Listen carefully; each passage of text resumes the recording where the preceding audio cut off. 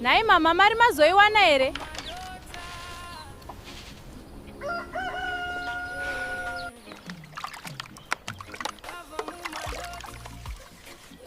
Rega ndizoverenga kuti kwasara mari kuti ikwane Sindi mwanangu.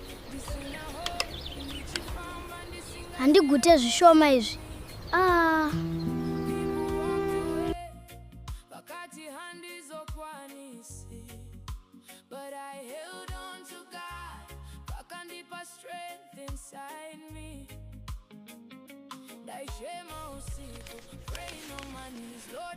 Mwari, itai zviite mwana wangu aende.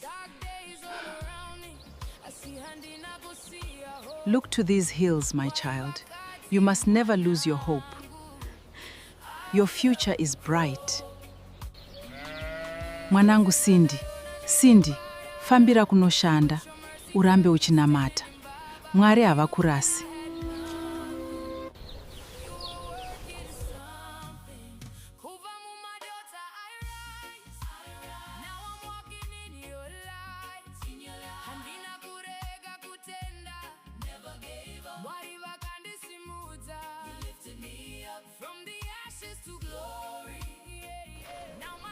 Muri yangu inofanirwa kusimuka.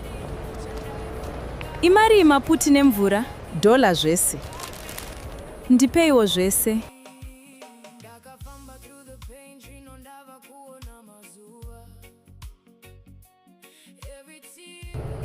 Tenzi, fambai neni.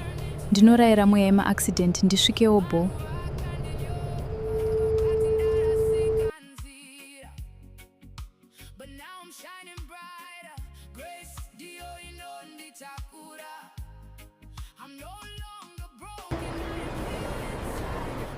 Let me tell Progi kuti ndasvika auye to pick me up.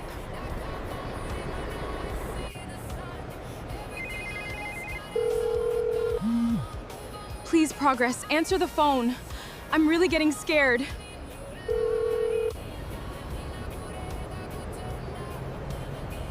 Nai Mwari, zvino akasadayira foni ndodi.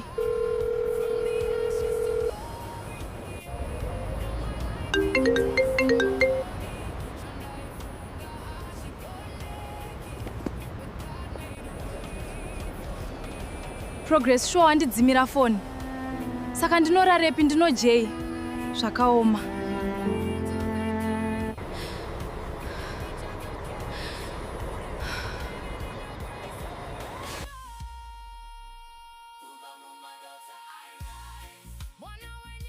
From the ashes to glory. Hezvo atoema kuseni. Nzvimbo ino inotonhora yohwe. Akange ave mangwanani, asi Sindi asina kwekuenda. Mwanasikana akange apererwa.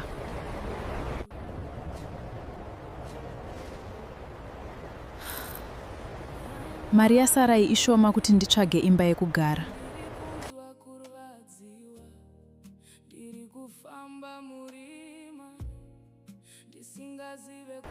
Namon Satan, mari yasarai ishoma. Nzara yakange yomubvunza mutupo, asi zano ainge asina zvake Sindi.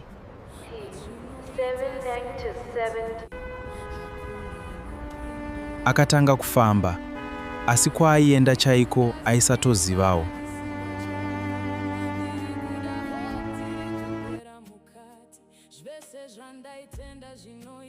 Ndaiti ndikabudawo muZimbabwe zvanaka.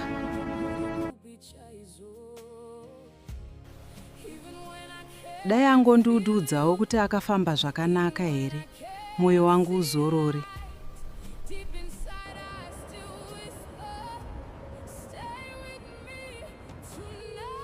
Progress, toitawo chigunduru here shuwa.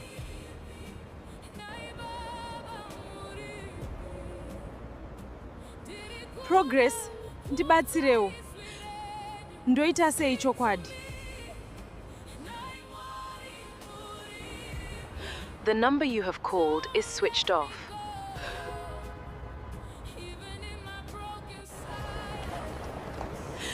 Mwari, torai nzvimbo yenyu. Iye zvino. ndega ndave kutya. Please give me the strength to get through another day. Asina shamwari, asina pekugara, akaramba achitsvaga nzira.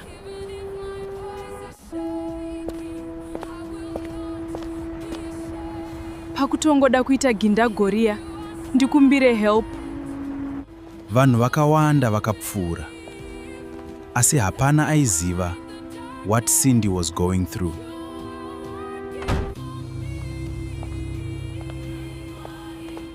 Kwazwai, sis. Is everything okay?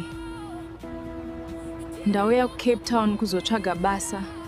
Asi munhu wandaivimba naye haasi kubatika. Zvinotika kakawanda izvi. Asi ndichakubatsira.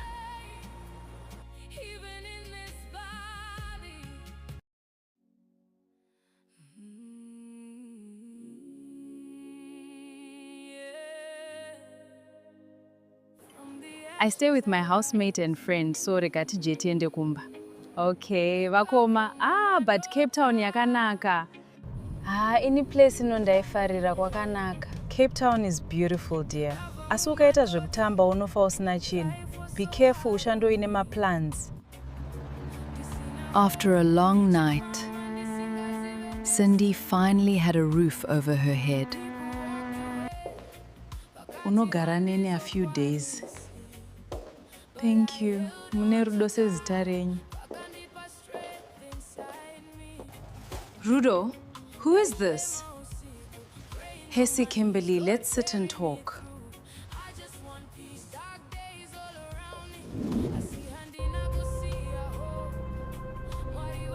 This is Cindy.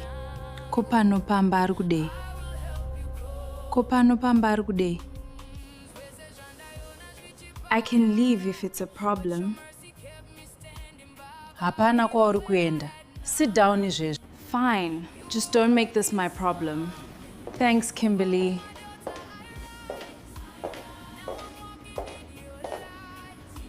Cindy aifara zvese nekutya. Rudo aive munhu ane mari dzake. Progress. Shamwari yangu uripi. We have been through so much together, wani? Uchava shamwari yangu tichibatsirana nguva dzese. Thanks, bestie. I believed you, Progress. Sure, hey bestie, kundisiya mnamo. Not everyone who promises help will help. Zvakaoma takabva kure tese na Progress, handishamisa. Or maybe some people create their own problems. Takuvaziva vanhu ava. I didn't ask for this vanhu vamwari. Enough. Ita semunhu mukuru Kim. Whatever vakoma.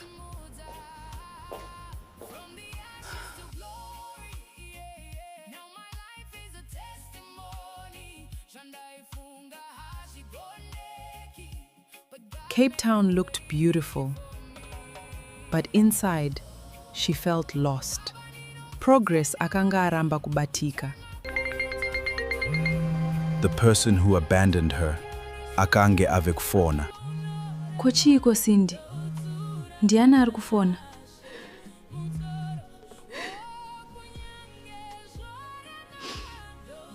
Vakoma ndi Progress. Ari kudei chaizvo iye akandidzimira foni. Manje ukasadaira unoziva sei. Mudaire ataure nyaya yake.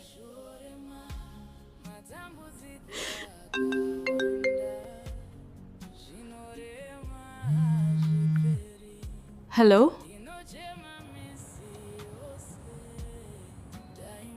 Cindy, thank God wazodaira.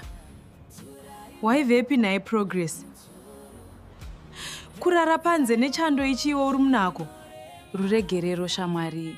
It's complicated zvekutodaro.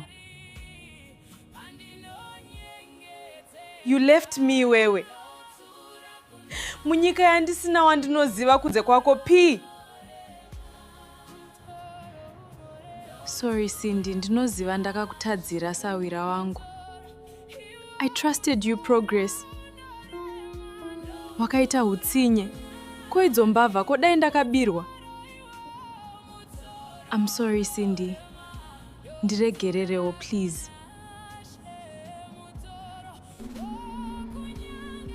Wakandidzimira phone P. Kundisiya zvakandiomera kudaro. Ndakashaya kuti ndodii. Asi ndichitoda kubatsira Cindy.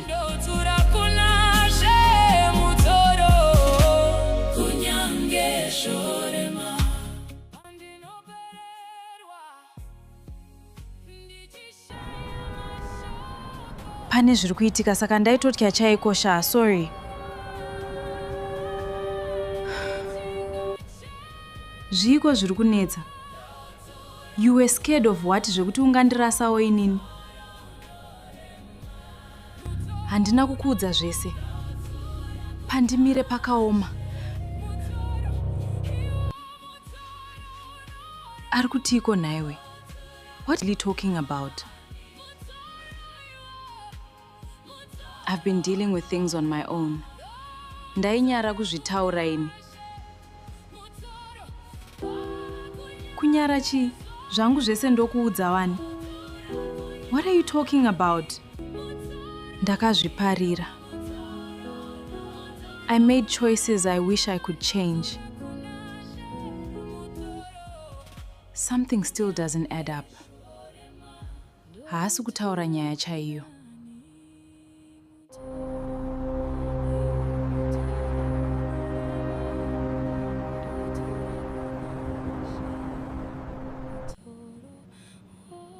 Progress! I know you are in there!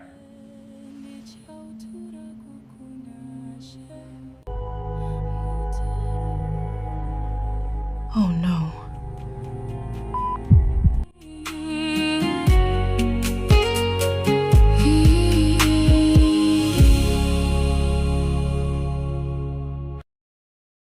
Progress? Progress? Akaedza kufona zvakare.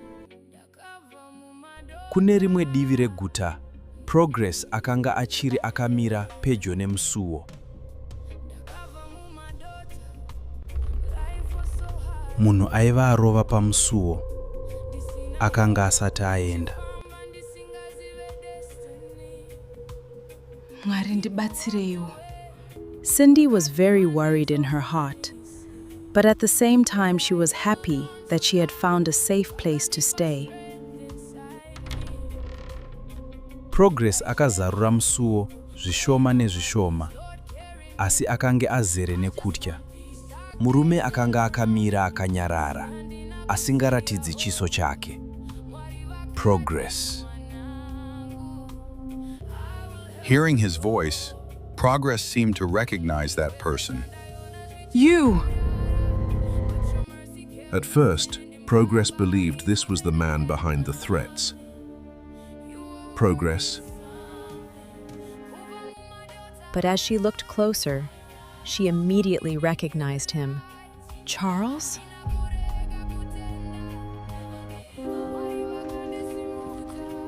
How did you find me? Progress, you really spent years trying to stay invisible. Why are you here, Charles? I'm here because Nathan is looking for you.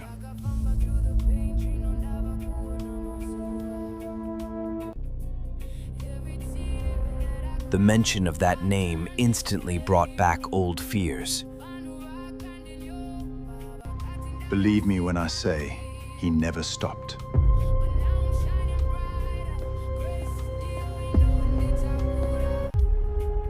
It's been 4 years, Charles. I secretly hoped he would let go.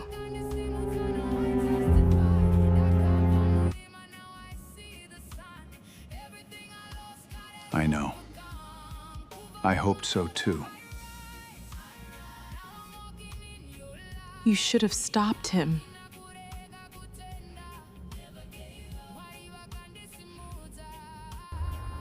I should have come sooner, Yes, you should have. but I'm here now. I will protect you. 4 years, Charles. 4 years of silence. You knew what people were saying about me, Not everything. but you knew enough.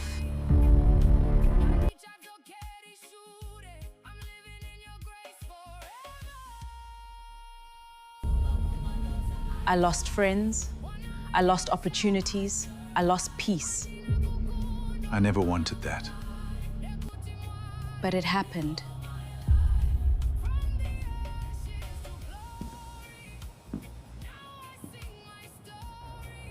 Nathan saw a picture. What picture? A friend posted you on social media. He recognized you immediately. After all these years?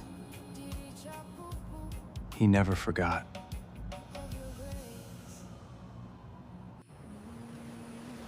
Why is he still doing this? I wish I knew. All I know is he's asking questions again.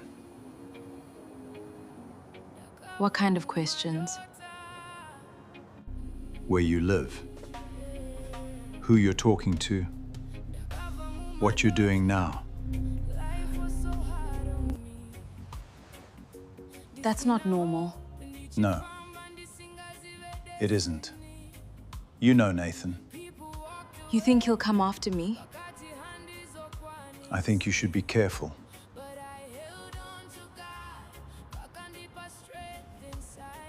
That's why I came. I've arranged security.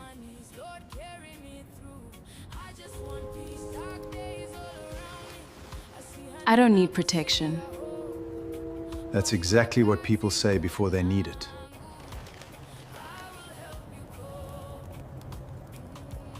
I don't want to go back to living in fear. Then don't. Just stay safe.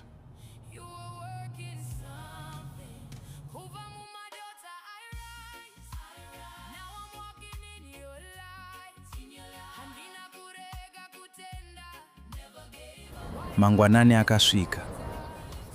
Asi mibvunzo yaive mumusoro maSindy yakanga ichiri yakawanda.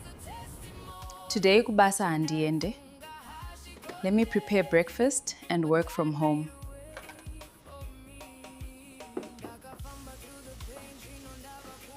Wakarara here usiku iwe, you look tired. Handina progress akandifonera, as call got disconnected. Sindy akatsanangura about the call between her and Progress to Kimberly. Pane chiri kundinetsa panyaya iyi. Ino ndava kutya. Saka pakasvika munhu aidedzera nehasha. Ehe, ndakazvinzwa pafoni. Asi aive nehasha murume iyeye. Izvi hazvina kujeka. Akatamba nevanhu vakaipa chete. Wamboedza kumufonera zvakare here? Kakawanda. Asi foni iri kungorira. Ndinonzwa seunge pane chakaipa chiri kuitika. Dai ndisina kuuya, maybe ndini ndakonzeresa zvakaipa kuna Progress. Please answer.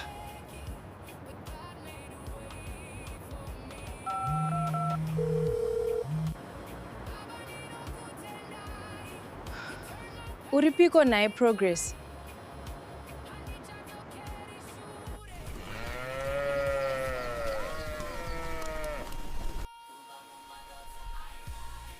Ari kumbofona here Sindy? Akafona nezuro. Ari seiko? Ndofunga atova murungu chaiye Sindy.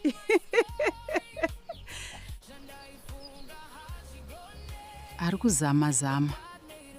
Ndoziva kuti ari strong kupfuura zvaanofunga. Uri kudya zvakanaka here kana kuti watoonda?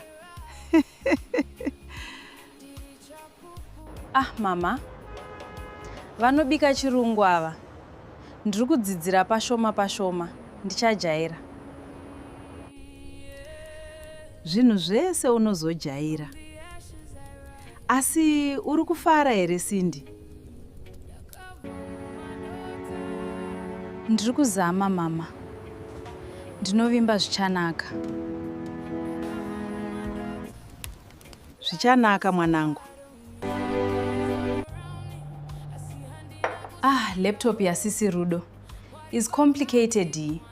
Regai ndirambe ndichizama. Nhasi une interviews here? Kupiko? Ndoda kufamba ndichitsvaga basa.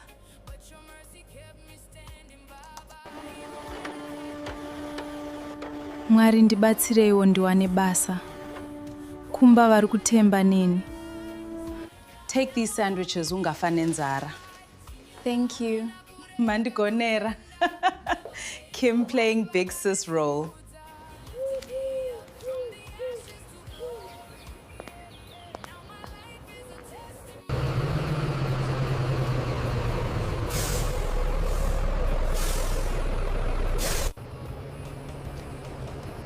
Morning. Morning.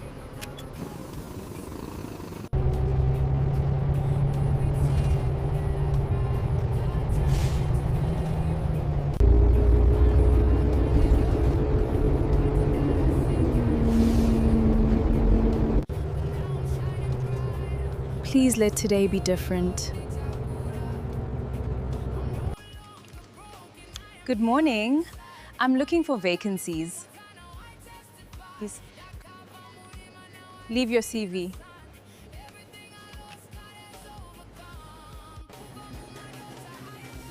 We'll call if something opens.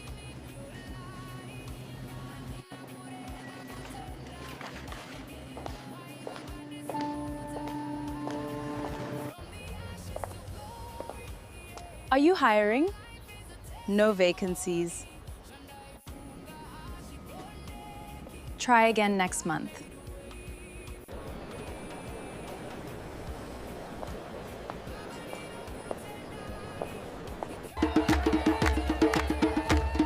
This is incredible!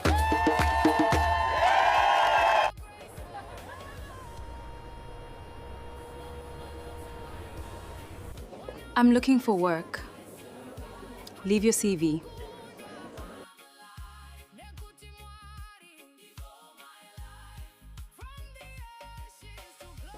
We'll keep it on file.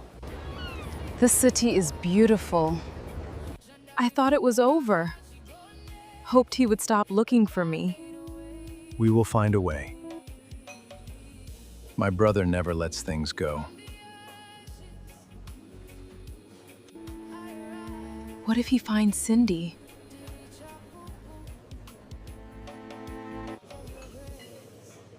He doesn't know about her. Progress, this is Marcus. He will go with you wherever you want to go.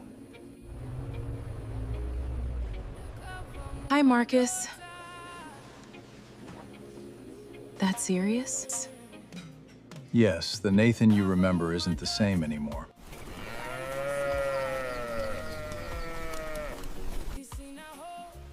Zviri nani akawana pekugara Cindy wangu. Maswera sei mai Cindy? Ndaswera hangu, maswerawo. John inochinja vanhu. Cindy achadzoka apanduka.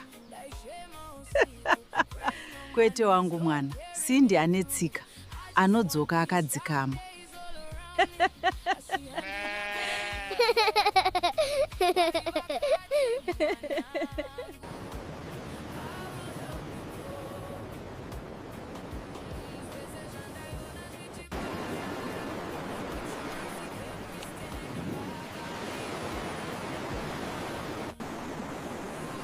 Still no calls. Mwari pindirai ndiwane basa. First time in Cape Town? Yes. Don't give up. You will find something to do.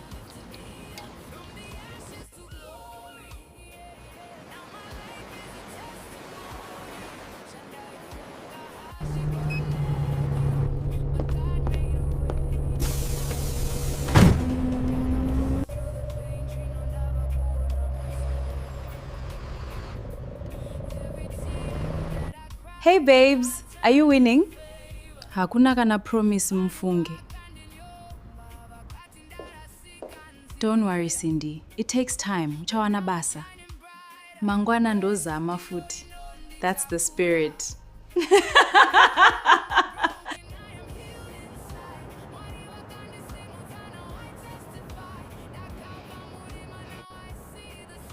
Uripiko nae progress.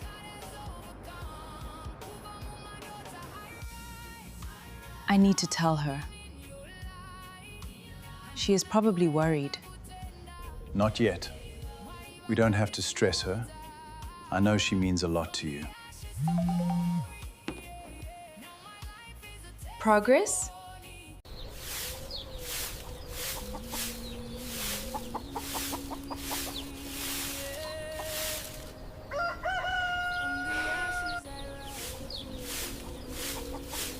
Nai mama mari mazoiwana here?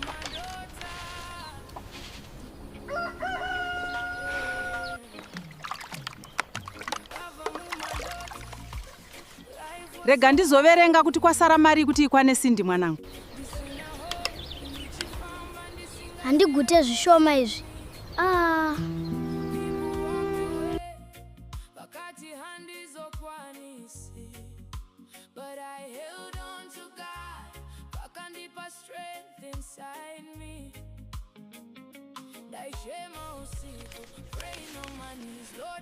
Mwari, itai zviite mwana wangu aende. Look to these hills, my child. You must never lose your hope. Your future is bright. Mwanangu Cindy, fambira kunoshanda, urambe uchinamata. Mwari havakurasi.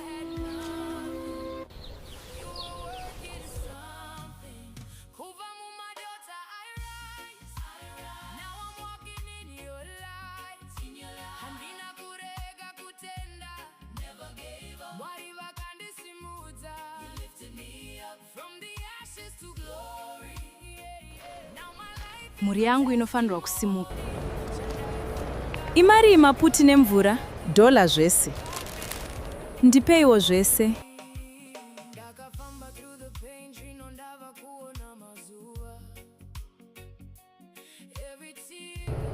Tenzi, famba inini. Ndinorayira mweya yema-accident ndisvikewo bo.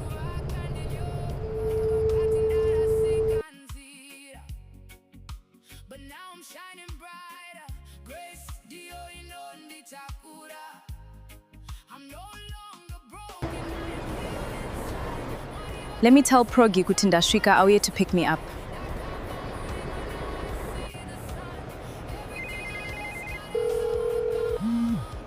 Please, Progress, answer the phone. I'm really getting scared.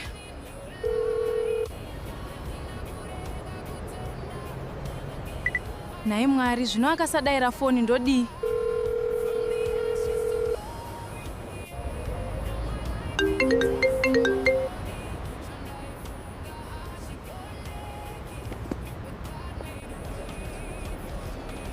Progress, sure handidzimira phone. Saka ndinorarepi ndinojei. Zvakaoma.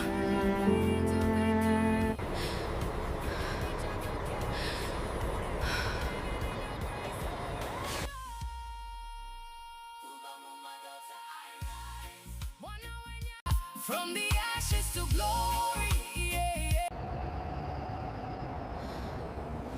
Hezvo atove makuseni. Nzvimbo ino inotonhora yohwe.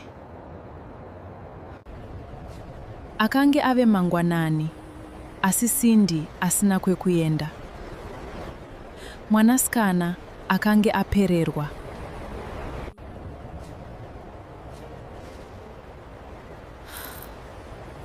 Mari yasarai ishoma kuti nditsvage imba yekugara.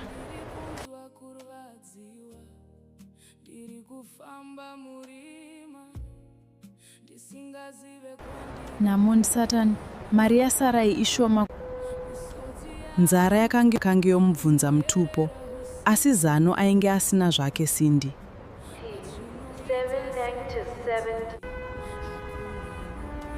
Akatanga kufamba, asi kwaaienda chaiko aisatozivawo.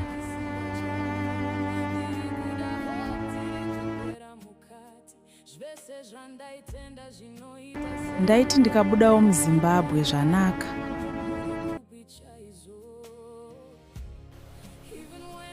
Dai angondiudzawo kuti akafamba zvakanaka here, mwoyo wangu uzorore.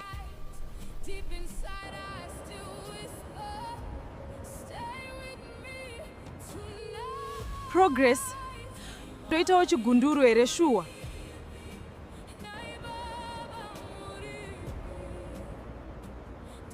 Progress, ndibatsirewo. Ndoita sei chokwadi? The number you have called is switched off.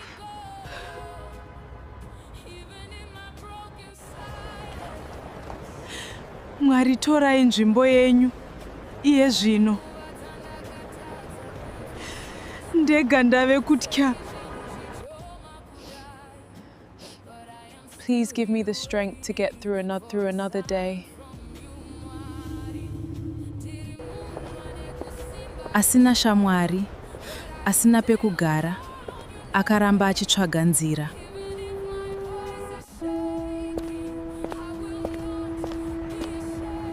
Pakutongoda kuita gindagoria, ndikumbire help. Vanhu vakawanda vakapfuura, asi hapana aiziva what Cindy was going through.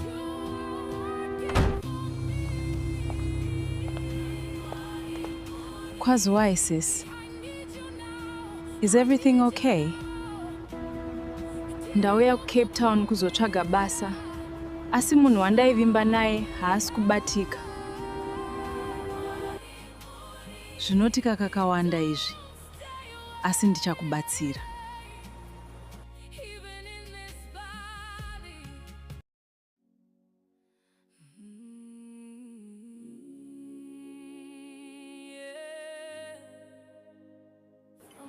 I stay with my housemate and friend, so regati jeti ende kumba. Okay, vakoma. But Cape Town yakanaka.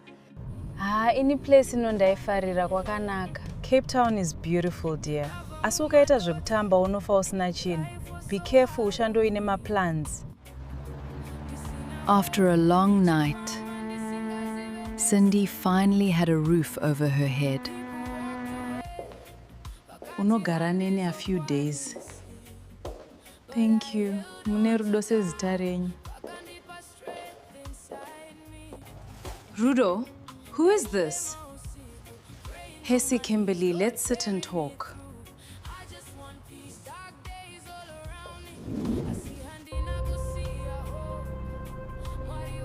This is Cindy. Kopano pamba ari kudei. Kopano pamba ari kudei. I can leave if it's a problem. Hapana kwauri kuenda. Sit down izvezvi. Fine. Just don't make this my problem. Thanks, Kimberly.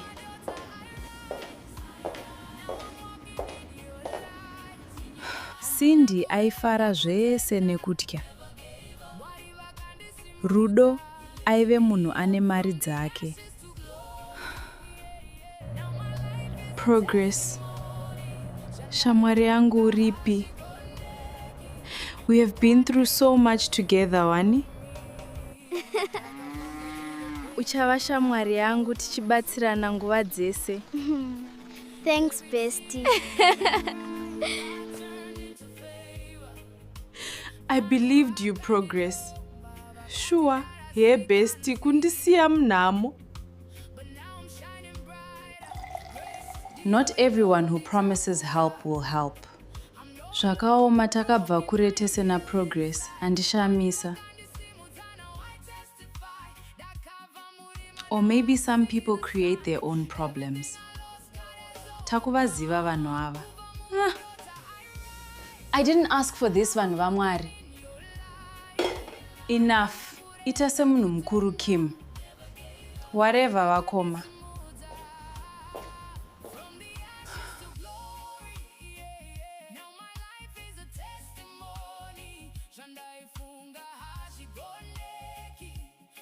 Cape Town looked beautiful, but inside, she felt lost. Progress akanga aramba kubatika. The person who abandoned her akange ave kufona. Kochiiko Cindy? Ndiani ari kufona?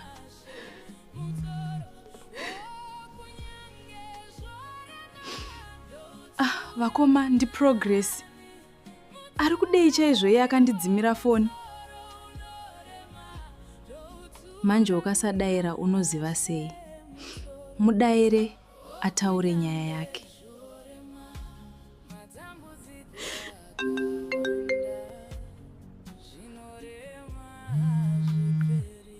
Hello? Cindy, thank God wazodaira. Waivepi naye Progress? Kurara panze nechando ichiwo uri munako. Ruregerero shamwari. It's complicated zvekutodaro. You left me wewe. Munyika yandisina wandinoziva kunze kwako P. Sorry Cindy, ndinoziva ndakakutadzira sawira wangu.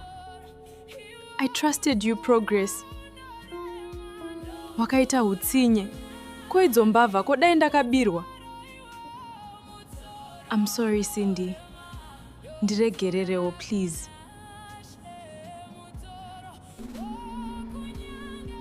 Wakandidzimira phone P.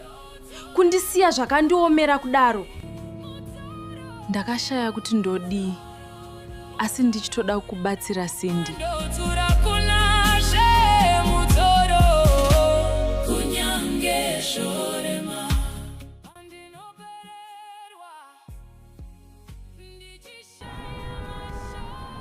Pane zviri kuitika saka ndaitotya chaikosha, sorry.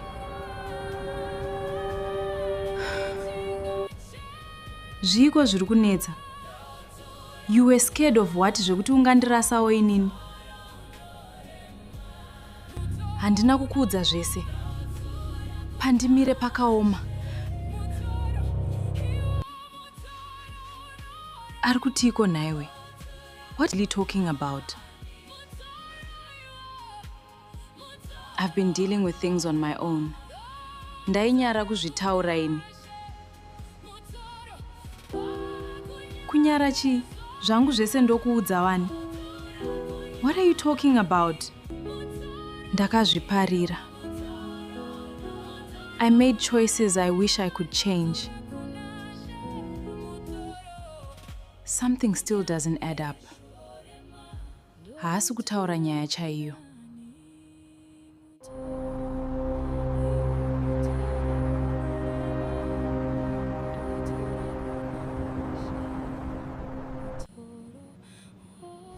Progress, I know you are in there.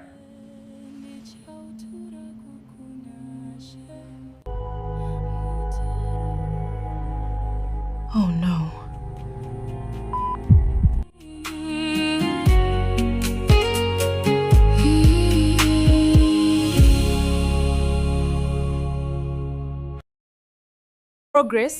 Progress. Akaedza kufona zvakare. Kune rimwe divi reguta, Progress akanga achiri akamira pedyo nemusuwo. Munhu aiva arova pamusuwo. Akanga asati aenda. Mwari ndibatsireiwo. Cindy was very worried in her heart, but at the same time she was happy that she had found a safe place to stay. Progress akazarura musuwo zvishoma nezvishoma, asi akange azere nekutya. Murume akanga akamira akanyarara, asingaratidzi chiso chake. Progress. Hearing his voice, Progress seemed to recognize that person. You! At first, Progress believed this was the man behind the threats.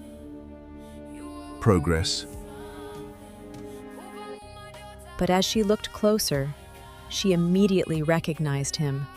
Charles?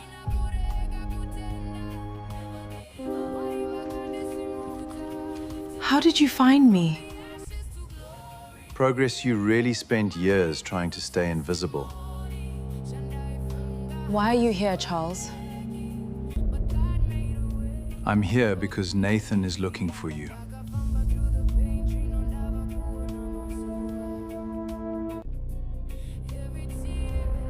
The mention of that name instantly brought back old fears. Believe me when I say, he never stopped.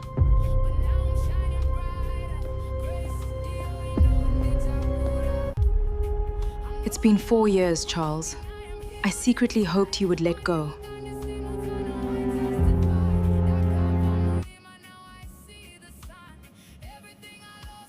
I know. I hoped so too. You should have stopped him.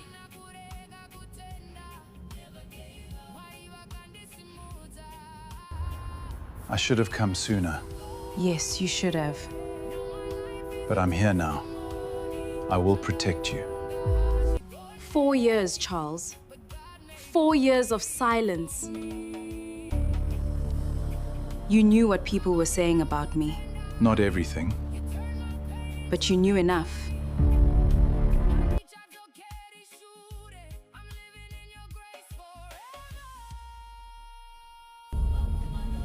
I lost friends, I lost opportunities, I lost peace. I never wanted that. But it happened.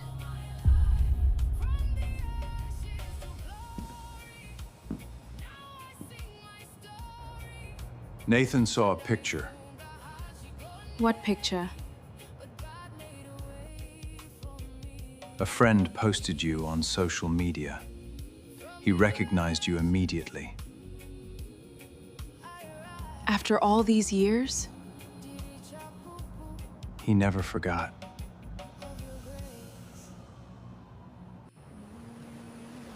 Why is he still doing this? I wish I knew. All I know is he's asking questions again. What kind of questions? Where you live, who you're talking to, what you're doing now. That's not normal. No, it isn't. You know Nathan.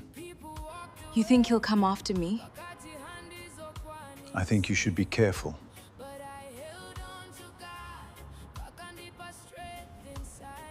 That's why I came. I've arranged security.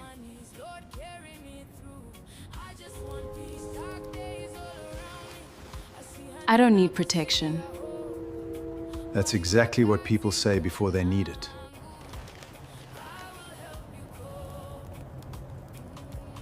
I don't want to go back to living in fear. Then don't. Just stay safe.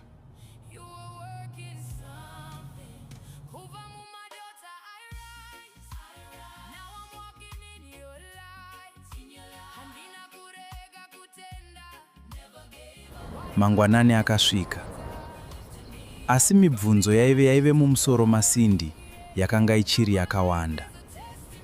Today kubasa handiende. Let me prepare breakfast and work from home.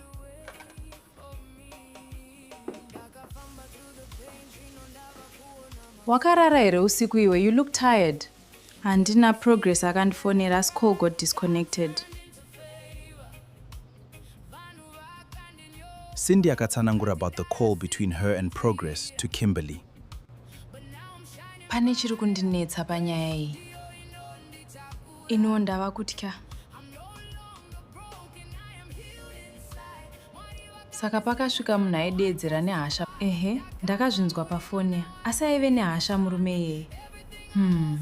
Izvi hazvina kujeka. Akatamba nevanhu vakaipa chete.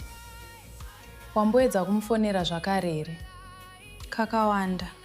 Asi foni iri kungorira. Ndinonzwa seunge pane chakaipa chiri kuitika. Dai ndisina kuuya, maybe ndini ndakonzeresa zvakaipa kuna Progress. Please answer.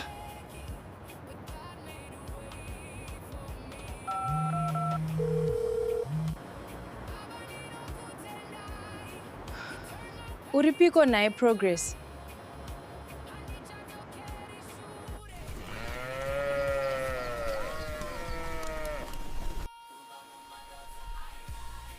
Ari kumbofona here Cindy? Akafona nezuro. Ari seiko? Ndofunga atova murungu chaiye Cindy.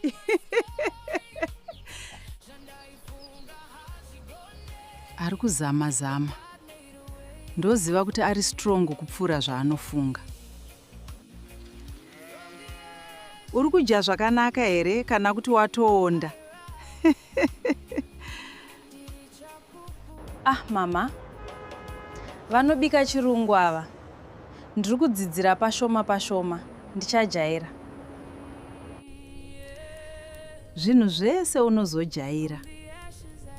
Asi uri kufara here Cindy? Ndiri kuzama mama. Ndinovimba zvichanaka. Zvichanaka mwanangu. Laptop yasisi Rudo is complicated. Regai ndirambe ndichizama. Nhasi une interviews here? Kupiko? Ndoda kufamba ndichitsvaga basa.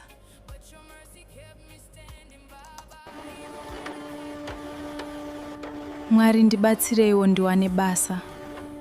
Kumba vari kutemba neni. Take these sandwiches ungafa nenzara. Thank you. Mandigonera. Kim playing big sis role.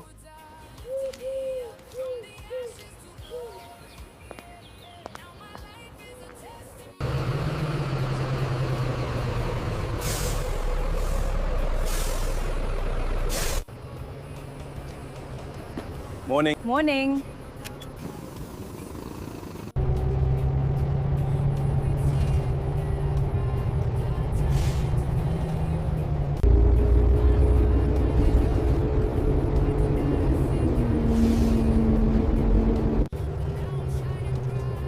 Please let today be different. Good morning. I'm looking for vacancies. Please. Leave your CV.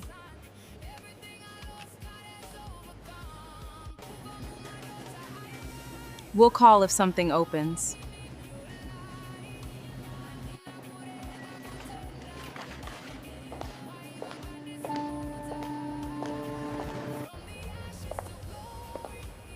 Are you hiring? No vacancies. Try again next month.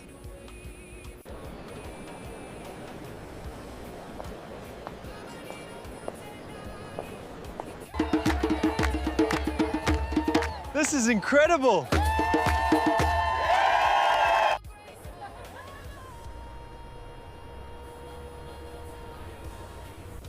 I'm looking for work. Leave your CV.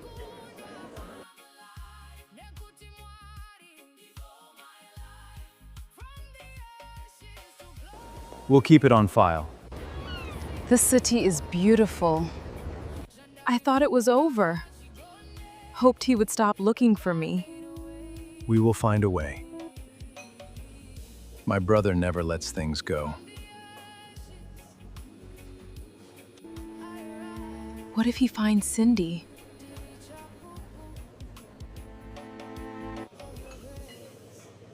He doesn't know about her. Progress, this is Marcus. He will go with you wherever you want to go. Hi, Marcus. That serious? Yes, the Nathan you remember isn't the same anymore.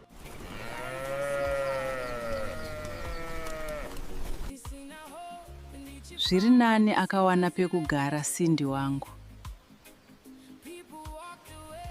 Maswera sei mai Cindy? Ndaswera hangu, maswerawo. John inochinja vanhu. Cindy achadzoka apanduka. Kwete wangu mwana, Cindy ane tsika. anodzoka akadzikama.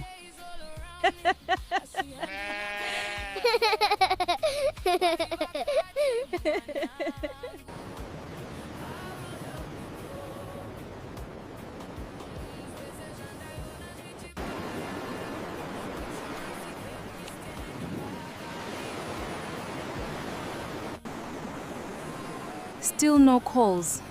Mwari pindirai ndiwane basa. First time in Cape Town? Yes. Don't give up. You will find something to do.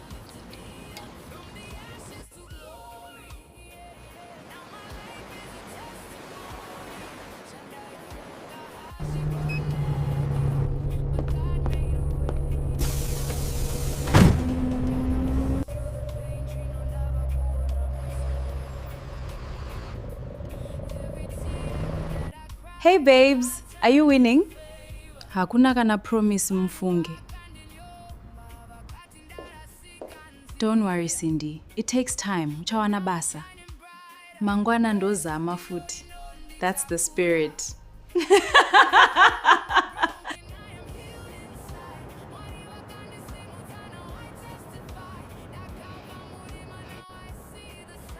Uripiko nae progress.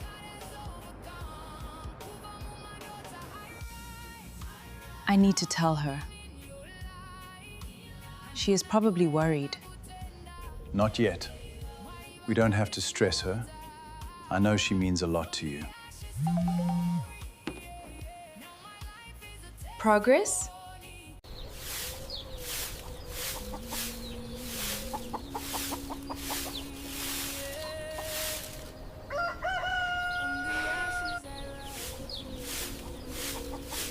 Nai mama mari mazoiwana here?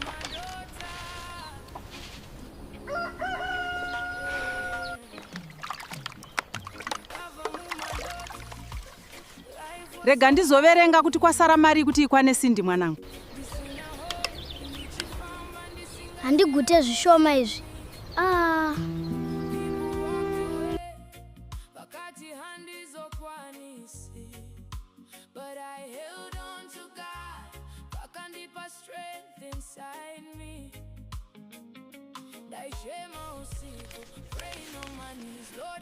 Mwari, itai zviite mwana wangu aende.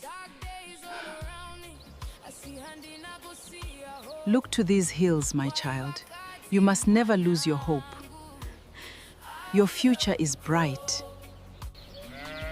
Mwanangu Cindy, Cindy, fambira kunoshanda, urambe uchinamata. Mwari havakurasi.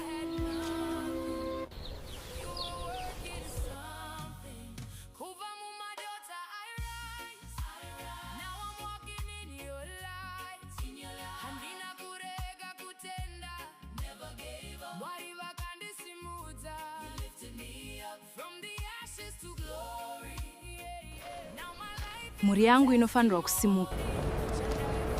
Imari maputi nemvura? Dola zvese. Ndipeiwo zvese.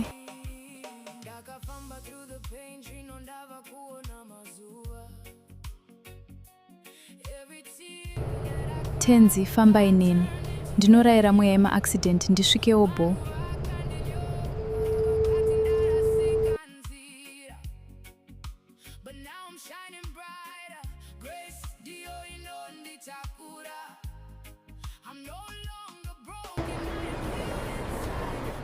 Let me tell Progi kuti ndasvika auye to pick me up.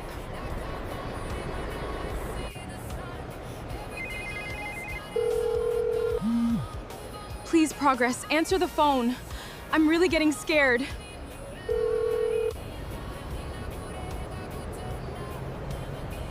Naye Mwari, zvino akasadayira foni ndodi.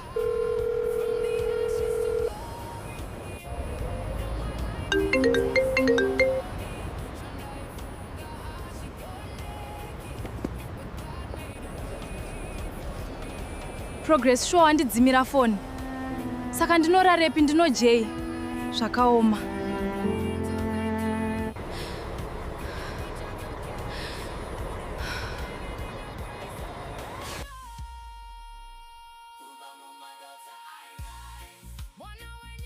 From the ashes to glory. Hezvo atove makuseni. Nzvimbo ino inotonhora yohwe. Akange ave mangwanani, asi Cindy asina kwekuenda. Mwanasikana akange apererwa.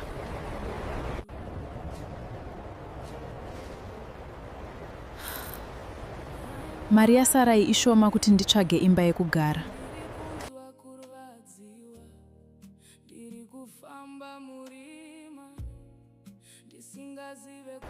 Namon Satan, mari yasarai ishoma.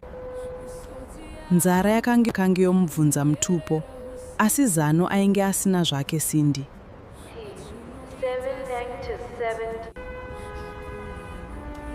Akatanga kufamba, asi kwaaienda chaiko aisatozivawo.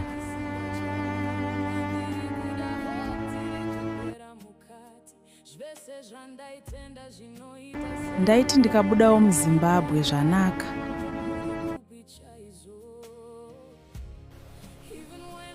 Dai angondiudzawo kuti akafamba zvakanaka here, moyo wangu uzorore.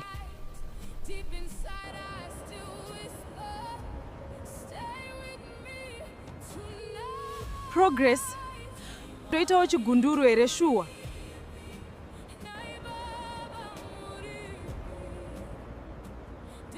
Progress, ndibatsirewo.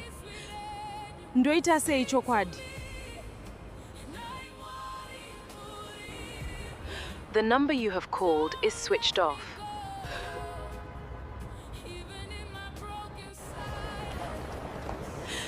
Mwari torai nzvimbo yenyu. Iye zvino. Ndega ndave kutya.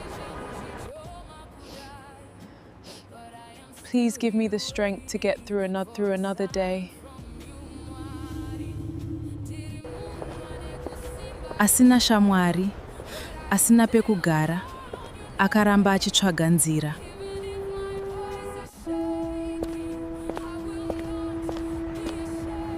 Pakutongoda kuita gindagoria, ndikumbire help. Vanhu vakawanda vakapfuura, asi hapana aiziva what Cindy was going through.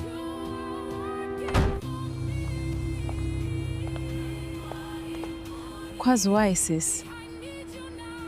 Is everything okay? Ndauya kuCape Town kuzotsvaga basa, asi munhu wandaivimba naye haasi kubatika. Zvinotika kakawanda izvi, asi ndichakubatsira.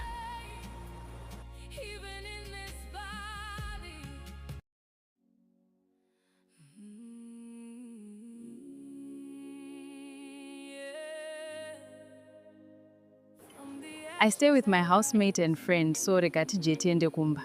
Okay, vakoma. But Cape Town yakanaka. Any place inondaifarira kwakanaka. Cape Town is beautiful, dear. Asi ukaita zvekutamba unofa usina chinhu. Be careful ushandoine maplans. After a long night, Cindy finally had a roof over her head. Unogara nene a few days. Thank you. Mune rudo sezita renyu. Rudo, who is this? Hesi Kimberly, let's sit and talk.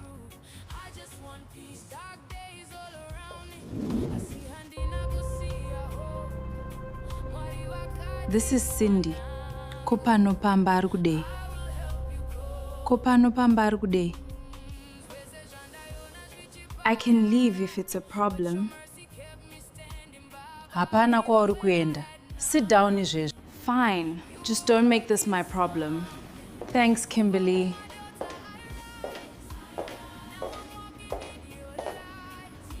Cindy aifara zvese nekutya.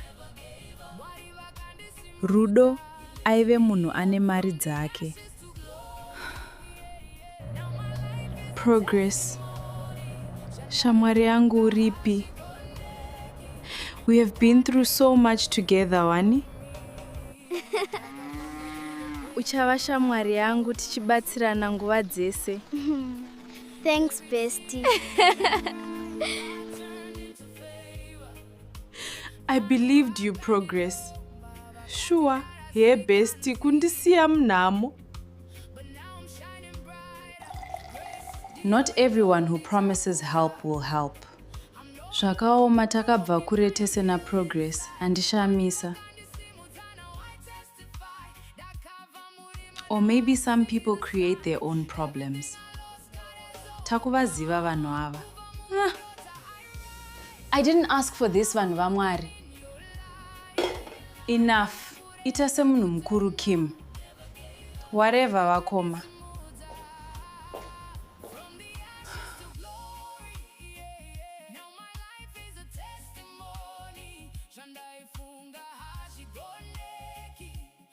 Cape Town looked beautiful, but inside, she felt lost. Progress akanga aramba kubatika. The person who abandoned her akange ave kufona. Kochiko Cindy. Ndiani ari kufona?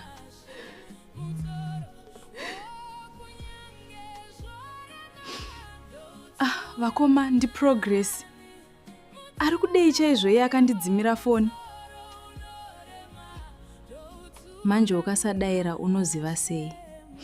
Mudaire ataure nyaya yake.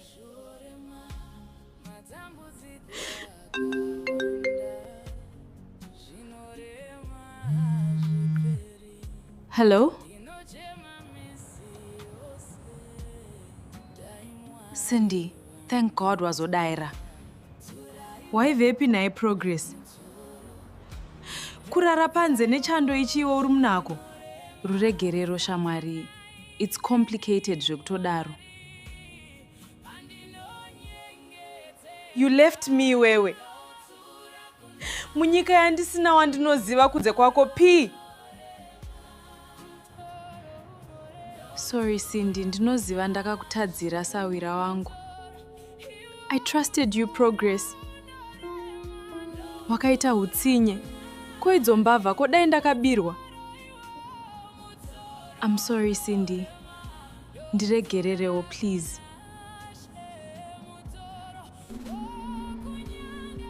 Wakandidzimira phone P. Kundisiya zvakandiomera kudaro. Ndakashaya kuti ndodii. Asi ndichitoda kukubatsira Cindy.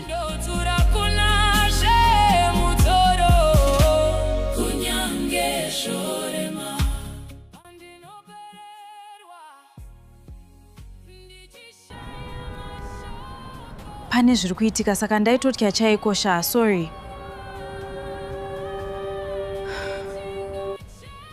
Zviko zviri kunetsa. You were scared of what zvekuti ungandirasawo inini? Handina kukuudza zvese. Pandimire pakaoma. Ari kutiko naiwe? What are you talking about? I've been dealing with things on my own. Ndainyara kuzvitaura ini. Kunyara chi? Zvangu zvese ndokuudza wani.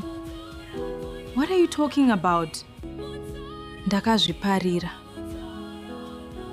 I made choices I wish I could change. Something still doesn't add up. Haasi kutaura nyaya chaiyo.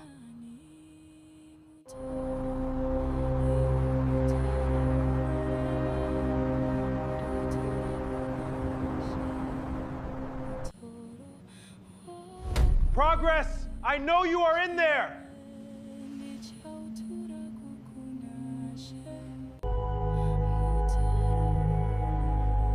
Oh no.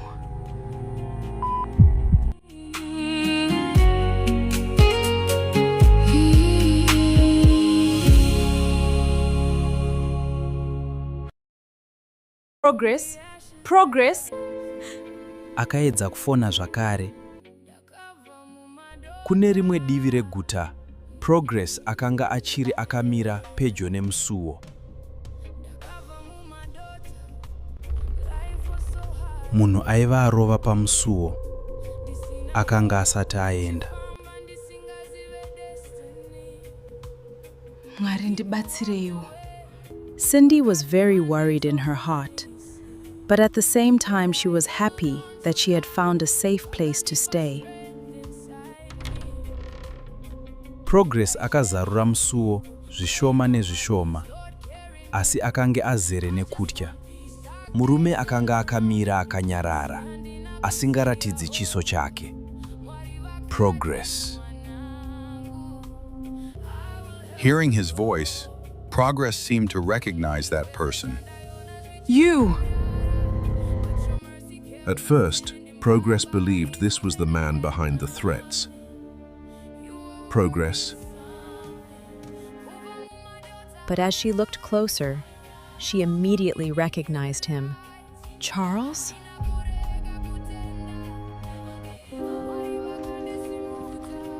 How did you find me? Progress, you really spent years trying to stay invisible. Why are you here, Charles? I'm here because Nathan is looking for you.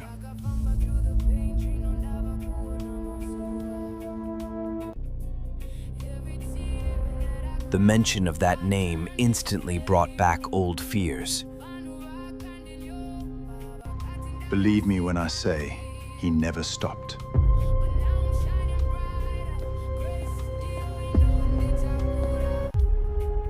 It's been 4 years, Charles. I secretly hoped you would let go.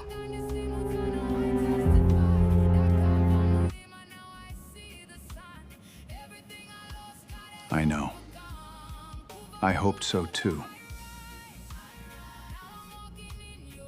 You should have stopped him.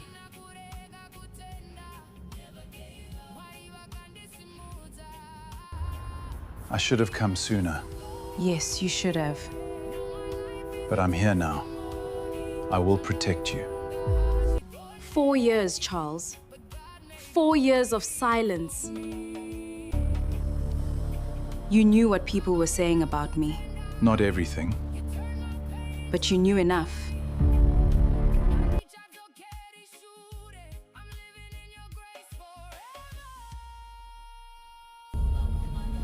I lost friends, I lost opportunities, I lost peace.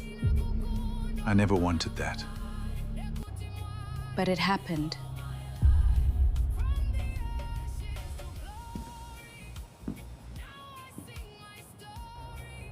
Nathan saw a picture. What picture? A friend posted you on social media. He recognized you immediately. After all these years? He never forgot.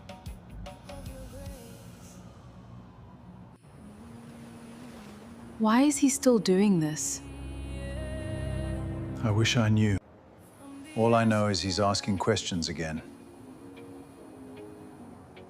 What kind of questions? Where you live, who you're talking to, what you're doing now. That's not normal. No, it isn't. You know Nathan. You think he'll come after me? I think you should be careful.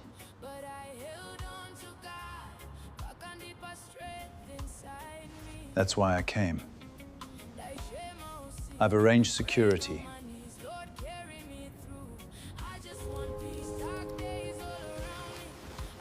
I don't need protection. That's exactly what people say before they need it.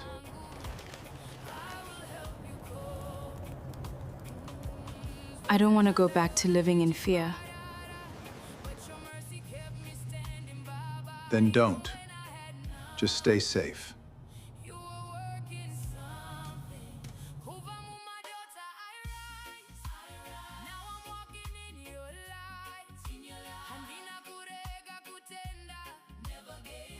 Mangwanani akasvika. Asi mibvunzo yaive mumusoro maSindy yakanga ichiri yakawanda. Today kubasa handiende. Let me prepare breakfast and work from home.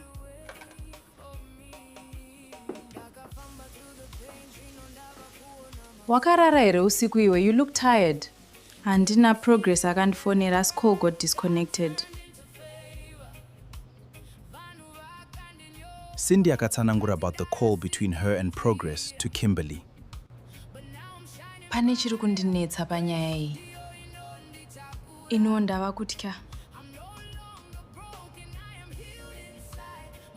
Saka pakasvika munhu aideedzera nehasha. Ehe, ndakazvinzwa pafoni. Asi aive nehasha murume iyeye. Izvi hazvina kujeka. Akatamba nevanhu vakaipa chete. Wamboedza kumufonera zvakare here? Kakawanda. Asi foni iri kungorira. Ndinonzwa sekunge pane chakaipa chiri kuitika. Dai ndisina kuuya, maybe ndini ndakonzeresa zvakaipa kuna Progress. Please answer.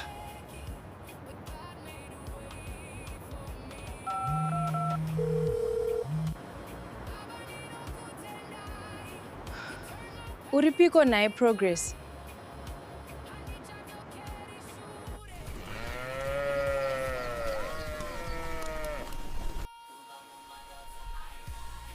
Ari kumbofona here Cindy? Akafona nezuro. Ari seiko? Ndofunga atova murungu chaiye Cindy.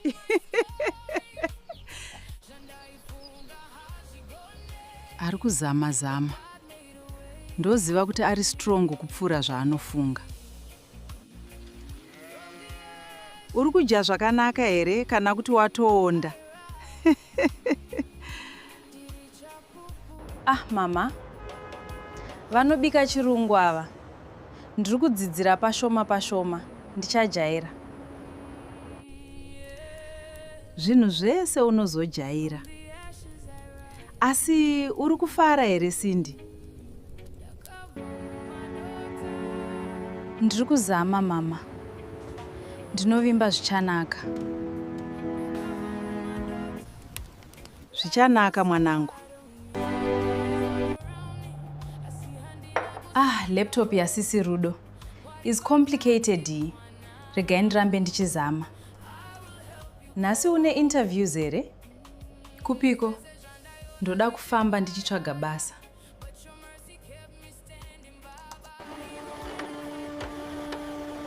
Mwari ndibatsireiwo ndiwane basa. Kumba vari kutemba neni. Take these sandwiches ungafa nenzara. Thank you. Mandigonera. Kim playing big sis role.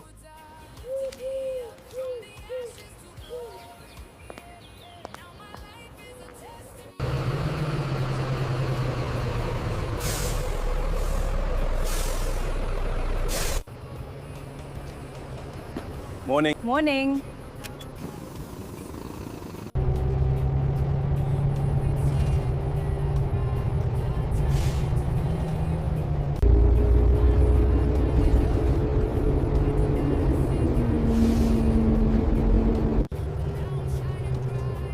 Please let today be different. Good morning. I'm looking for vacancies. Please.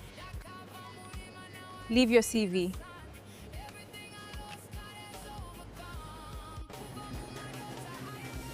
We'll call if something opens.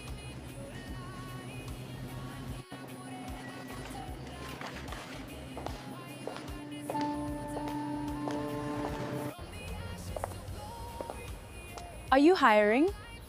No vacancies. Try again next month.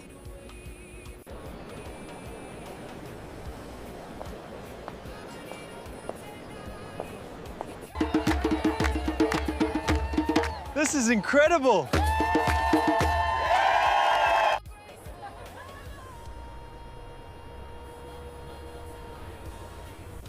I'm looking for work. Leave your CV.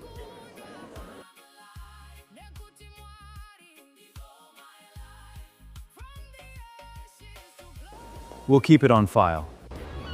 This city is beautiful. I thought it was over. Hoped he would stop looking for me. We will find a way. My brother never lets things go. What if he finds Cindy?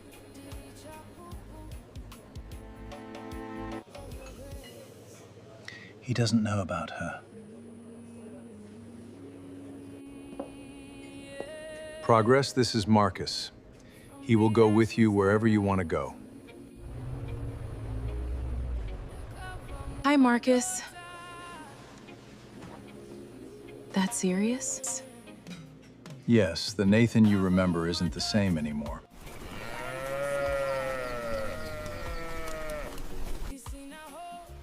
Zviri nani akawana pekugara Cindy wangu. Maswera sei mai Cindy? Ndaswera hangu, maswerawo. John, inochinja vanhu. Cindy achadzoka apanduka. Kwete wangu mwana, Cindy anetsika, anodzoka akadzikama.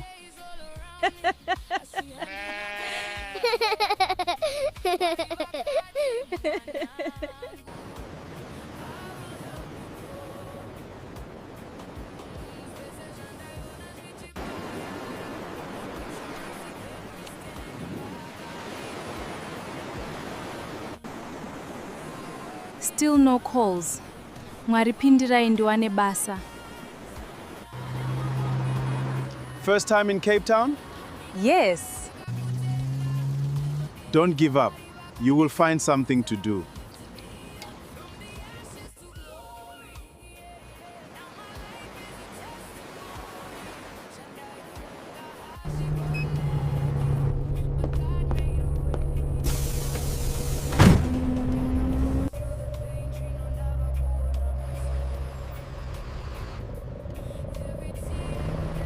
Hey babes, are you winning? Hakuna kana promise mfunge. Don't worry, Cindy. It takes time. Uchawana basa. Mangwana ndozama futi. That's the spirit.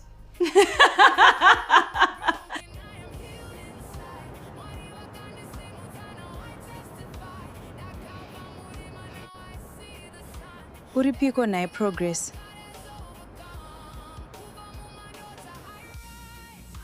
I need to tell her. She is probably worried. Not yet. We don't have to stress her. I know she means a lot to you. Progress?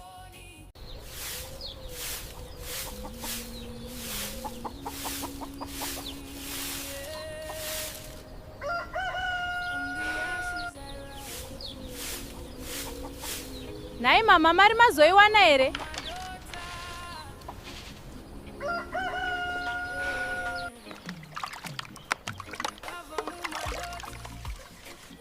Rega ndizoverenga kuti kwasara mari kuti ikwane Cindy mwanangu. Handigute zvishoma izvi.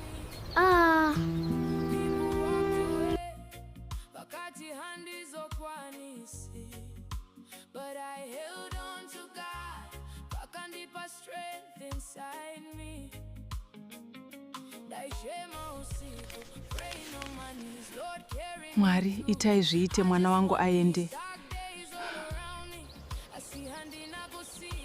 Look to these hills, my child. You must never lose your hope. Your future is bright. Mwanangu Cindy, Cindy, fambira kunoshanda, urambe uchinamata. Mwari havakurasi.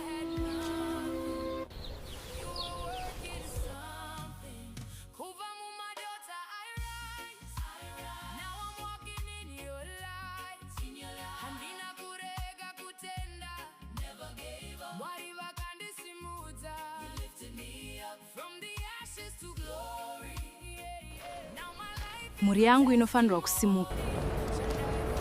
Imari maputi nemvura, dola zvese. Ndipeiwo zvese.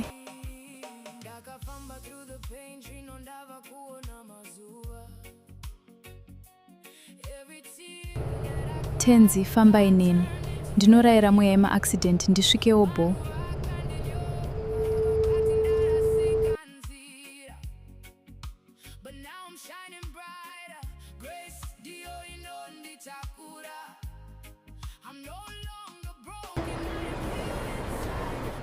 Let me tell Progi kuti ndasvika auye to pick me up.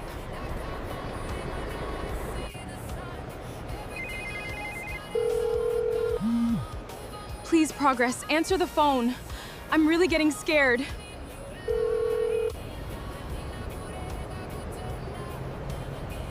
Nai Mwari, zvino akasadaira foni ndodi.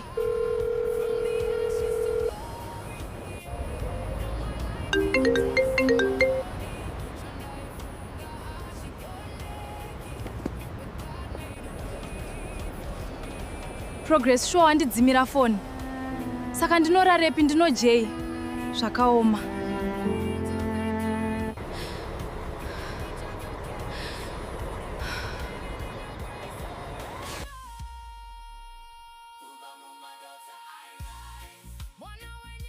From the ashes to glory.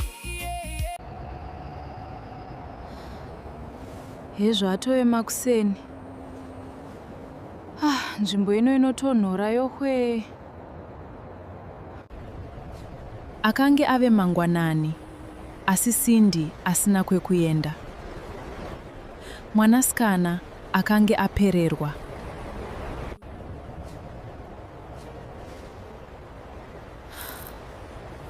Mari yasarai ishoma kuti nditsvage imba yekugara.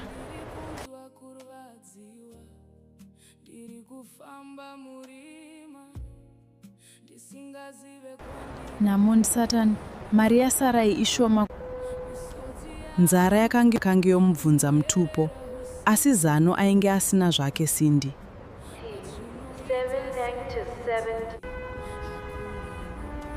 Akatanga kufamba, asi kwaaienda chaiko aisatozivawo.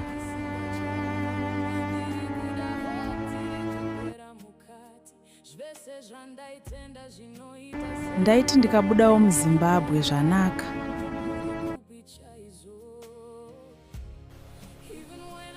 Dai angondiudzawo kuti akafamba zvakanaka here, mwoyo wangu uzorore.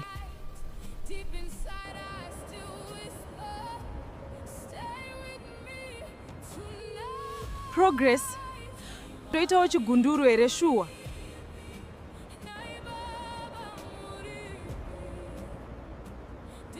Progress, ndibatsirewo.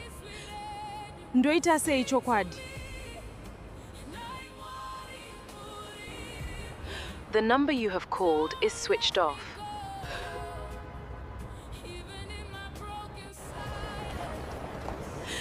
Mwari, torai nzvimbo yenyu.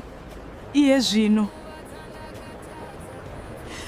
Ndega ndave kutya. Please give me the strength to get through another day. Asina shamwari, asina pekugara, akaramba achitsvaga nzira.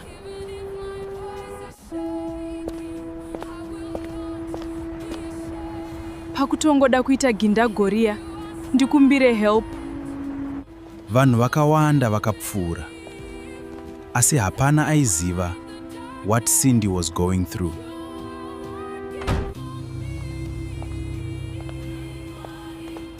Kwazwai sis. Is everything okay? Ndauya kuCape Town kuzotsvaga basa, asi munhu wandaivimba naye haasi kubatika. Zvinotika kakawanda izvi, asi ndichakubatsira.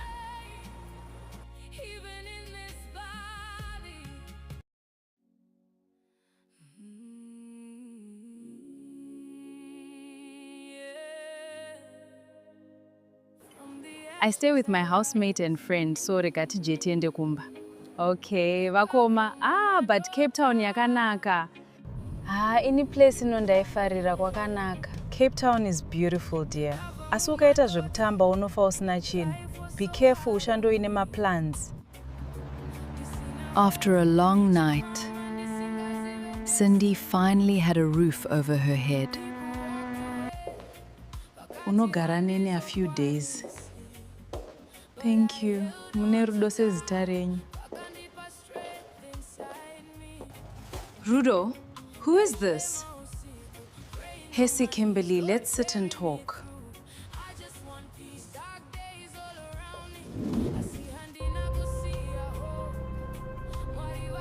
This is Cindy.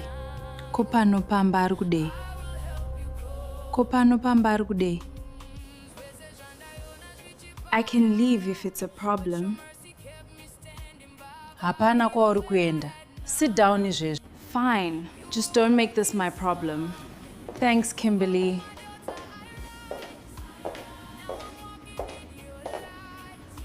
Cindy aifara zvese nekutya. Rudo aive munhu ane mari dzake. Progress. Shamwari yangu uripi. We have been through so much together, Wani. Uchava shamwari yangu tichibatsirana nguva dzese. Thanks, bestie. I believed you, Progress. Sure, hey bestie, kundisiya mnamo. Not everyone who promises help will help. Zvakaoma takabva kure tese na Progress, handishamisa. Or maybe some people create their own problems. Takuvaziva vanhu ava. I didn't ask for this, vanhu vaMwari. Enough. Ita semunhu mukuru Kim. Whatever vakoma.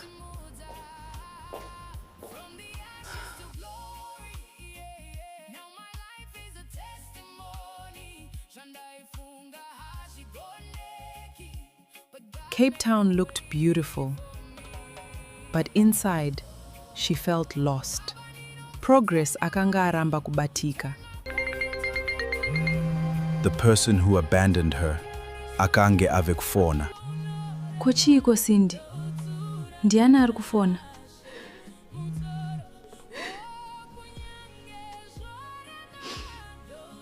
Vakoma ndi Progress.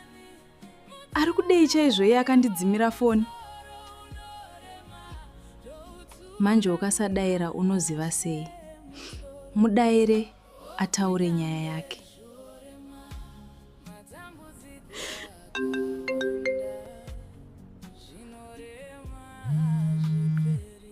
Hello?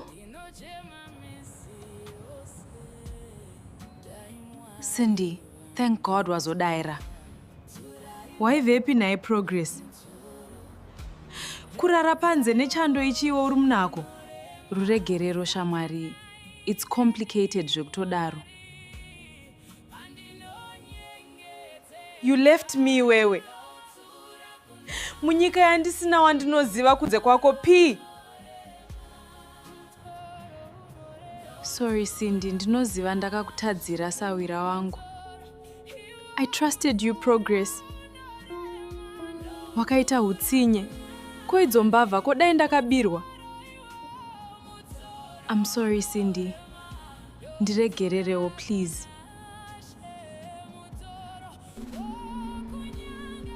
Wakandidzimira phone P. Kundisiya zvakandiomera kudaro. Ndakashaya kuti ndodii. Asi ndichitoda kubatsira Cindy.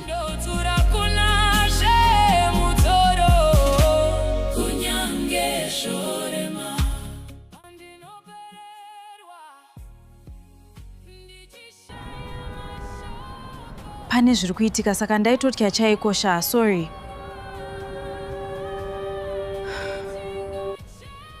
Zviko zviri kunetsa. You were scared of what zvekuti ungandirasawo inini? Handina kukuudza zvese. Pandimire pakaoma. Ari kutiko naiwe? What are you talking about? I've been dealing with things on my own. Ndainyara kuzvitaura ini. Kunyara chi?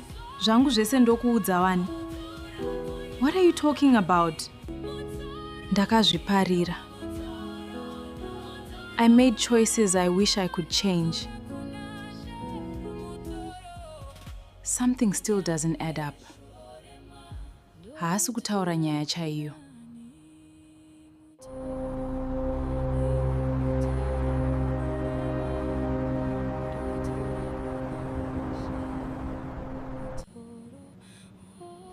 Progress, I know you are in there.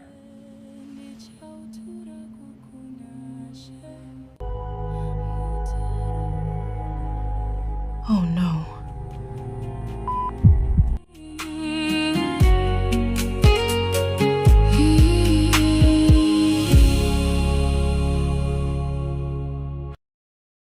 Progress? Progress? Akaedza kufona zvakare. Kune rimwe divi reguta, Progress akanga achiri akamira pedyo nemusuwo. Munhu aiva arova pamusuwo akanga asati aenda. Mwari ndibatsireiwo. Cindy was very worried in her heart, but at the same time she was happy that she had found a safe place to stay. Progress akazarura musuwo zvishoma nezvishoma, asi akange azere nekutya. Murume akanga akamira akanyarara, asingaratidzi chiso chake. Progress. Hearing his voice, Progress seemed to recognize that person. You! At first, Progress believed this was the man behind the threats. Progress. But as she looked closer, she immediately recognized him. Charles?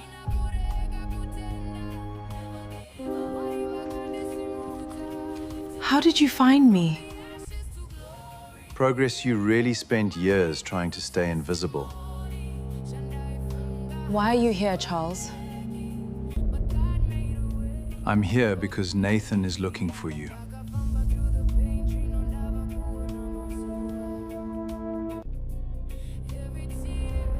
The mention of that name instantly brought back old fears. Believe me when I say, he never stopped.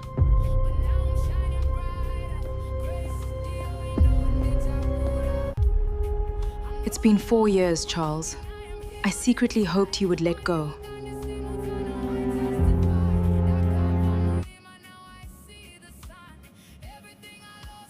I know. I hoped so too. You should have stopped him.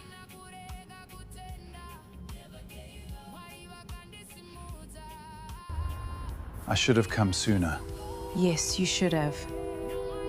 but I'm here now. I will protect you.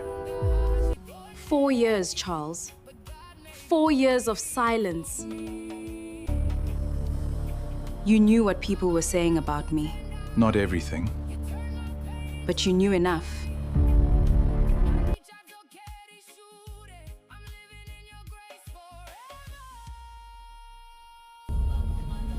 I lost friends, I lost opportunities, I lost peace. I never wanted that. But it happened.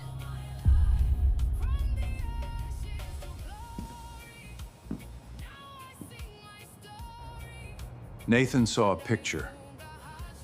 What picture? A friend posted you on social media. He recognized you immediately. After all these years? He never forgot.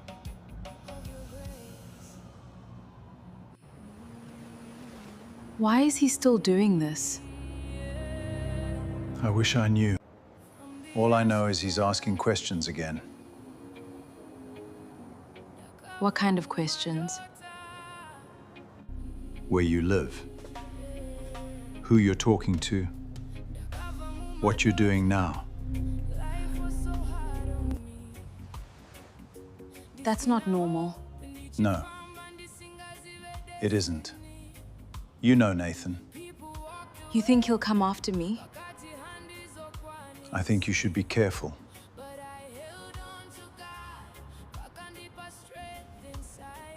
That's why I came.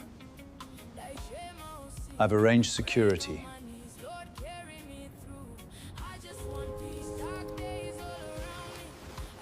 I don't need protection. That's exactly what people say before they need it.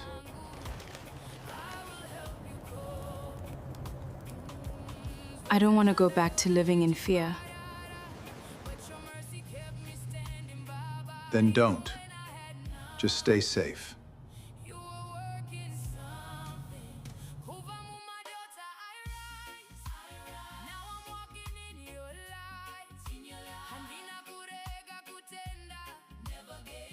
Mangwanani akasvika.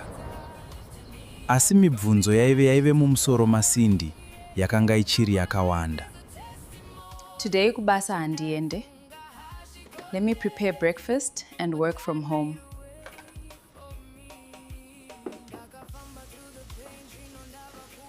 Wakarara here usiku iwe, you look tired. Handina progress akandifonera as call got disconnected. Sindy akatsanangura about the call between her and Progress to Kimberly. Pane chiri kundinetsa panyaya iyi.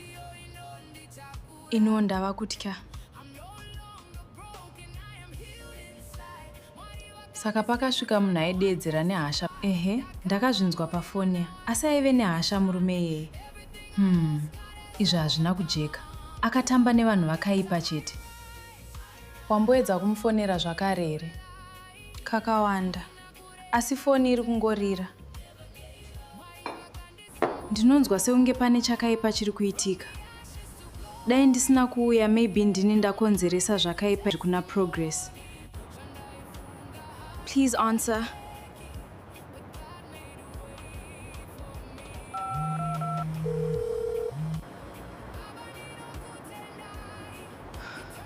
Uripiko naye Progress?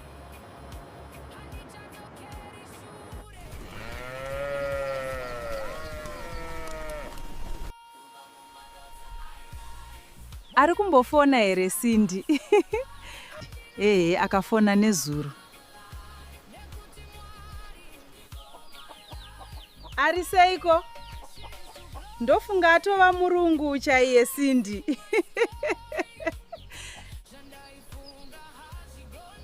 Ari kuzama.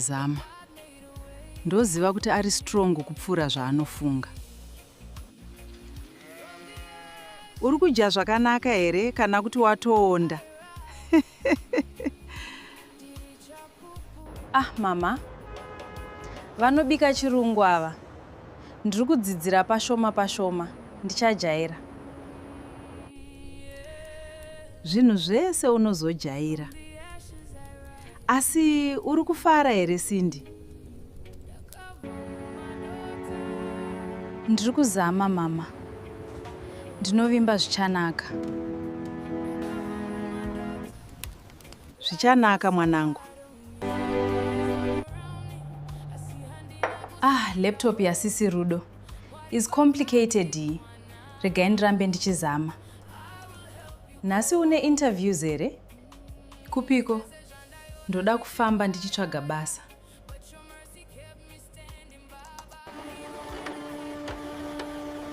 Mwari ndibatsireiwo ndiwane basa. Kumba vari kutemba neni. Take these sandwiches ungafa nenzara. Thank you. Mandigonera. Kim playing big sis role.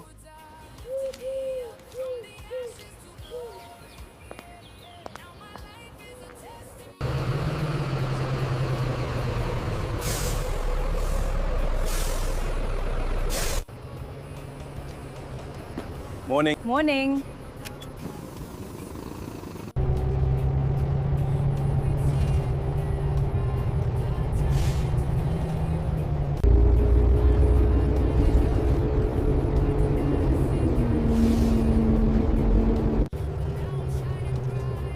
Please let today be different. Good morning. I'm looking for vacancies. Please. Leave your CV.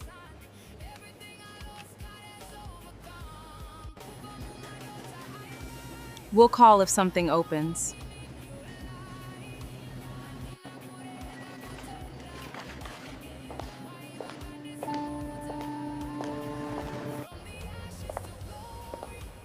Are you hiring? No vacancies. Try again next month.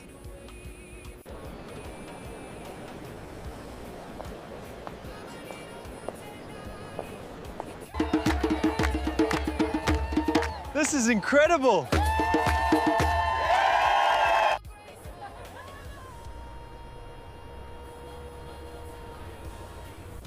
I'm looking for work. Leave your CV.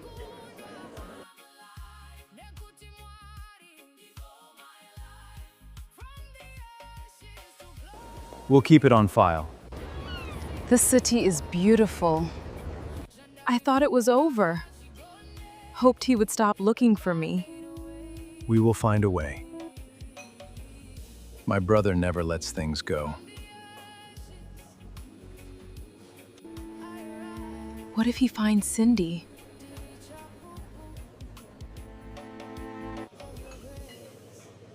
He doesn't know about her. Progress, this is Marcus. He will go with you wherever you want to go. Hi, Marcus.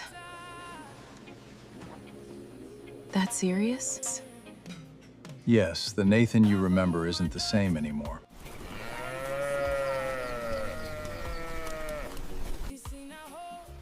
Zviri nani akawana pekugara Cindy wangu. Maswera sei mai Cindy? Ndaswera hangu, maswerawo. John, inochinja vanhu. Cindy achadzoka apanduka. Kwete wangu mwana, Cindy anetsika, anodzoka akadzikama.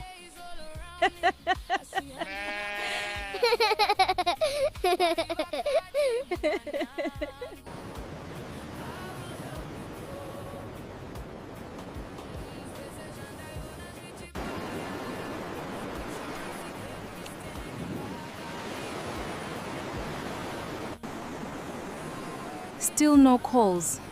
Mwaripindirai ndiwane basa. First time in Cape Town? Yes. Don't give up. You will find something to do.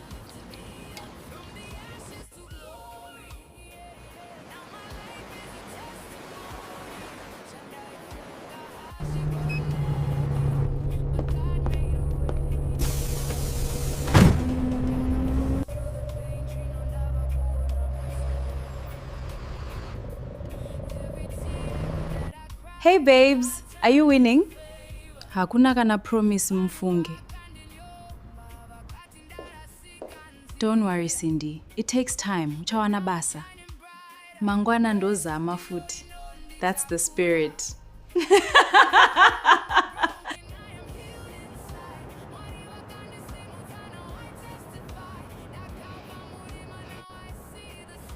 Uripiko nae Progress.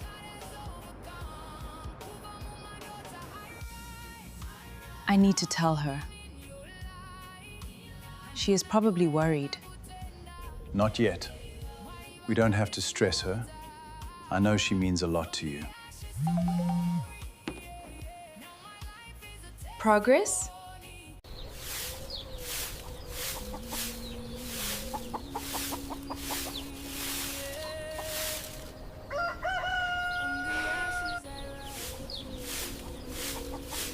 Nai mama mari mazoiwana here?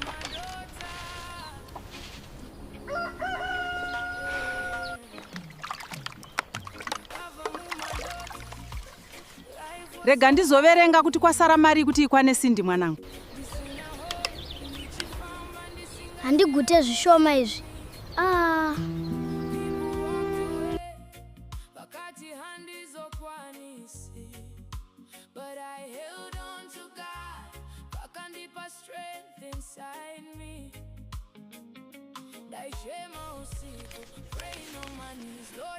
Mwari, itai zviite mwana wangu aende. Look to these hills, my child. You must never lose your hope. Your future is bright. Mwanangu Cindy, fambira kunoshanda, urambe uchinamata. Mwari havakurasi.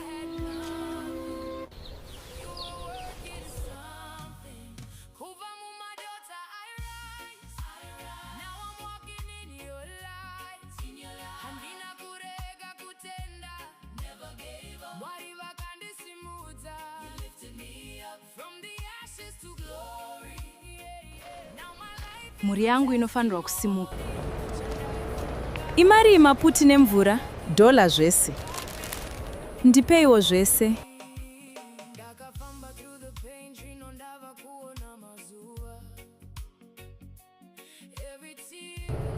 Tenzi, fambai neni. Ndinorayira mweya yema-accident ndisvikewo bo.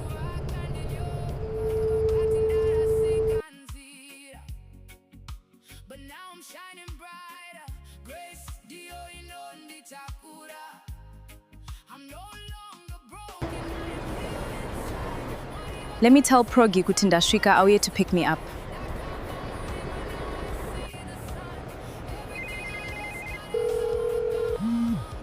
Please, Progress, answer the phone.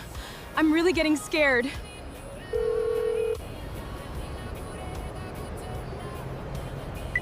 Nai Mwari, zvino akasadayira foni ndodii?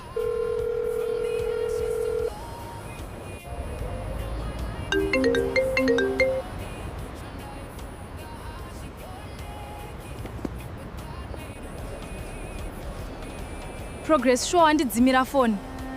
Saka ndinorarepi ndinojei. Zvakaoma.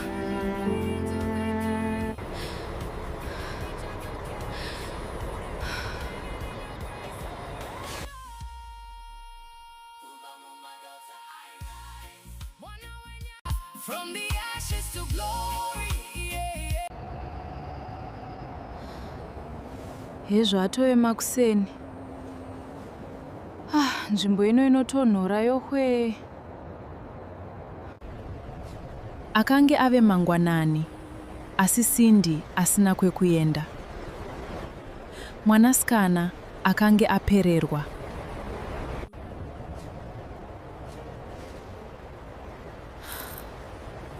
Mari yasarai ishoma kuti nditsvage imba yekugara.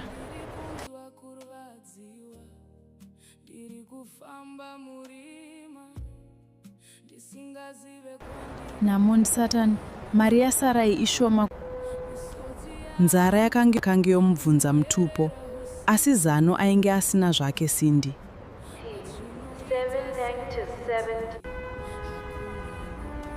Akatanga kufamba, asi kwaaienda chaiko aisatozivawo.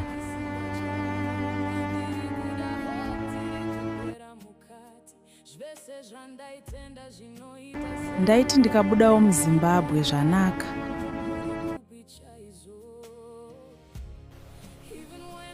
Dai angondiudzawo kuti akafamba zvakanaka here, mwoyo wangu uzorore.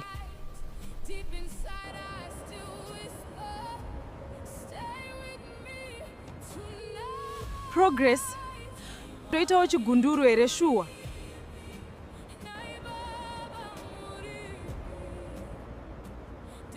Progress, ndibatsirewo. Ndoita sei chokwadi? The number you have called is switched off.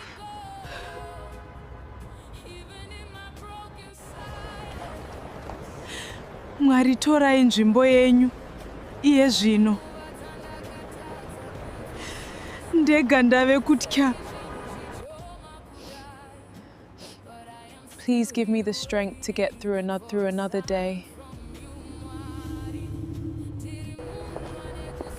Asina shamwari, asina pekugara, akaramba achitsvaga nzira.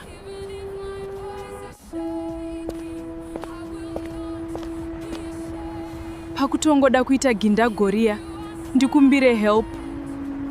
Vanhu vakawanda vakapfuura, asi hapana aiziva what Cindy was going through.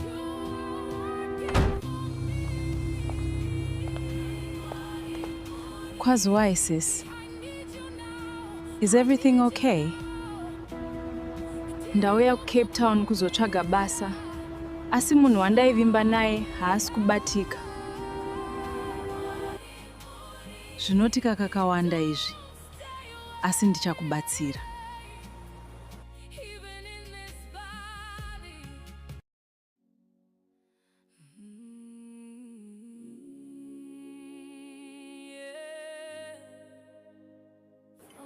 I stay with my housemate and friend, so regati jeti ende kumba. Okay, vakoma. But Cape Town yakanaka. Any place inondaifarira kwakanaka. Cape Town is beautiful, dear. Asi ukaita zvekutamba unofa usina chinhu. Be careful ushandoine maplans. After a long night, Cindy finally had a roof over her head. Unogara neni a few days. Thank you. Mune rudo sezita renyu. Rudo, who is this? Hesi Kimberly, let's sit and talk.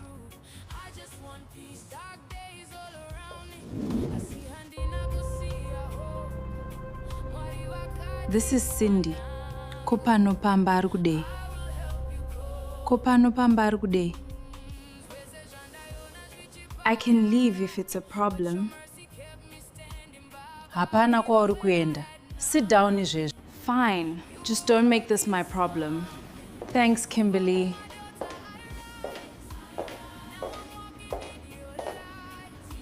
Cindy aifara zvese nekutya. Rudo aive munhu ane mari dzake. Progress. Shamwari yangu uripi. We have been through so much together, wani? Uchava shamwari yangu tichibatsirana nguva dzese. Thanks, bestie. I believed you, Progress. Sure, hey bestie, kundisiya mnamo. Not everyone who promises help will help. Zvakaoma takabva kure tese na Progress, handishamisa. Or maybe some people create their own problems. Takuvaziva vanhu ava. I didn't ask for this, vanhu vaMwari. Enough. Ita semunhu mukuru Kim. Whatever vakoma.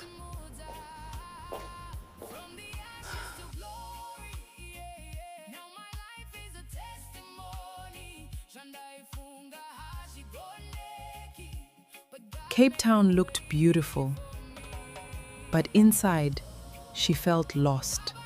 Progress akanga aramba kubatika. The person who abandoned her, akange ave kufona. Kochiiko Cindy? Ndiani ari kufona?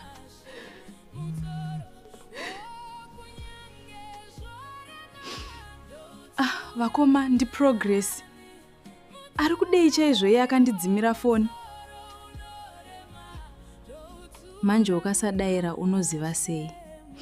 Mudaire ataure nyaya yake.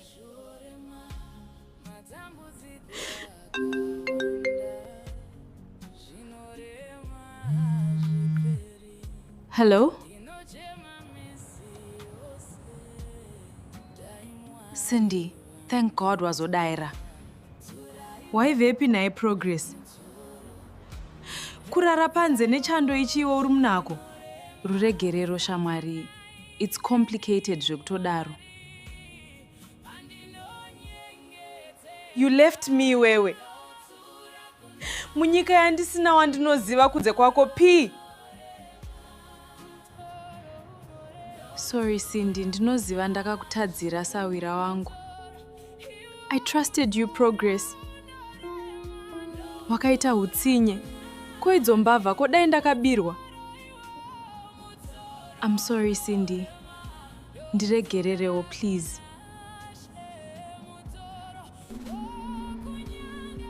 Wakandidzimira phone P. Kundisiya zvakandiomera kudaro.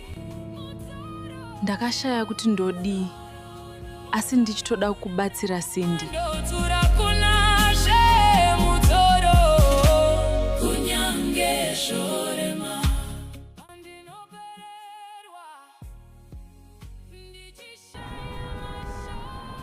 pane zviri kuitika saka ndaitotya chaikosha. Sorry. Zviiko zviri kunetsa? You were scared of what? Zvekuti ungandirasawo inini? Handina kukuudza zvese. Pandimire pakaoma. Ari kutiko naiwe? What are you talking about? I've been dealing with things on my own. Ndainyara kuzvitaura ini. Kunyara chi? Zvangu zvese ndokuudza wani. What are you talking about? Ndakazviparira.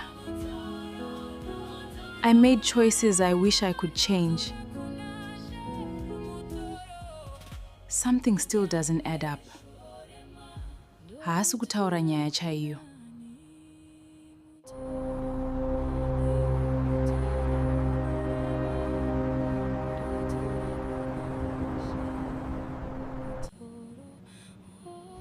Progress, I know you are in there.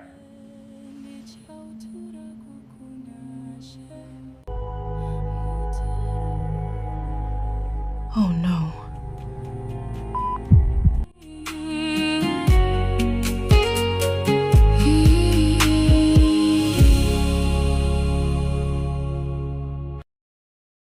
Progress? Progress? Akaedza kufona zvakare. Kune rimwe divi reguta, Progress akanga achiri akamira pedyo nemusuwo. Munhu aiva arova pamusuwo akanga asati aenda. Mwari ndibatsireiwo. Cindy was very worried in her heart, but at the same time she was happy that she had found a safe place to stay. Progress akazarura musuwo zvishoma nezvishoma, asi akange azere nekutya. Murume akanga akamira akanyarara, asingaratidzi chiso chake.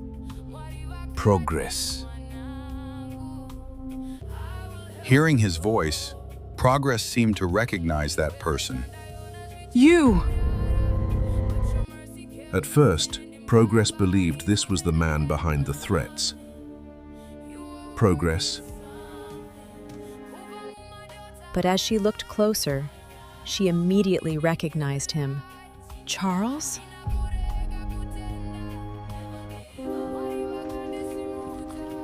How did you find me? Progress, you really spent years trying to stay invisible. Why are you here, Charles?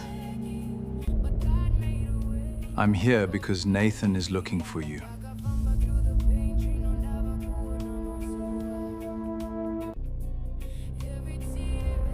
The mention of that name instantly brought back old fears. Believe me when I say, he never stopped.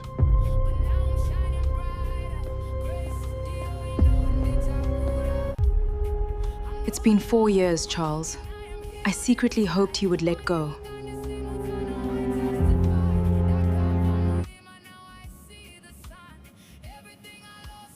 I know. I hoped so too. You should have stopped him.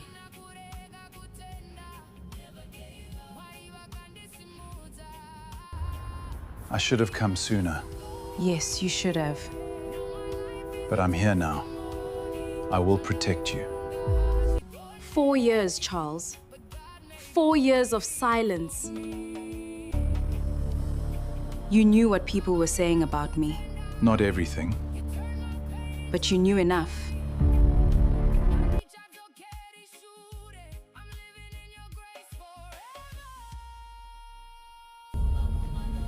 I lost friends. I lost opportunities. I lost peace. I never wanted that. But it happened.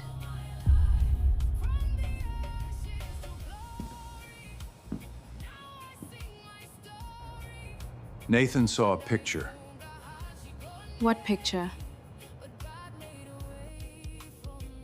A friend posted you on social media. He recognized you immediately. After all these years? He never forgot.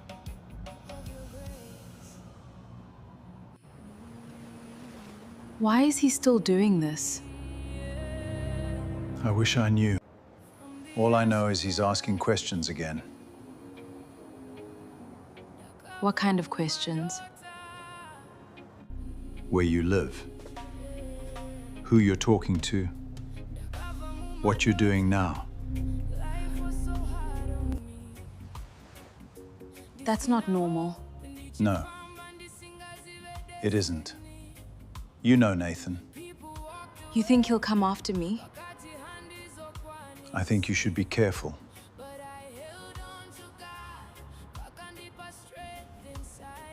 That's why I came. I've arranged security.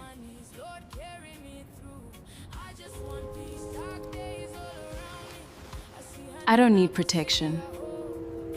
That's exactly what people say before they need it.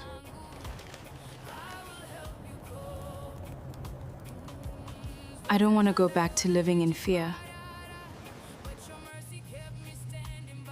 Then don't. Just stay safe.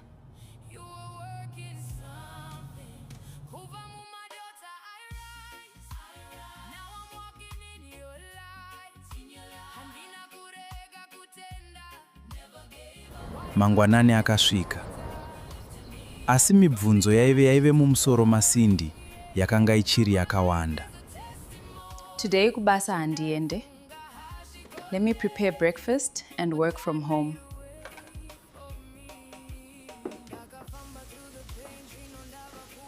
Wakarara here usiku iwe, you look tired. Handina progress akandifonera as call got disconnected. Sindy akatsanangura about the call between her and Progress to Kimberly. Pane chiri kundinetsa panyaya iyi. Ino ndava kutya.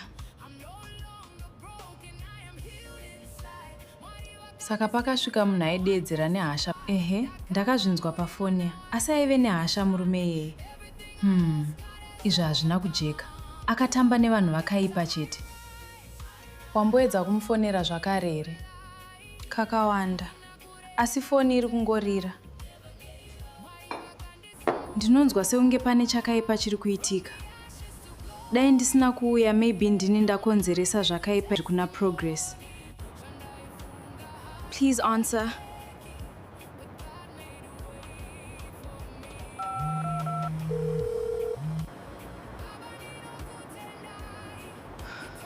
Uripiko naye Progress?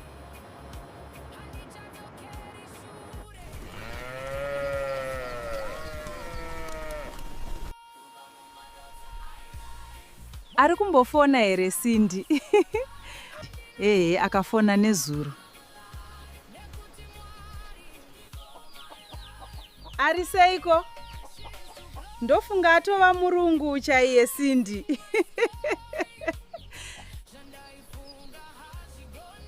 Ari kuzama.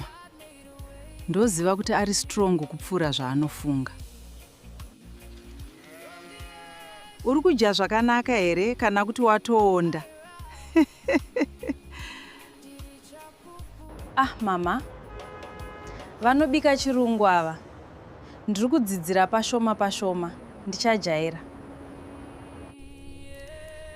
Zvinhu zvese unozojaira. Asi uri kufara here Sindy? Ndiri kuzama mama. Ndinovimba zvichanaka. Zvichanaka mwanangu. Laptop yasisi Rudo is complicated. Regai ndirambe ndichizama. Nhasi une interviews here? Kupiko? Ndoda kufamba ndichitsvaga basa.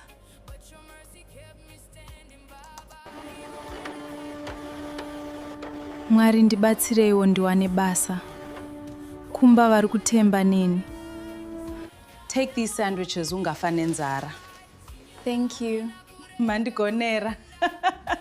Kim playing big sis role.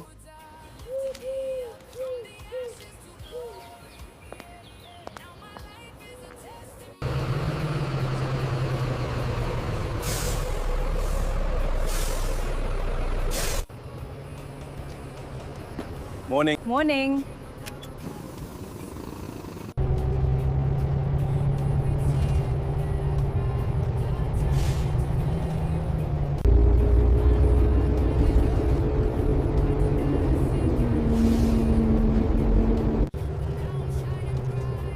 Please let today be different. Good morning. I'm looking for vacancies. Please leave your CV.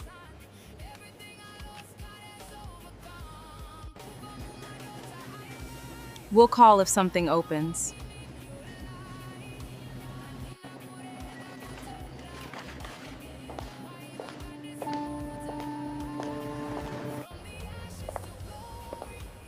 Are you hiring?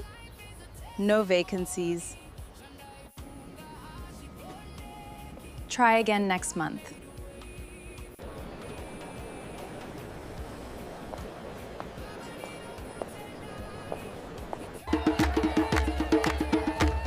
This is incredible!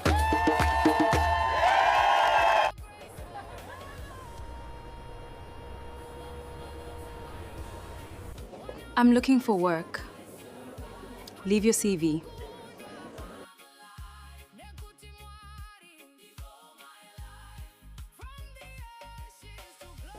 We'll keep it on file. This city is beautiful. I thought it was over.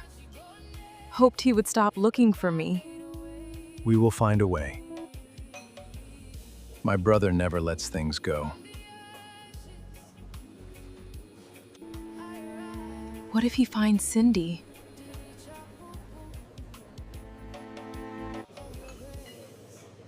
He doesn't know about her. Progress, this is Marcus. He will go with you wherever you want to go. Hi, Marcus. That serious? Yes, the Nathan you remember isn't the same anymore.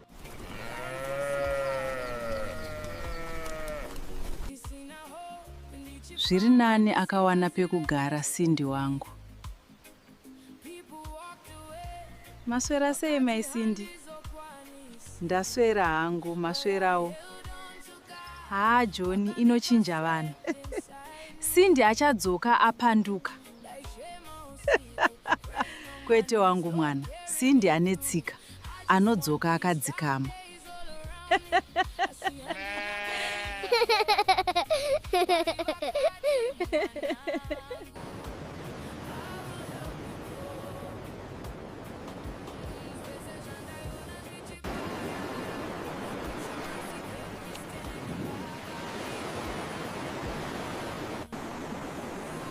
Still no calls. Mwari pindirai ndiwane basa. First time in Cape Town? Yes. Don't give up. You will find something to do.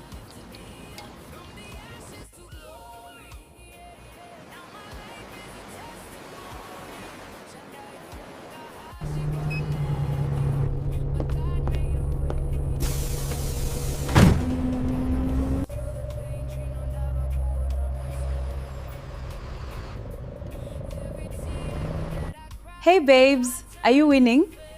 Hakuna kana promise mfunge. Don't worry Cindy, it takes time, uchawana basa. Mangwana ndozama futi. That's the spirit.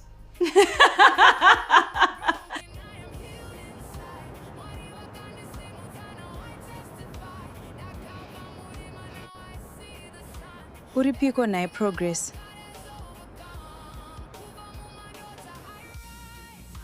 I need to tell her. She is probably worried. Not yet. We don't have to stress her. I know she means a lot to you. Progress?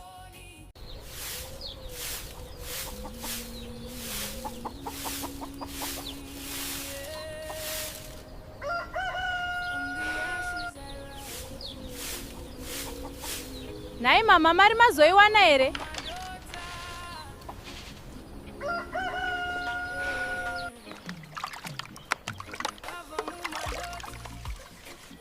Rega ndizoverenga kuti kwasara mari kuti ikwane Cindy mwanangu. Handigute zvishoma izvi.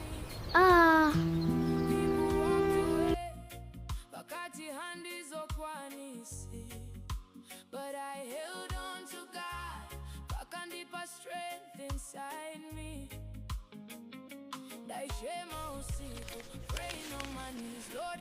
Mwari, itai zviite mwana wangu aende. Look to these hills, my child. You must never lose your hope. Your future is bright.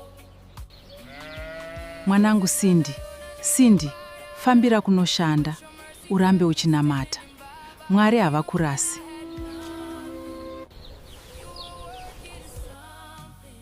Kubva Mumadota, I rise. Now I'm walking in your light. Handina kurega kutenda.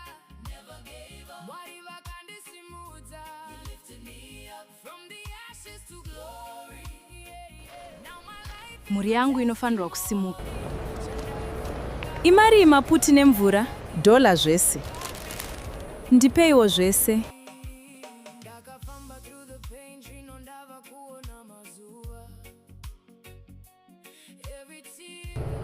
Tenzi, fambai neni.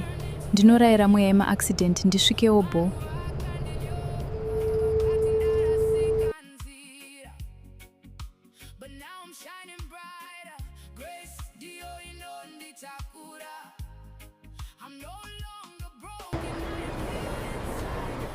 Let me tell Progi kuti ndasvika auye to pick me up.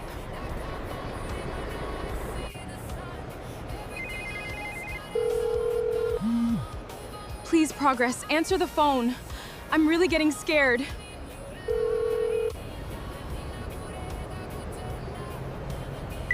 Naye Mwari, zvino akasadayira foni ndodii?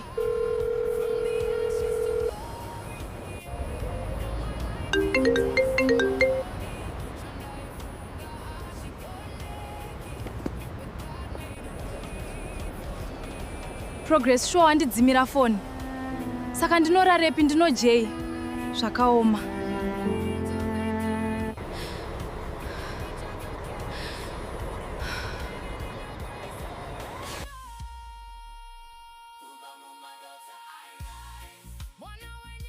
From the ashes to glory. Hezvo atove makuseni. Nzvimbo ino inotonhora yohwe. Akange ave mangwanani, asi Cindy asina kwekuenda. Mwanasikana akange apererwa.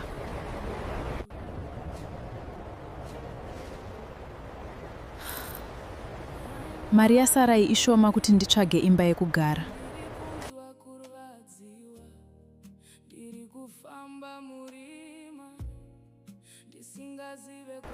Namon Satan, mari yasarai ishoma. Nzara yakange yomubvunza mutupo, asi zano ainge asina zvake Cindy.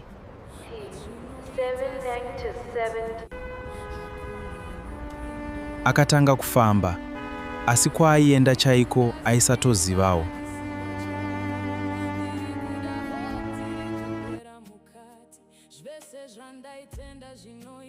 Ndaiti ndikabudawo muZimbabwe zvanaka.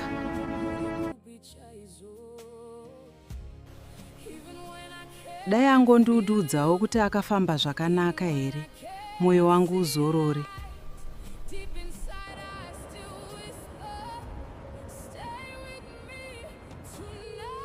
Progress, toitawo chigunduru here shuwa.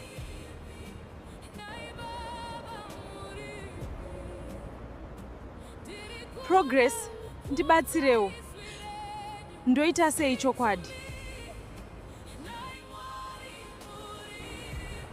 The number you have called is switched off.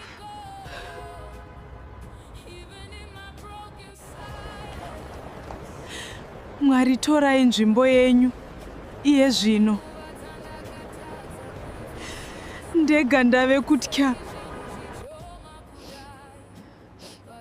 Please give me the strength to get through another day.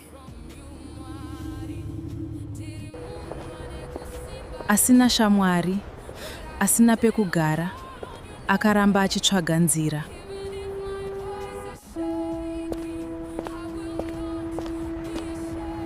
Pakutongoda kuita gindagoria, ndikumbire help. Vanhu vakawanda vakapfuura. Asi hapana aiziva what Cindy was going through.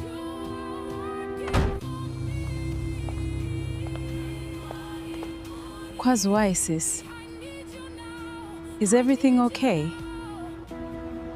Ndauya kuCape Town kuzotsvaga basa, asi munhu wandaivimba naye haasi kubatika.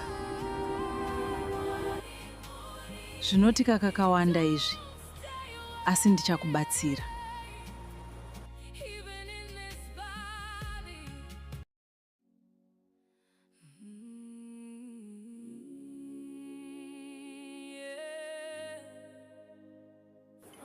I stay with my housemate and friend, so regati jeti ende kumba.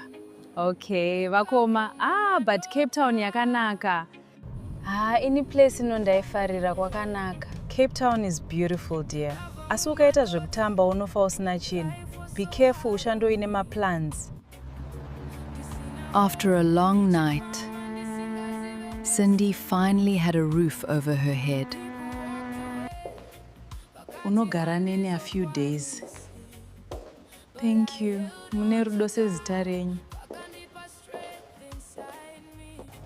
Rudo, who is this? Hesi Kimberly, let's sit and talk.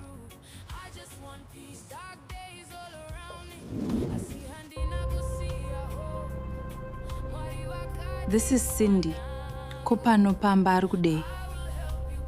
Kopano pamba ari kudei.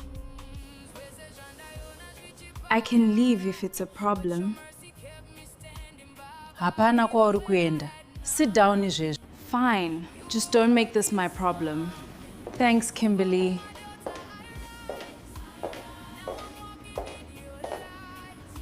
Cindy aifara zvese nekutya. Rudo aive munhu ane mari dzake. Progress. Shamwari yangu uripi? We have been through so much together, wani? Uchava shamwari yangu tichibatsirana nguva dzese. Thanks, bestie. I believed you, Progress. Sure, hey bestie, kundisiya mnamo. Not everyone who promises help will help. Zvakaoma takabva kure tese na Progress, handishamisa. Or maybe some people create their own problems. Takuvaziva vanhu ava. I didn't ask for this, vanhu vaMwari. Enough. Ita semunhu mukuru Kim. Whatever vakoma.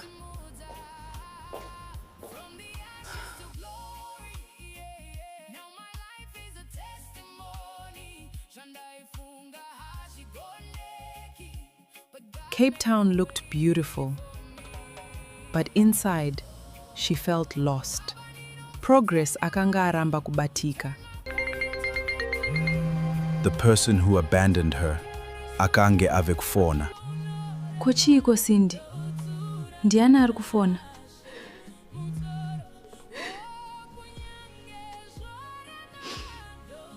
Vakoma ndi Progress. Ari kudei chaizvo iye akandidzimira foni.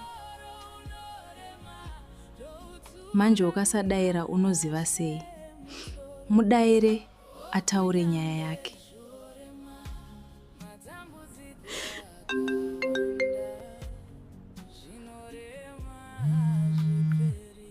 Hello? Cindy, thank God wazodaira. Waivepi naye Progress? Kurara panze nechando ichiwo uri munako. Ruregerero shamwari. It's complicated zvekutodaro. You left me wewe. Munyika yandisina wandinoziva kunze kwako P. Sorry Cindy, ndinoziva ndakakutadzira sawira wangu. I trusted you, Progress. Wakaita hutsinye. Ko idzo mbavha kodai ndakabirwa. I'm sorry Cindy. Ndiregererewo please.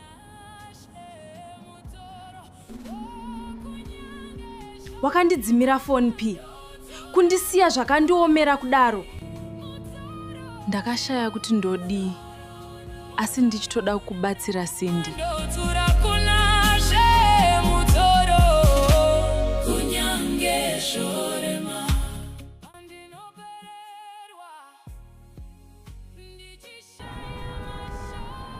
Pane zviri kuitika saka ndaitotya chaikosha, sorry.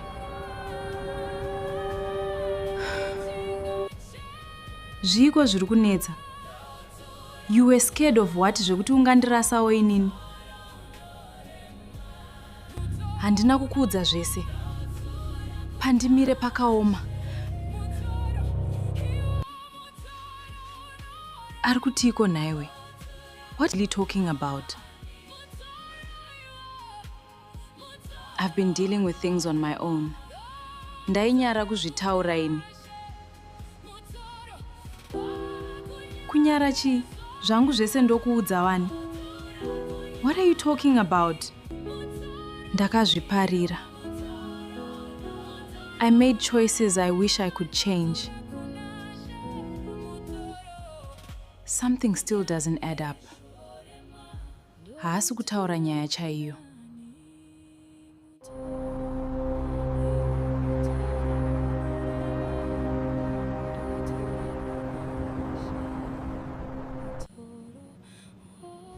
Progress, I know you are in there.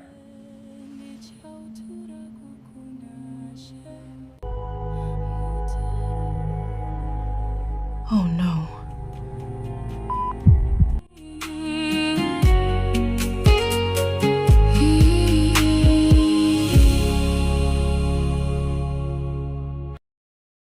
Progress? Progress? Akaedza kufona zvakare.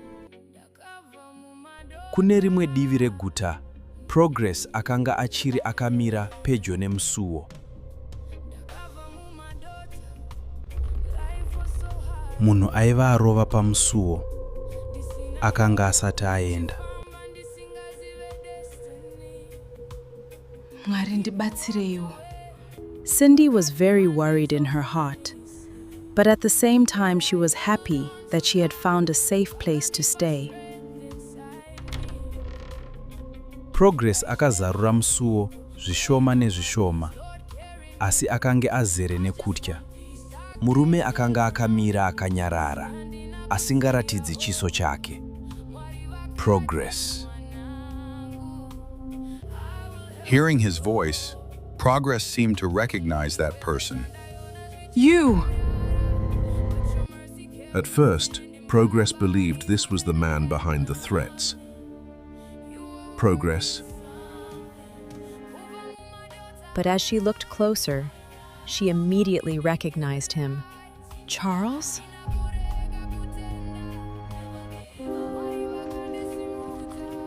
How did you find me? Progress, you really spent years trying to stay invisible. Why are you here, Charles?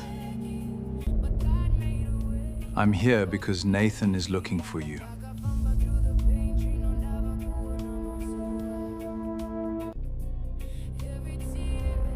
The mention of that name instantly brought back old fears. Believe me when I say, he never stopped.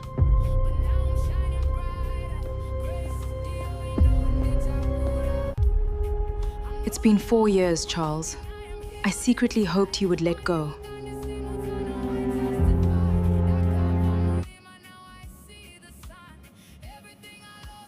I know. I hoped so too. You should have stopped him.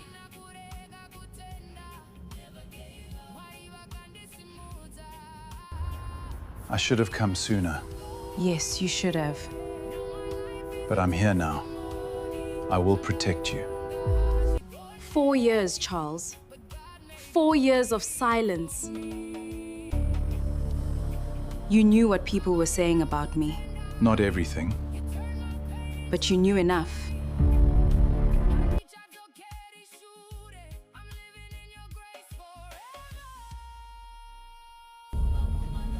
I lost friends, I lost opportunities, I lost peace.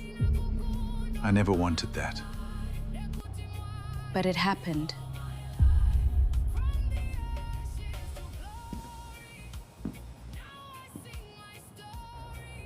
Nathan saw a picture. What picture? A friend posted you on social media. He recognized you immediately. After all these years? He never forgot.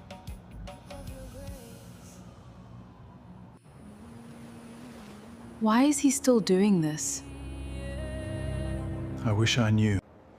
All I know is he's asking questions again. What kind of questions?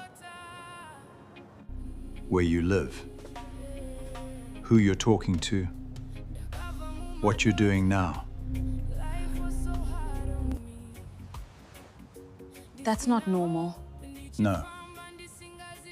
It isn't. You know Nathan. You think he'll come after me? I think you should be careful.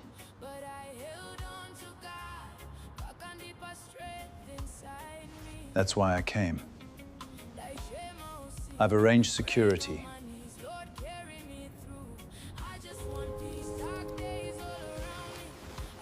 I don't need protection.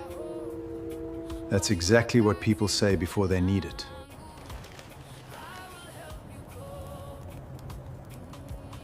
I don't want to go back to living in fear. Then don't. Just stay safe.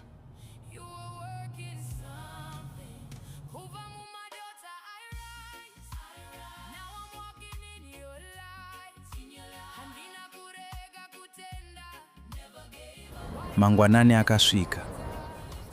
Asi mibvunzo yaive mumusoro maSindy yakanga ichiri yakawanda. Today kubasa handiende. Let me prepare breakfast and work from home.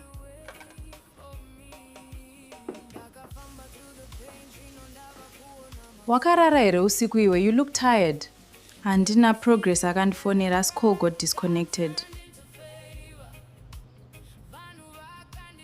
Sindy akatsanangura about the call between her and Progress to Kimberly. Pane chiri kundinetsa panyaya iyi. Ino ndava kutya. Saka pakasvika munhu aidedzera nehasha. Ehe, ndakazvinzwa pafoni, asi aive nehasha murume iyeye. Izvi hazvina kujeka. Akatamba nevanhu vakaipa chete. Wamboedza kumufonera zvakare here? Kakawanda. Asi foni iri kungorira. Ndinonzwa seunge pane chakaipa chiri kuitika. Dai ndisina kuuya, maybe ndini ndakonzeresa zvakaipa kuna Progress. Please answer.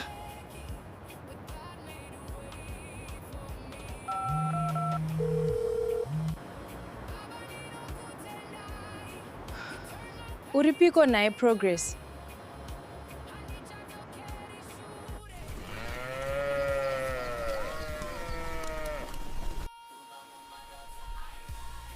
Ari kumbofona here Sindy? Akafona nezuro. Ari seiko? Ndofunga atova murungu chaiye Sindy.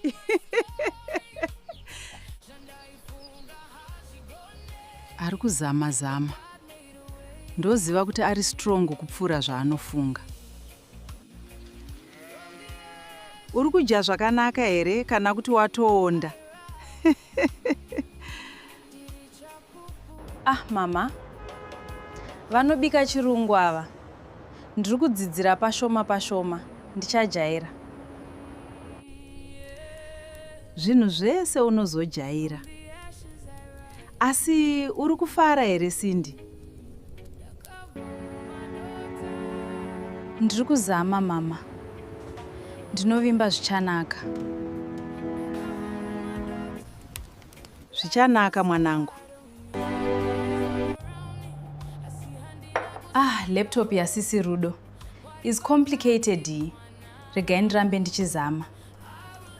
Nhasi une interviews here? Kupiko? Ndoda kufamba ndichitsvaga basa.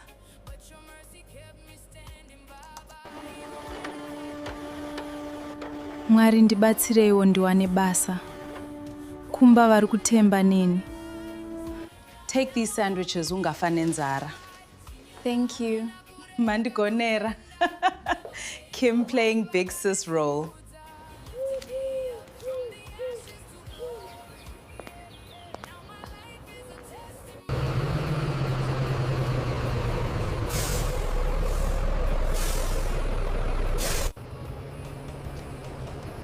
Morning. Morning.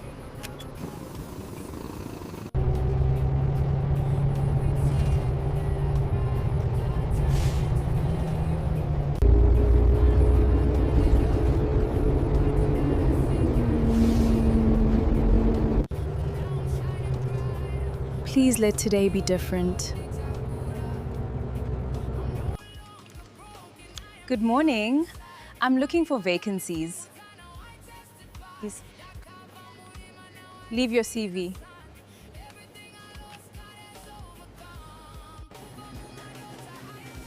We'll call if something opens.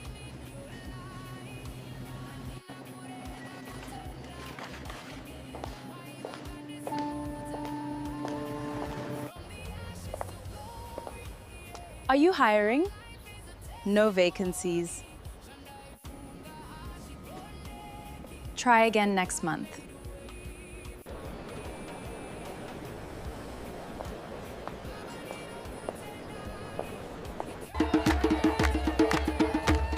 This is incredible!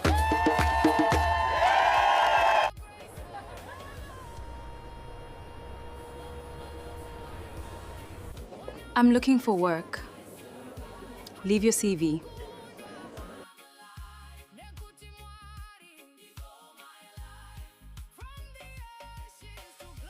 We'll keep it on file. This city is beautiful. I thought it was over. Hoped he would stop looking for me. We will find a way. My brother never lets things go. What if he finds Cindy?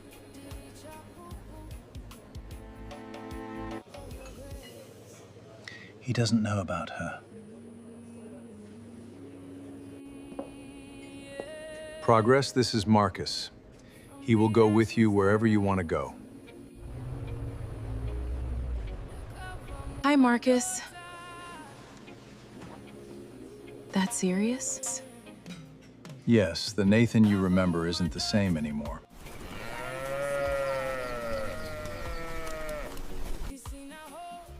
Zviri nani akawana pekugara Cindy wangu. Maswera sei mai Cindy? Ndaswera hangu, maswerawo. John, inochinja vanhu. Cindy achadzoka apanduka. Kwete wangu mwana, Cindy anetsika, anodzoka akadzikama.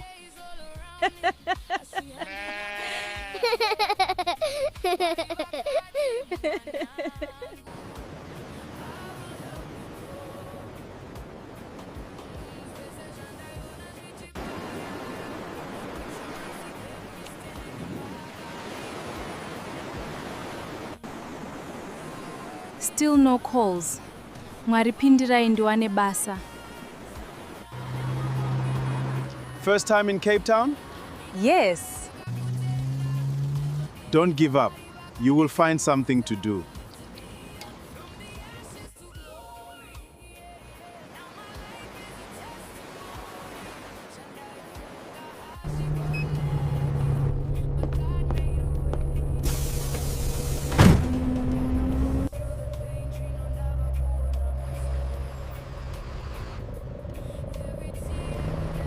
Hey babes, are you winning? Hakuna kana promise mfunge. Don't worry, Cindy. It takes time. Uchawana basa. Mangwana ndozama futi. That's the spirit.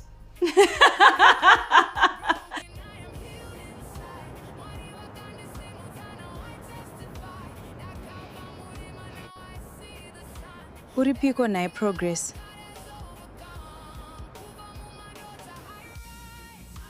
I need to tell her. She is probably worried. Not yet. We don't have to stress her. I know she means a lot to you. Progress?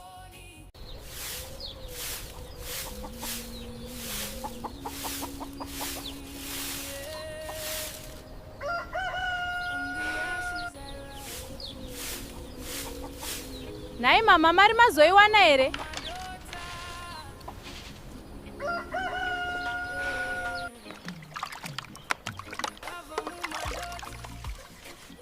Rega ndizoverenga kuti kwasara mari kuti ikwane Cindy mwanangu. Handigute zvishoma izvi.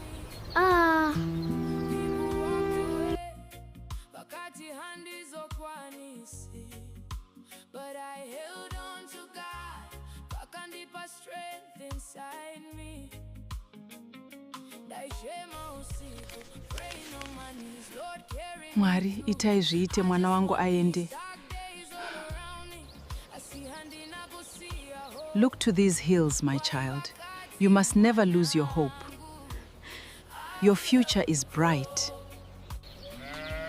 Mwanangu Cindy, Cindy, fambira kunoshanda, urambe uchinamata.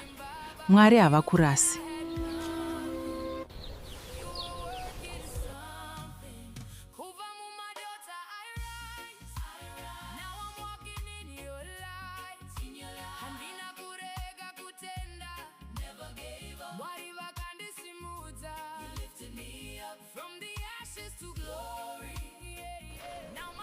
Muri yangu inofanirwa kusimuka. Imari maputi nemvura, dola zvese. Ndipeiwo zvese.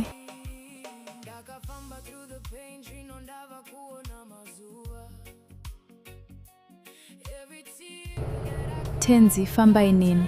Ndinorayira mweya yema-accident ndisvikewo bo.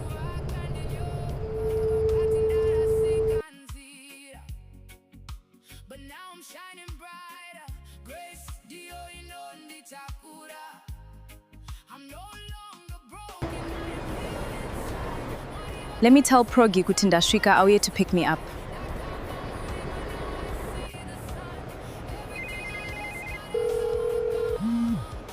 Please, Progress, answer the phone. I'm really getting scared.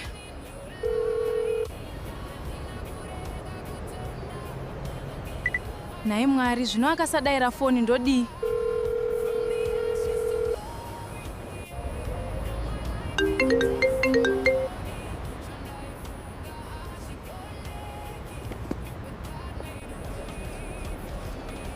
Progress, sure handidzimira foni. Saka ndinorarepi ndinojei. Zvakaoma.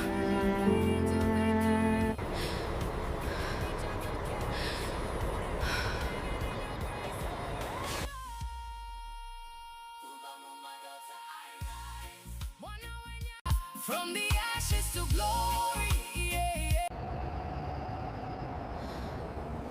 Hezvo atove makuseni. Nzvimbo ino inotonhora yohwe. Akange ave mangwanani, asi Cindy asina kwekuenda. Mwanasikana akange apererwa.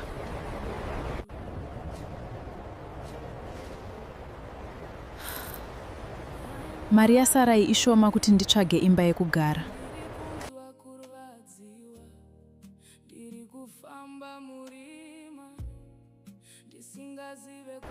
Namon Satan, mari yasarai ishoma. Nzara yakange yomubvunza mutupo, asi zano ainge asina zvake Cindy.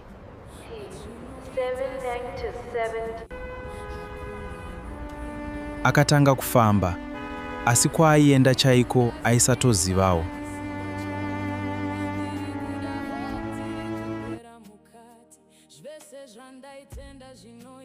Ndaiti ndikabudawo muZimbabwe zvanaka.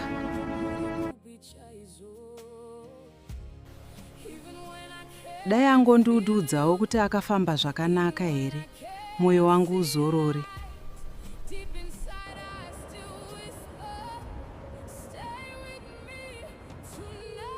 Progress, toitawo chigunduru here shuwa.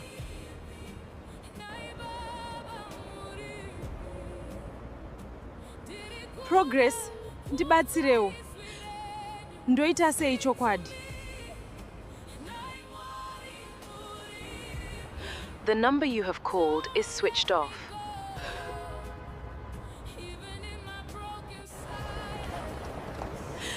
Mwari, torai nzvimbo yenyu iye zvino. Ndega ndave kutya. Please give me the strength to get through another day.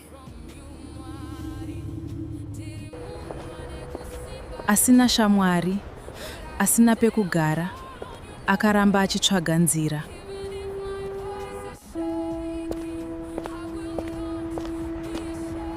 Pakutongoda kuita gindagoria, ndikumbire help.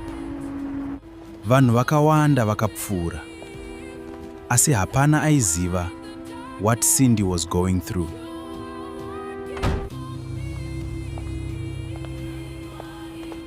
Kwaziwai, sis? Is everything okay? Ndauya kuCape Town kuzotsvaga basa, asi munhu wandaivimba naye haasi kubatika. Zvinotika kakawanda izvi, asi ndichakubatsira.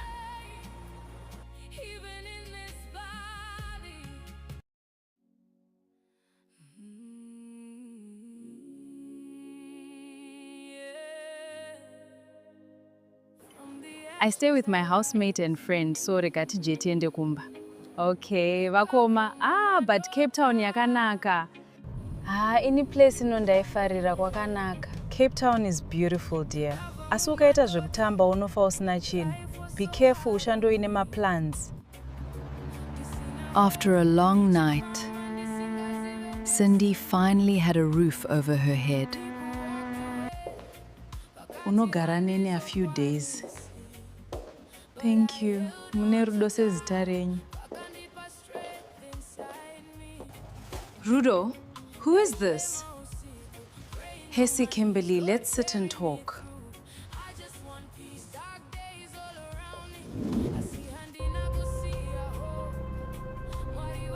This is Cindy. Kopano pamba ari kudei. Kopano pamba ari kudei. I can leave if it's a problem. Hapana kwauri kuenda. Sit down izvezvo. Fine, just don't make this my problem. Thanks, Kimberly.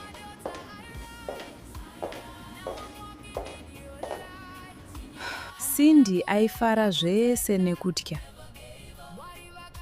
Rudo aive munhu ane mari dzake. Progress. Shamwari yangu uripi? We have been through so much together, wani? Uchava shamwari yangu tichibatsirana nguva dzese. Thanks, bestie. I believed you, Progress. Sure, hey bestie, kundisiya mnamo. Not everyone who promises help will help. Zvakaoma takabva kure tese na Progress, handishamisa. Or maybe some people create their own problems. Takuvaziva vanhu ava. I didn't ask for this, vanhu vamwari. Enough. Ita semunhu mukuru, Kim. Whatever, vakoma.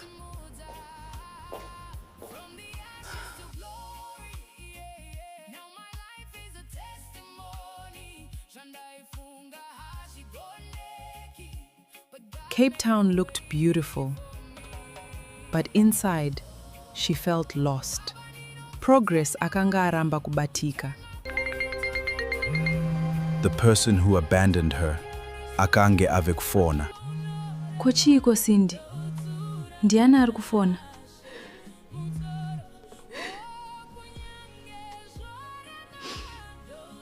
Vakoma ndi Progress. Ari kudei chaizvo iye akandidzimira foni. Manje ukasadayira unoziva sei? Mudayire ataure nyaya yake.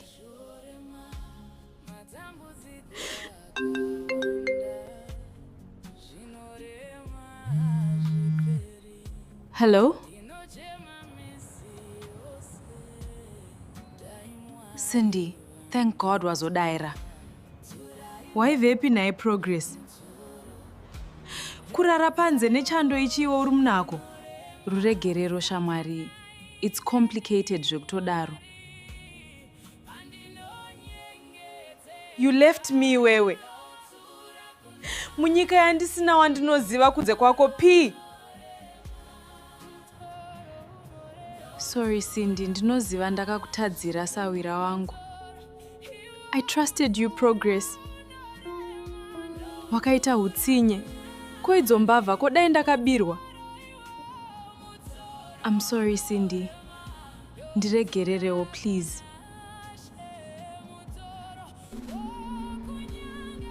Wakandidzimira phone P. Kundisiya zvakandiomera kudaro. Ndakashaya kuti ndodii. Asi ndichitoda kukubatsira Cindy.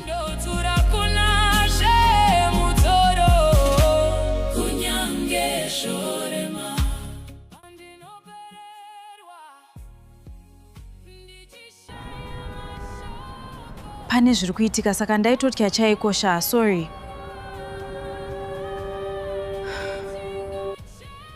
Zviko zviri kunetsa. You were scared of what zvekuti ungandirasawo inini? Handina kukuudza zvese. Pandimire pakaoma. Ari kutiko naiwe? What are you talking about? I've been dealing with things on my own. Ndainyara kuzvitaura ini. Kunyara chi? Zvangu zvese ndokuudza wani. What are you talking about? Ndakazviparira. I made choices I wish I could change. Something still doesn't add up. Haasi kutaura nyaya chaiyo.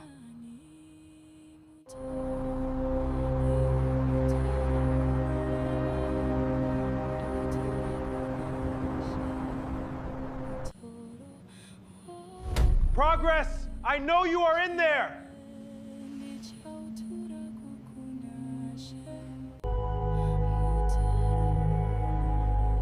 Oh no.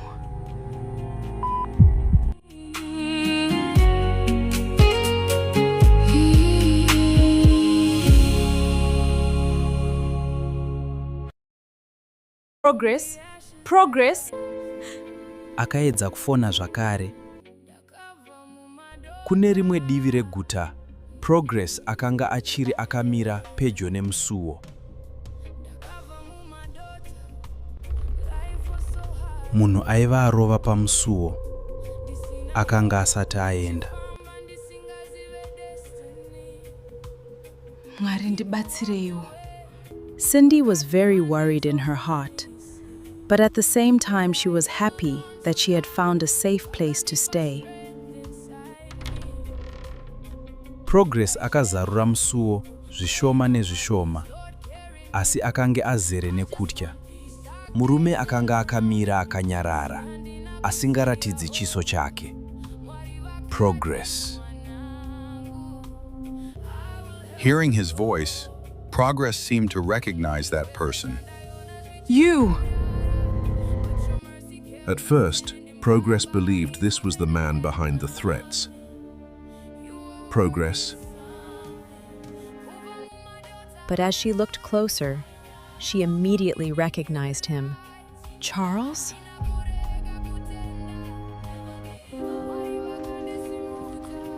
How did you find me? Progress, you really spent years trying to stay invisible. Why are you here, Charles? I'm here because Nathan is looking for you.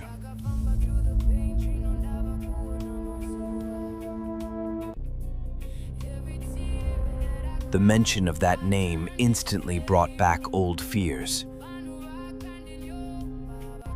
Believe me when I say, he never stopped.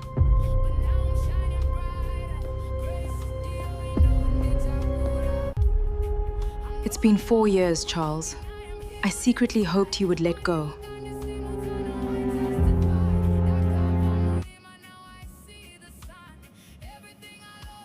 I know. I hoped so too. You should have stopped him.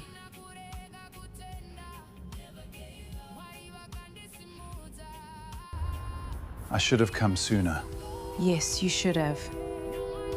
but I'm here now. I will protect you. 4 years, Charles. 4 years of silence. You knew what people were saying about me, Not everything. but you knew enough.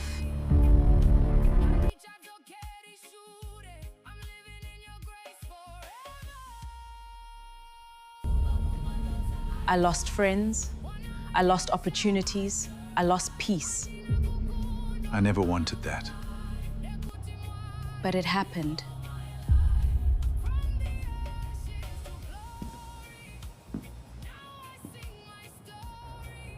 Nathan saw a picture. What picture?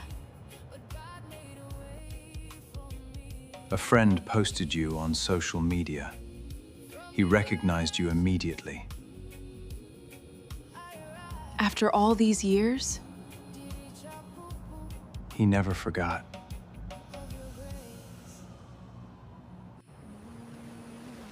Why is he still doing this? I wish I knew. All I know is he's asking questions again. What kind of questions? Where you live, who you're talking to, what you're doing now. That's not normal. No, it isn't. You know Nathan. You think he'll come after me? I think you should be careful.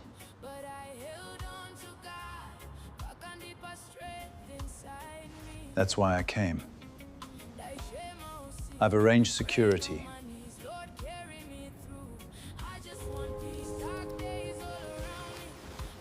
I don't need protection. That's exactly what people say before they need it.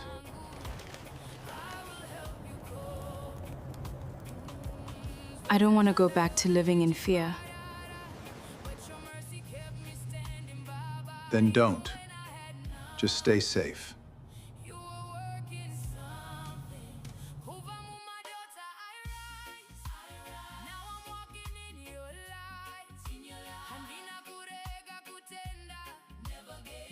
Mangwanani akasvika. Asi mibvunzo yaive mumusoro maSindy yakanga ichiri yakawanda.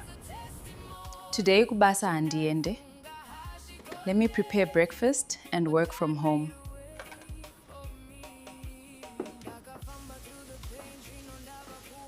Wakarara here usiku iwe, you look tired. Handina progress akandifonera asi call got disconnected.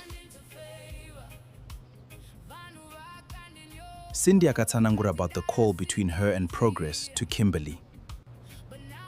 Pane chiri kundinetsa panyaya iyi. Ino ndava kutya. Saka pakasvika munhu aidedzera nehasha. Ehe, ndakazvinzwa pafoni, asi aive nehasha murume iyeye. Izvi hazvina kujeka. Akatamba nevanhu vakaipa chete. Wamboedza kumufonera zvakare here? Kakawanda. Asi foni iri kungorira. Ndinonzwa sekunge pane chakaipa chiri kuitika. Dai ndisina kuuya, maybe ndini ndakonzeresa zvakaipa kuna Progress. Please answer.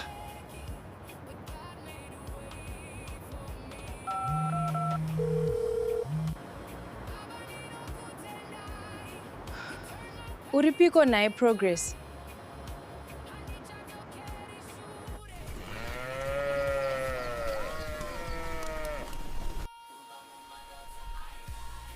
Ari kumbofona here Cindy? Akafona nezuro. Ari seiko? Ndofunga atova murungu chaiye Cindy.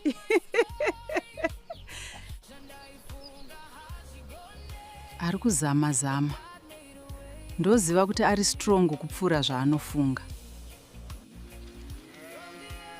Uri kudya zvakanaka here kana kuti watoonda? Mama. Vanobika chirungu ava. Ndiri kudzidzira pashoma. Ndichajaira. Zvinhu zvese unozojaira. Asi uri kufara here Cindy? Ndiri kuzama mama. Ndinovimba zvichanaka. Zvichanaka mwanangu. Laptop yasisi Rudo is complicated. Regai ndirambe ndichizama. Nhasi une interviews here? Kupiko? Ndoda kufamba ndichitsvaga basa.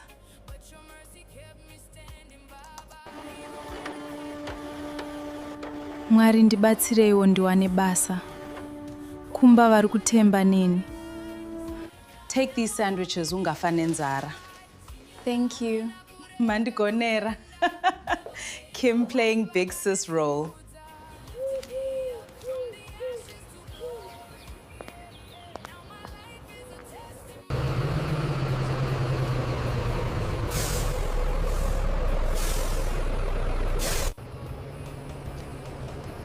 Morning. Morning.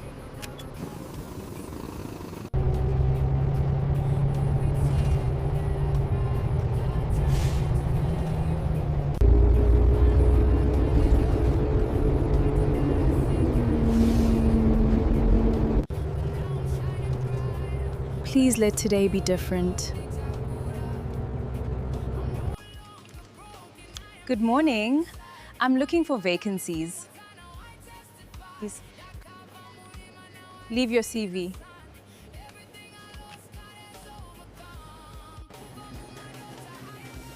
We'll call if something opens.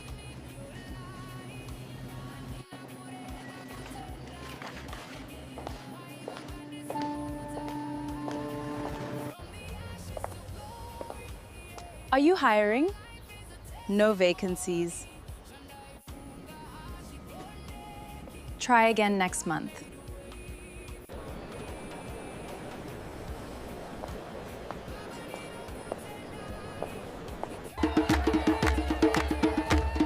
This is incredible!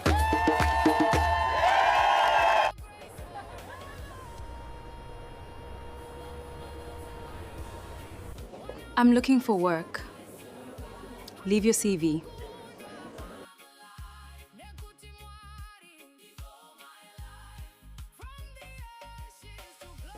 We'll keep it on file. This city is beautiful. I thought it was over.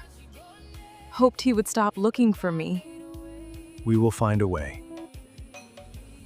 My brother never lets things go. What if he finds Cindy?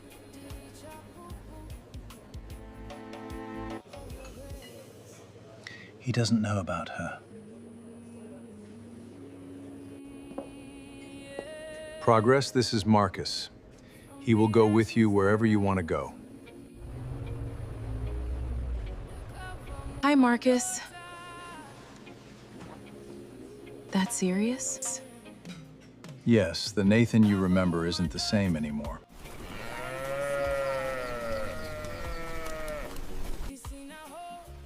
Zviri nani akawana pekugara Cindy wangu. Maswera sei mai Cindy? Ndaswera hangu, maswerawo. John, inochinja vanhu. Cindy achadzoka apanduka. Kwete wangu mwana, Cindy anetsika. anodzoka akadzikama.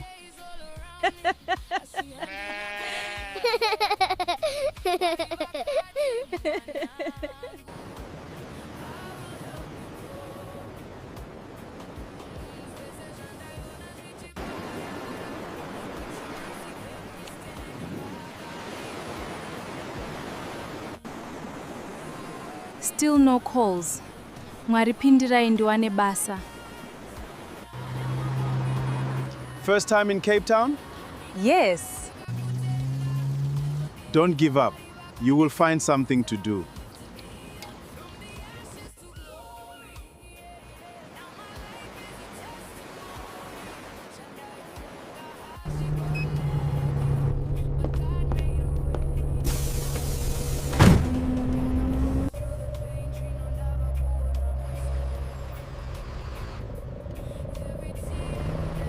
Hey babes, are you winning? Hakuna kana promise mfunge. Don't worry Cindy, it takes time. Uchawana basa. Mangwana ndozama futi. That's the spirit.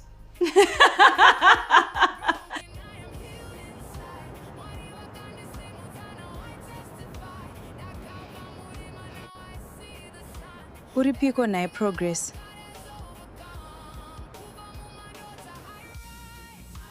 I need to tell her. She is probably worried. Not yet. We don't have to stress her. I know she means a lot to you. Progress?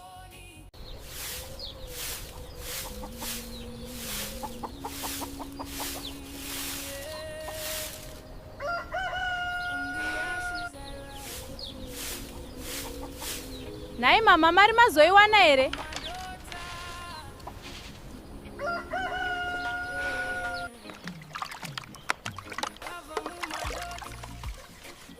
Rega ndizoverenga kuti kwasara mari kuti ikwane Cindy mwanangu. Handigute zvishoma izvi.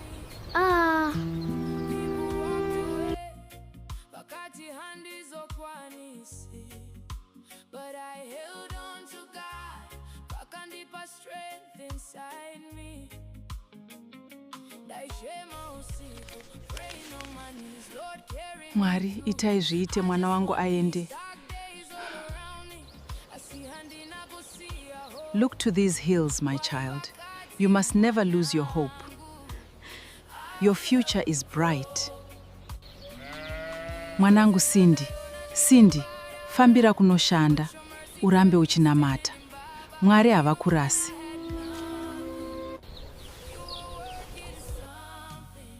Kubva Mumadota, I rise. Now I'm walking in your light. Handina kurega kutenda. Never gave up. Mwari vakandisimudza. You lifted me up from the ashes to glory. Now my life. Muri yangu inofanirwa kusimuka. Imari maputi nemvura? Dola zvese. Ndipeiwo zvese.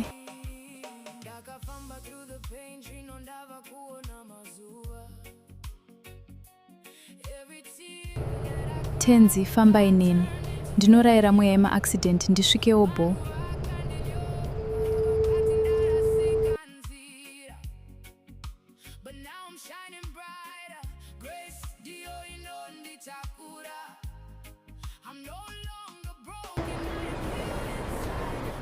Let me tell Progi kuti ndasvika auye to pick me up.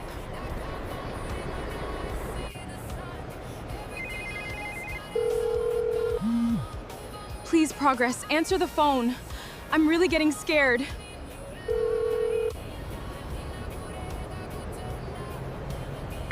Nai Mwari, zvino akasadayira foni ndodi.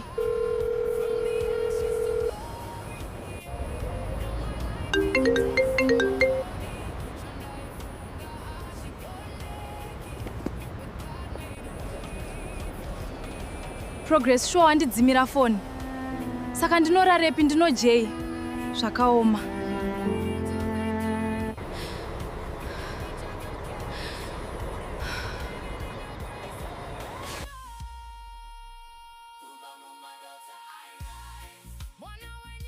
From the ashes to glory. Hezvo atove makuseni. Nzvimbo ino inotonhora yohwe.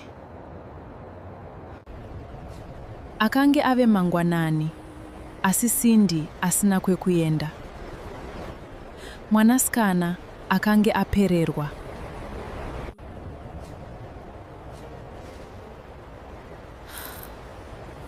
Mari yasarai ishoma kuti nditsvage imba yekugara.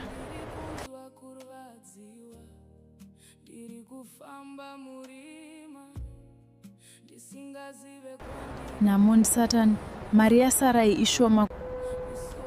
Nzara yakange yomubvunza mutupo, asi zano ainge asina zvake Cindy.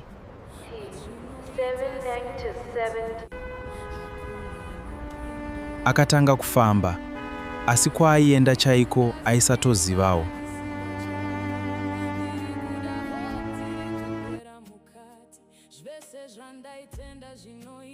Ndaiti ndikabudawo muZimbabwe zvanaka.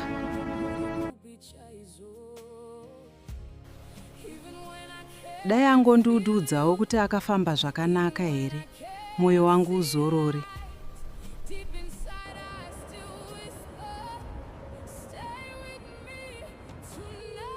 Progress, toitawo chigunduru here shuwa.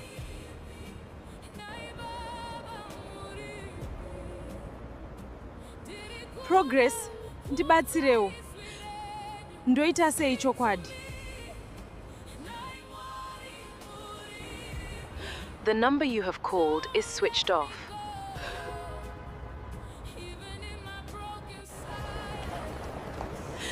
Mwari torai nzvimbo yenyu. Iye zvino. Ndega ndave kutya. Please give me the strength to get through another day. Asina shamwari, asina pekugara, akaramba achitsvaga nzira.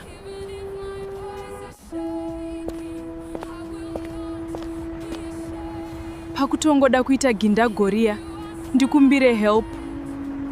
Vanhu vakawanda vakapfuura, asi hapana aiziva what Cindy was going through.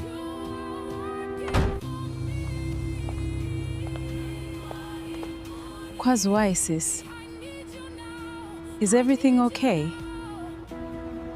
Ndauya kuCape Town kuzotsvaga basa, asi munhu wandaivimba naye haasi kubatika. Zvinotika kakawanda izvi, asi ndichakubatsira.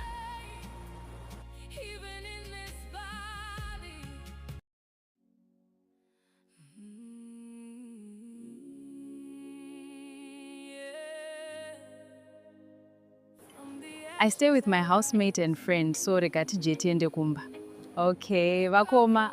But Cape Town yakanaka. Any place inondaifarira kwakanaka. Cape Town is beautiful, dear. Asi ukaita zvekutamba unofa usina chinhu. Be careful ushandoine maplans.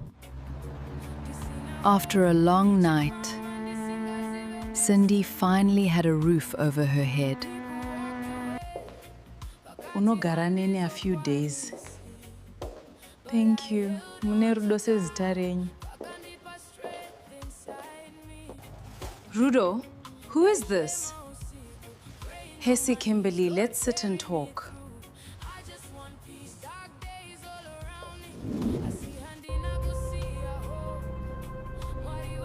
This is Cindy. Kopano pamba ari kudei. Kopano pamba ari kudei. I can leave if it's a problem. Hapana kwauri kuenda. Sit down izvezvi. Fine. Just don't make this my problem. Thanks, Kimberly.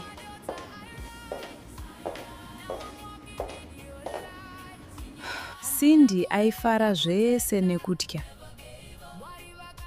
Rudo aive munhu ane mari dzake. Progress. Shamwari yangu uripi? We have been through so much together, wani? Uchava shamwari yangu tichibatsirana nguva dzese. Thanks, bestie. I believed you, Progress. Sure, hey bestie, kundisiya mnamo. Not everyone who promises help will help. Zvakaoma takabva kure tese na Progress handishamisa. Or maybe some people create their own problems. Takuvaziva vanhu ava. I didn't ask for this vanhu vaMwari. Enough. Ita semunhu mukuru Kim. Whatever vakoma.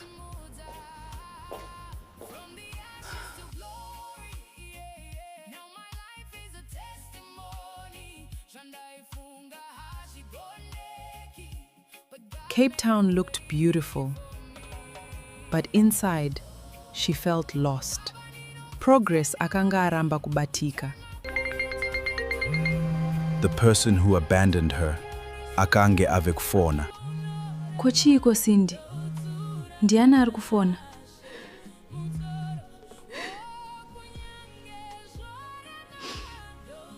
Vakoma ndi Progress. Ari kudei chaizvo iye akandidzimira foni. Manje ukasadaira unoziva sei? Mudaire ataure nyaya yake.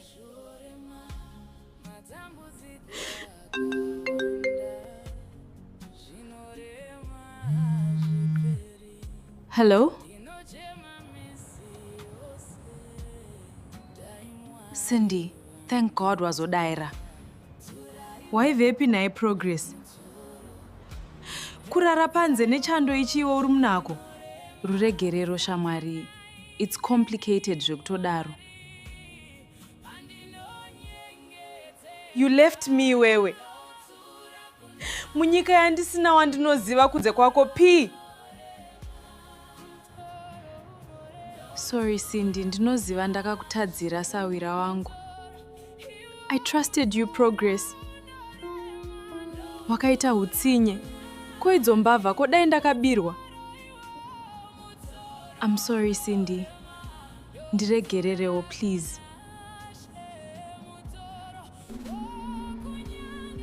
Wakandidzimira phone P. Kundisiya zvakandiomera kudaro. Ndakashaya kuti ndodii. Asi ndichitoda kubatsira Cindy.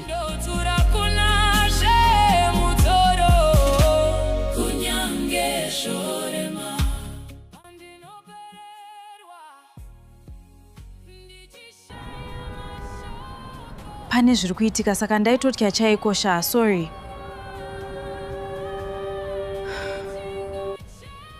Zviko zviri kunetsa. You were scared of what zvekuti ungandirasawo inini?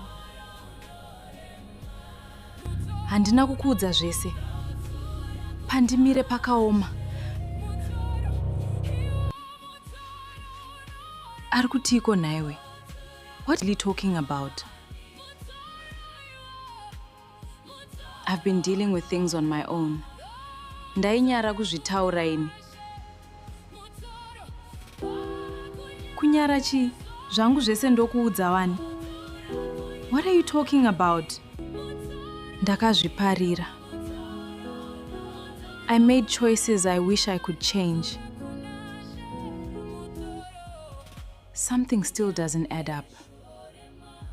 Haasi kutaura nyaya chaiyo.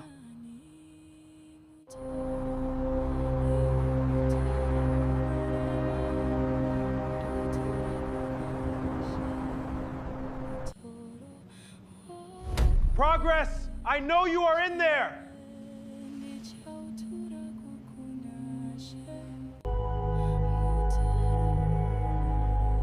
Oh no.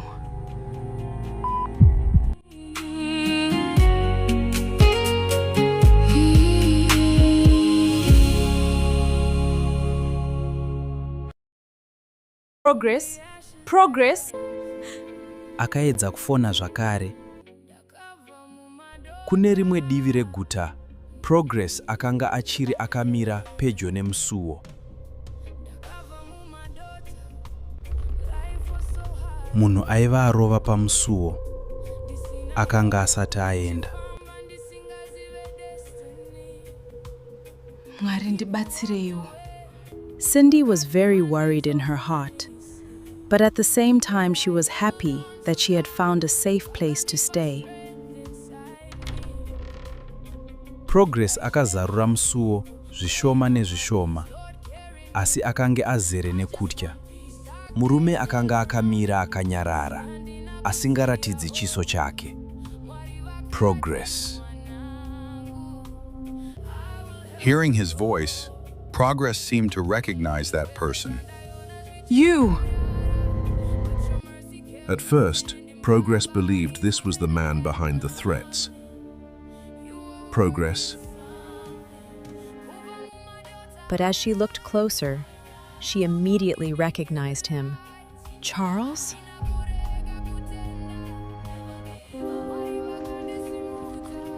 How did you find me? Progress, you really spent years trying to stay invisible.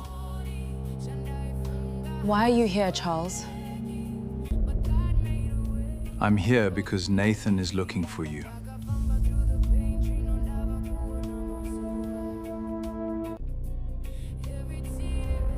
The mention of that name instantly brought back old fears. Believe me when I say, he never stopped.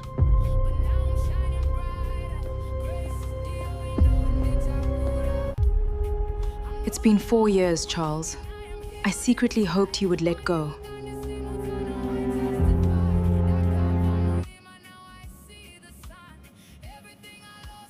I know. I hoped so too. You should have stopped him.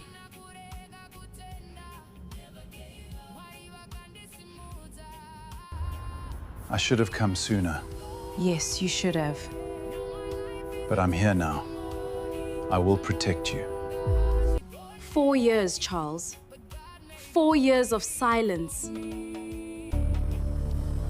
You knew what people were saying about me, Not everything. but you knew enough.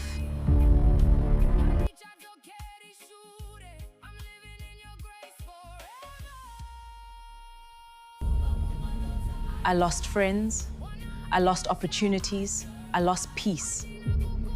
I never wanted that. But it happened.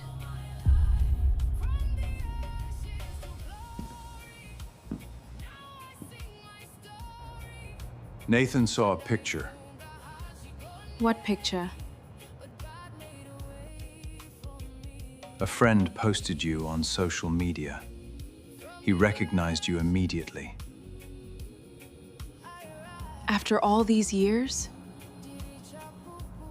He never forgot.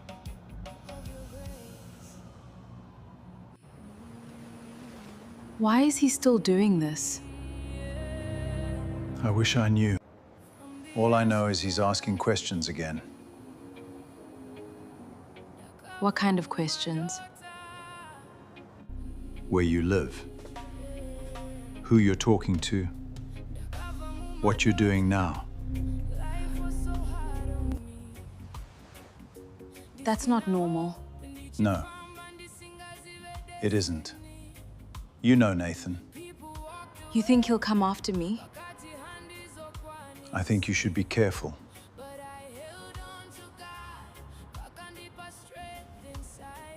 That's why I came. I've arranged security.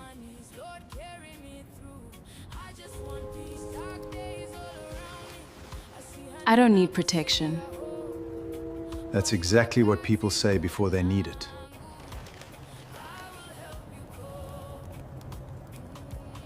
I don't want to go back to living in fear. Then don't. Just stay safe.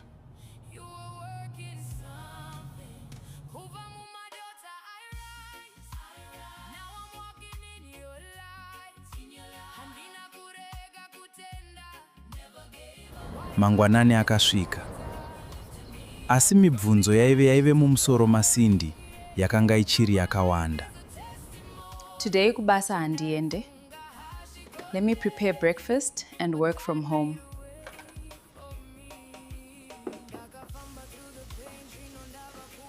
Wakarara here usiku iwe, you look tired.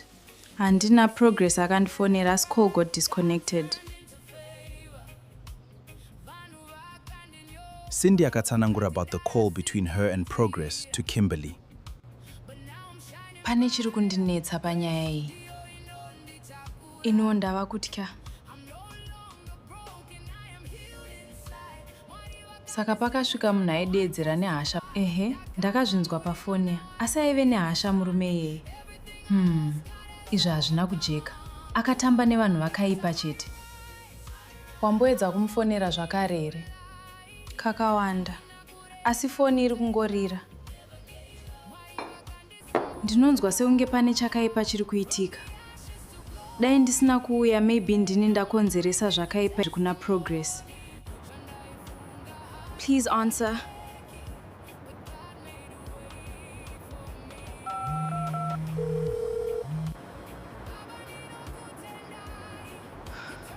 Uripiko naye Progress?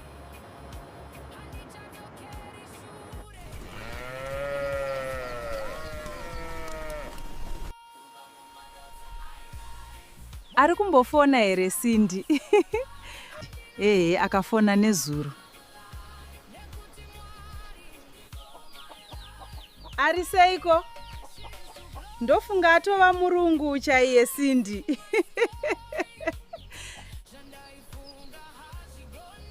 Ari kuzama. Ndoziva kuti ari strong kupfuura zvaanofunga. Uri kudya zvakanaka here kana kuti watoonda? Mama. Vanobika chirungu ava. Ndiri kudzidzira pashoma. Ndichajaira. Zvinhu zvese unozojaira. Asi uri kufara here Cindy? Ndiri kuzama mama. Ndinovimba zvichanaka. Zvichanaka mwanangu. Laptop yasisi Rudo is complicated. Regai ndirambe ndichizama. Nhasi une interviews here? Kupiko? Ndoda kufamba ndichitsvaga basa.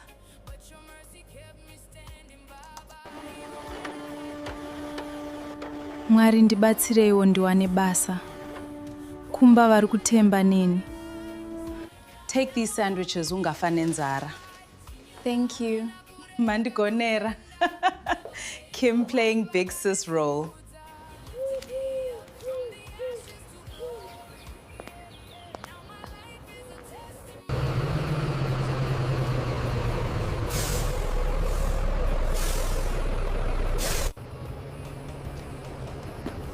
Morning.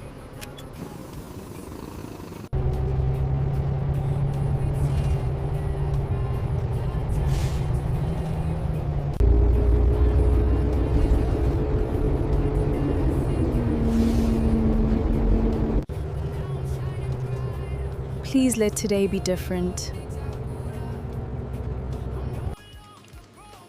Good morning.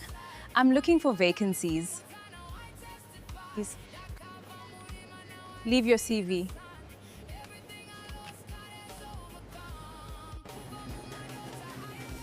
We'll call if something opens.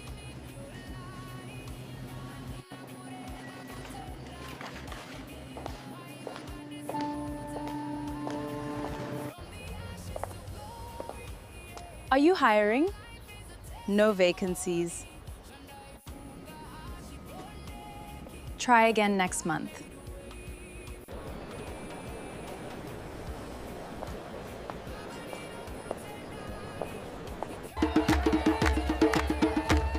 This is incredible!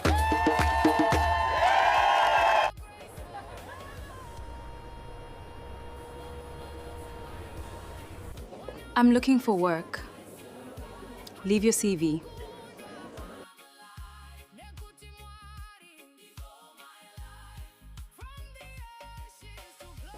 We'll keep it on file. This city is beautiful. I thought it was over. Hoped he would stop looking for me. We will find a way. My brother never lets things go. What if he finds Cindy?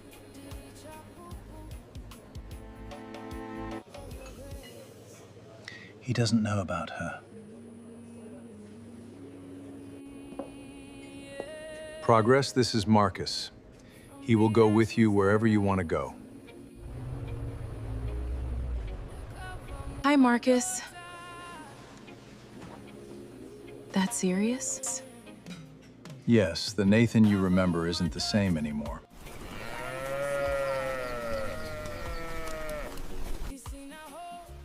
Zviri nani akawana pekugara Cindy wangu. Maswera sei mai Cindy? Ndaswera hangu, maswerawo. John inochinja vanhu. Cindy achadzoka apanduka. Kwete wangu mwana, Cindy anetsika, anodzoka akadzikama.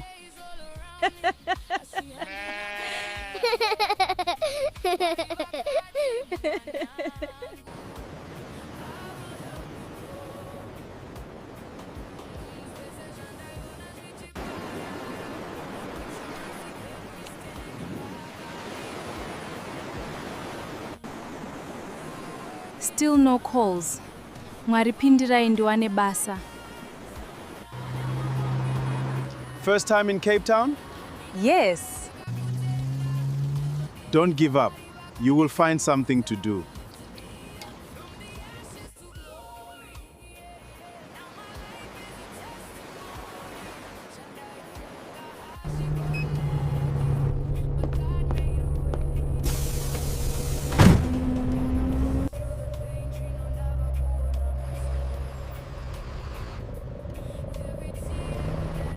Hey babes, are you winning?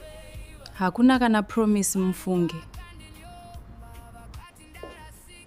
Don't worry Cindy, it takes time, uchawana basa. Mangwana ndozama futi. That's the spirit.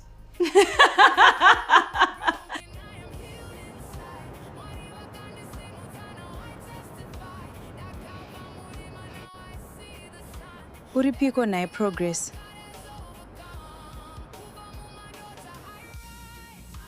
I need to tell her. She is probably worried. Not yet.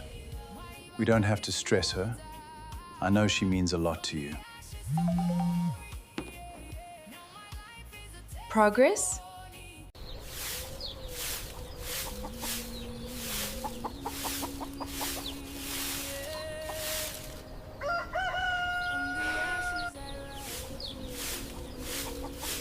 Nai mama mari mazoiwana here?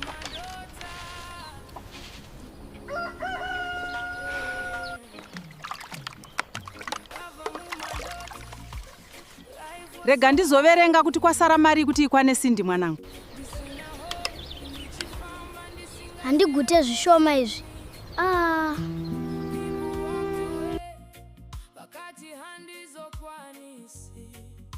But I held on to God, pakandipa strength inside me.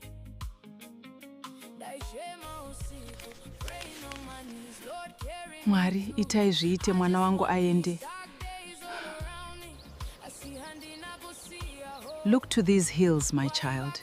You must never lose your hope. Your future is bright. Mwanangu Cindy, Cindy, fambira kunoshanda, urambe uchinamata. Mwari havakurasi.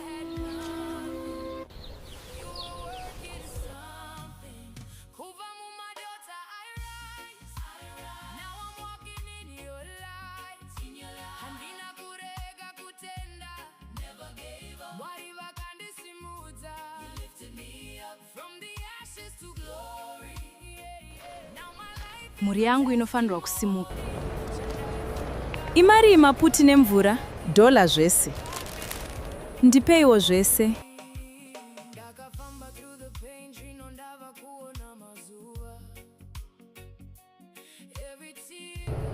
Tenzi, fambai neni.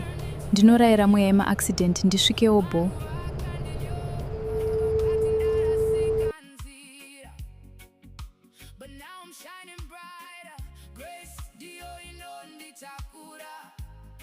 I'm no longer broken. Let me tell Progi kuti ndasvika auye to pick me up.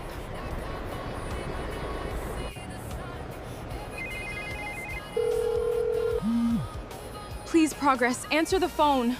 I'm really getting scared.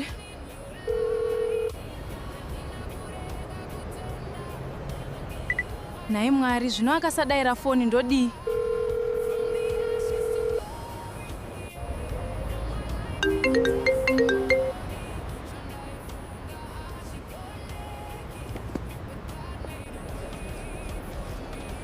Progress, sure wandidzimira foni. Saka ndinorarepi ndinojei. Zvakaoma.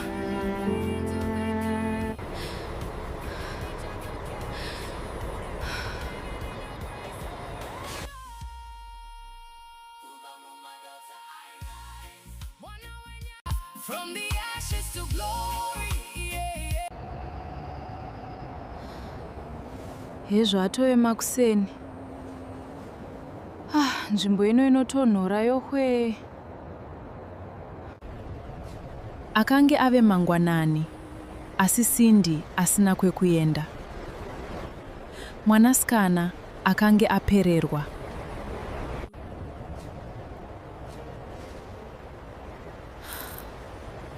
Mari yasarai ishoma kuti nditsvage imba yekugara.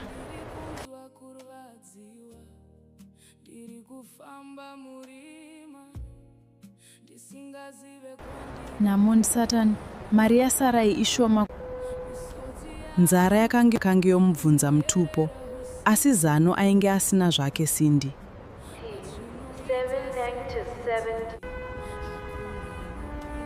Akatanga kufamba, asi kwaaienda chaiko aisatozivawo.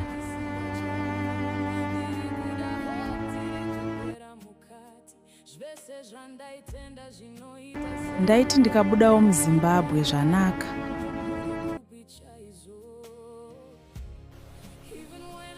Dai angondiudzawo kuti akafamba zvakanaka here, mwoyo wangu uzorore.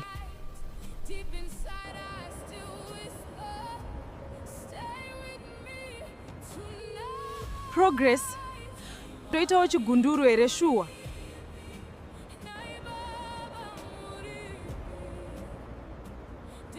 Progress, ndibatsirewo. Ndoita sei chokwadi? The number you have called is switched off.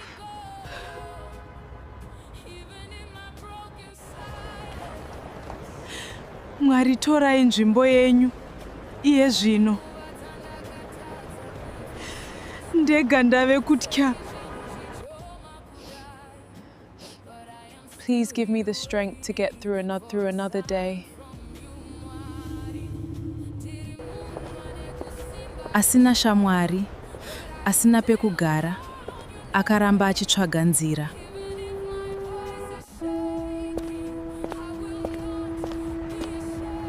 Pakutongoda kuita gindagoria, ndikumbire help.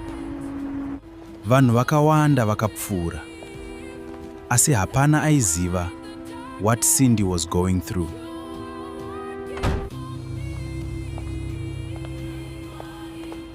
Kwazwai, sis? Is everything okay? Ndauya kuCape Town kuzotsvaga basa, asi munhu wandaivimba naye haasi kubatika. Zvinotika kakawanda izvi, asi ndichakubatsira.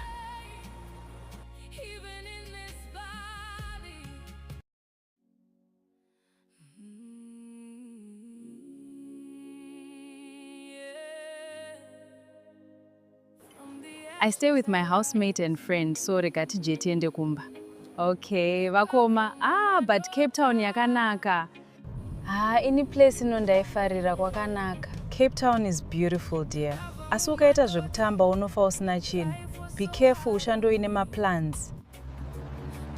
After a long night, Cindy finally had a roof over her head.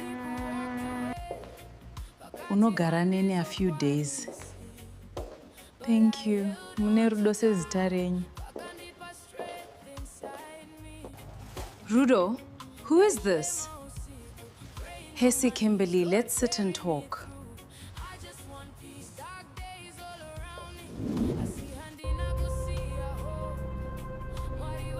This is Cindy. Kopano pamba ari kudei. Kopano pamba ari kudei. I can leave if it's a problem. Hapana kwauri kuenda. Sit down izvezvi. Fine. Just don't make this my problem. Thanks, Kimberly.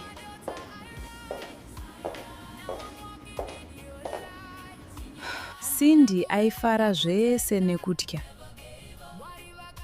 Rudo aive munhu ane mari dzake. Progress. Shamwari yangu uripi. We have been through so much together, Wani. Uchava shamwari yangu tichibatsirana nguva dzese. Thanks, bestie. I believed you, Progress. Sure, hey bestie, kundisiya mnamo. Not everyone who promises help will help. Zvakaoma takabva kure tese na Progress handishamisa. Or maybe some people create their own problems. Takuvaziva vanhu ava. I didn't ask for this vanhu vaMwari. Enough. Ita semunhu mukuru Kim. Whatever vakoma.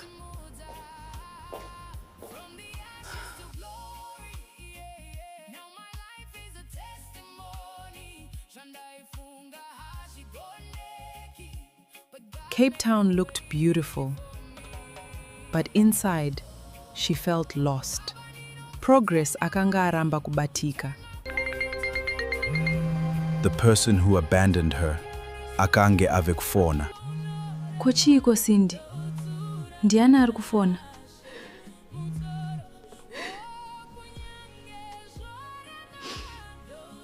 Vakoma ndi Progress. Ari kudei chaizvo iye akandidzimira foni. Manje ukasadaira unoziva sei? Mudaire ataure nyaya yake.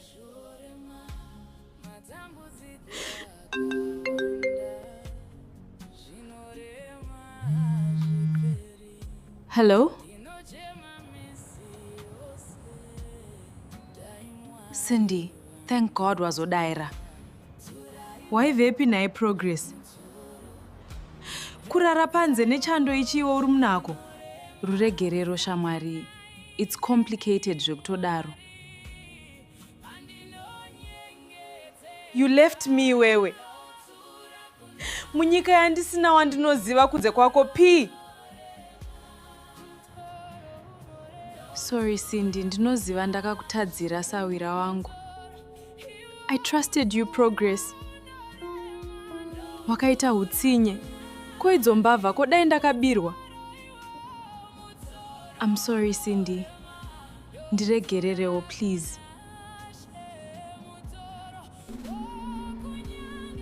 Wakandidzimira phone P. Kundisiya zvakandiomera kudaro. Ndakashaya kuti ndodii. Asi ndichitoda kubatsira Cindy.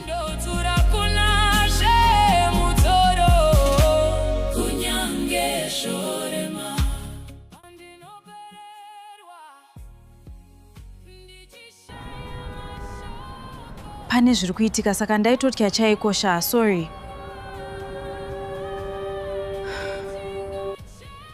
Zviko zviri kunetsa. You were scared of what zvekuti ungandirasawo inini? Handina kukuudza zvese. Pandimire pakaoma. Ari kutiko naiwe? What are you talking about?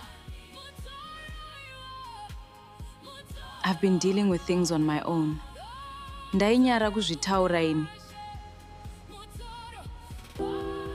Kunyara chi? Zvangu zvese ndokuudza Wani. What are you talking about? Ndakazviparira. I made choices I wish I could change. Something still doesn't add up. Haasi kutaura nyaya chaiyo.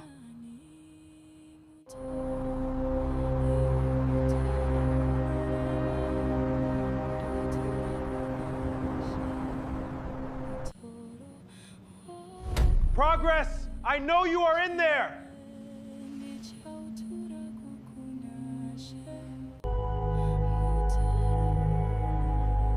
Oh no.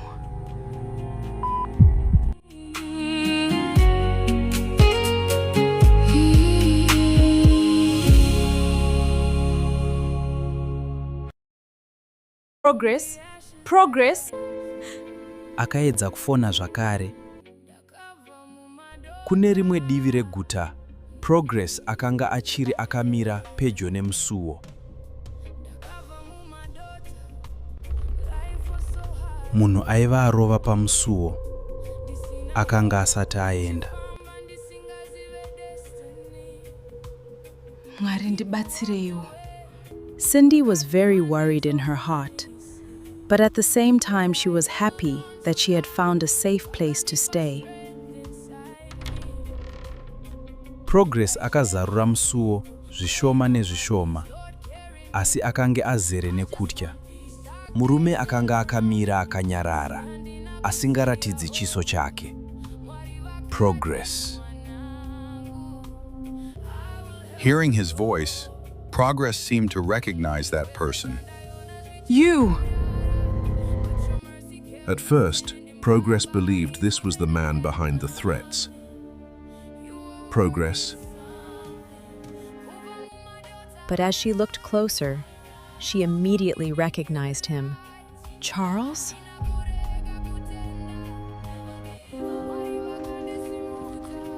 How did you find me?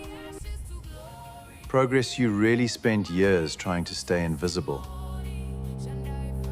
Why are you here, Charles? I'm here because Nathan is looking for you.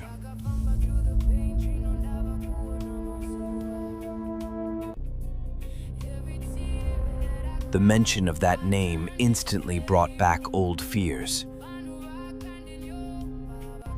Believe me when I say, he never stopped.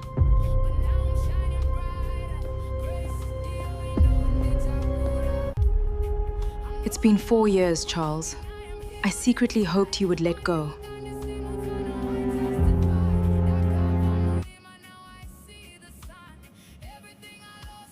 I know. I hoped so too. You should have stopped him.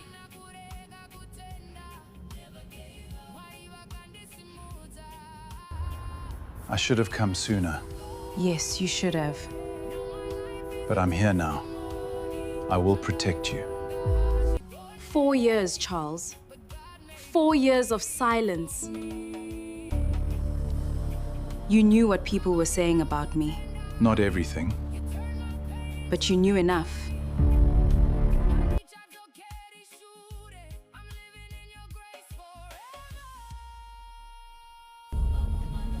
I lost friends, I lost opportunities, I lost peace. I never wanted that. But it happened.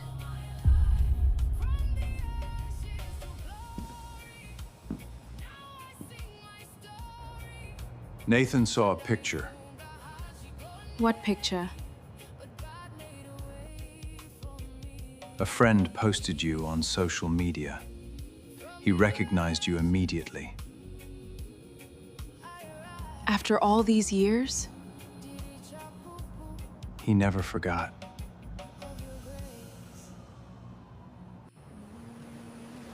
Why is he still doing this? I wish I knew. All I know is he's asking questions again. What kind of questions? Where you live, who you're talking to, what you're doing now. That's not normal. No, it isn't. You know Nathan. You think he'll come after me?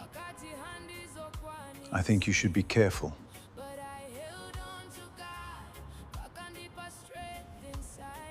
That's why I came. I've arranged security.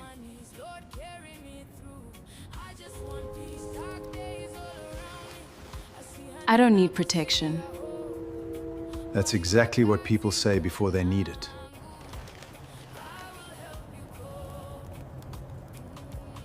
I don't want to go back to living in fear. Then don't. Just stay safe. Kubva Mumadota, I rise. Now I'm walking in your light. Handina kurega kutenda. Never gave up. Mangwanani akasvika. Asi mibvunzo yaive mumusoro maSindy yakanga ichiri yakawanda. Today kubasa handiende. Let me prepare breakfast and work from home.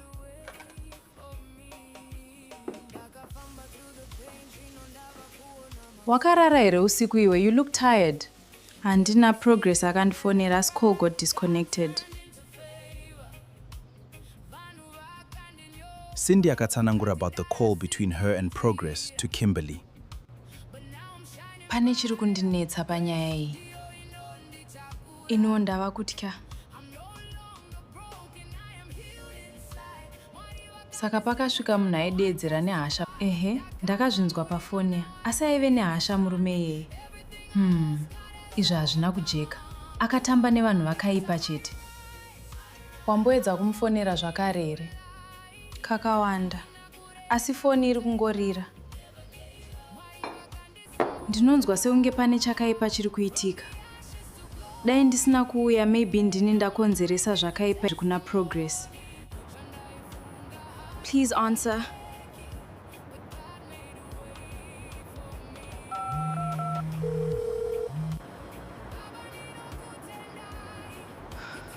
Uripiko naye Progress?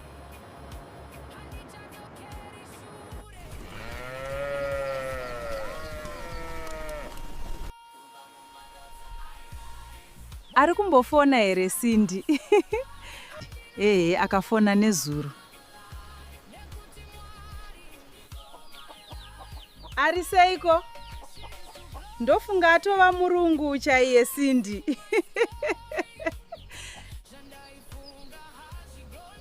Ari kuzama. Ndoziva kuti ari strong kupfuura zvaanofunga. Uri kudya zvakanaka here kana kuti watoonda? Mama. Vanobika chirungu ava. Ndiri kudzidzira pashoma. Ndichajaira. Zvinhu zvese unozojaira. Asi uri kufara here Sindy? Ndiri kuzama mama. Ndinovimba zvichanaka.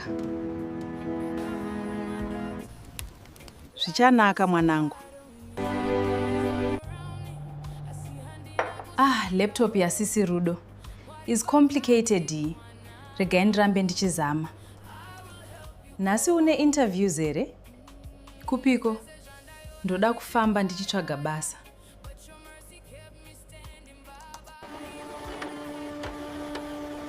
Mwari ndibatsireiwo ndiwane basa. Kumba vari kutemba neni. Take these sandwiches ungafa nenzara. Thank you. Mandigonera. Kim playing big sis role.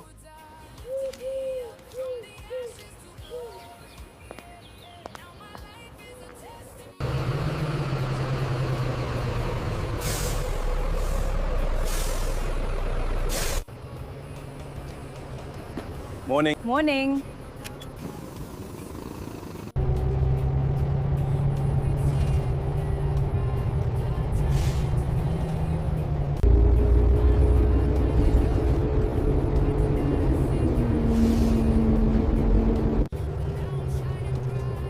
Please let today be different. Good morning. I'm looking for vacancies. Please. Leave your CV.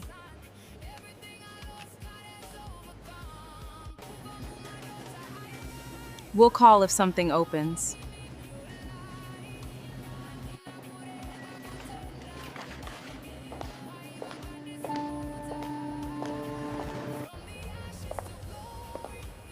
Are you hiring? No vacancies. Try again next month.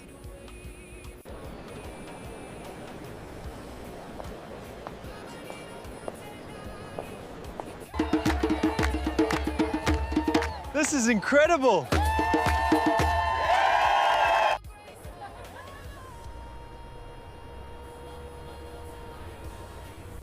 I'm looking for work. Leave your CV.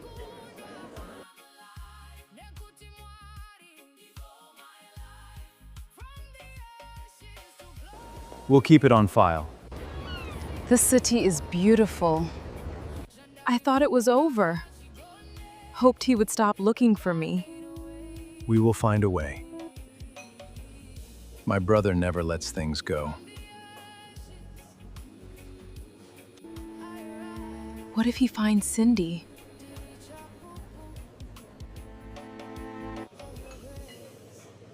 He doesn't know about her. Progress, this is Marcus. He will go with you wherever you want to go. Hi, Marcus. That serious? Yes, the Nathan you remember isn't the same anymore.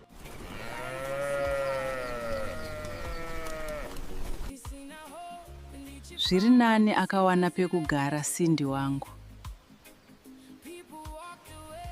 Maswera sei mai Cindy?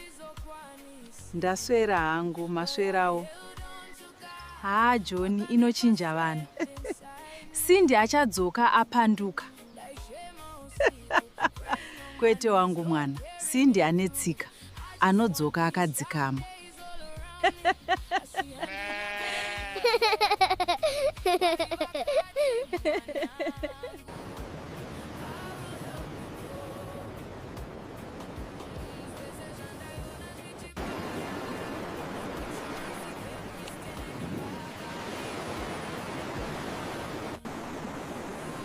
Still no calls. Mwari pindirai ndiwane basa. First time in Cape Town? Yes. Don't give up. You will find something to do.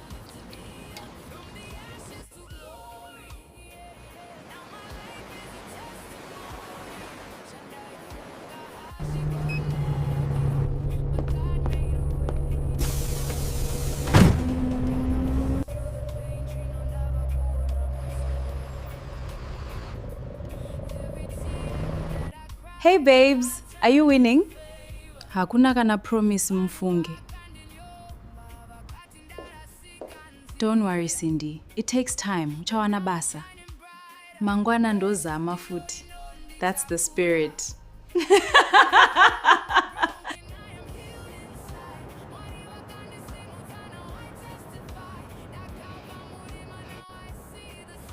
Uripiko nae Progress.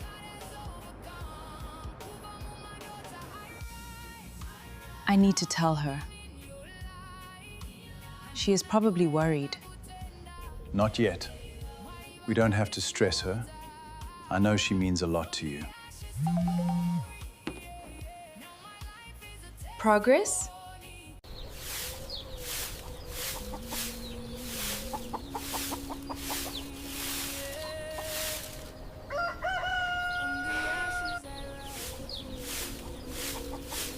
Nai mama mari mazoiwana here?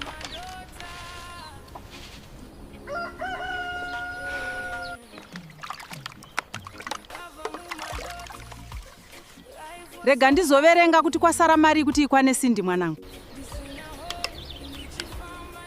Handigute zvishoma izvi.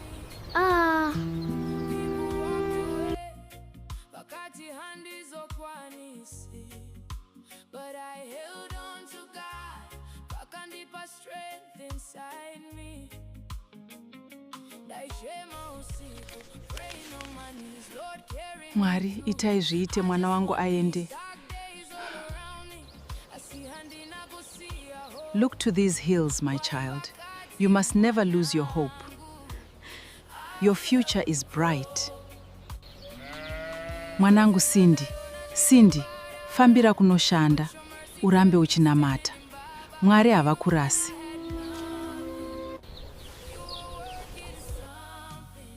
Kubva Mumadota, I rise. Now I'm walking in your light. Handina kurega kutenda. Never gave up. Mwari vakandisimudza. You lifted me up from the ashes to glory. Now my life. Mhuri yangu inofanirwa kusimuka. Imari maputi nemvura. Dola zvese. Ndipeiwo zvese.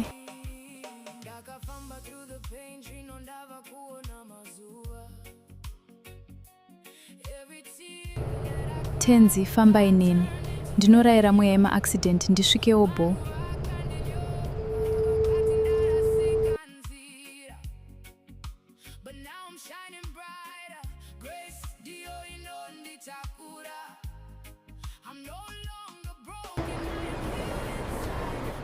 Let me tell Progi kuti ndasvika auye to pick me up.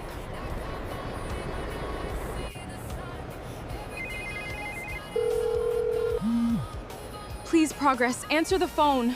I'm really getting scared.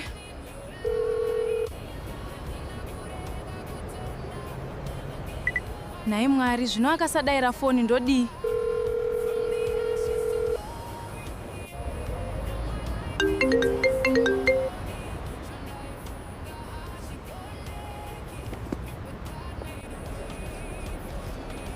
Progress, sure wandidzimira foni.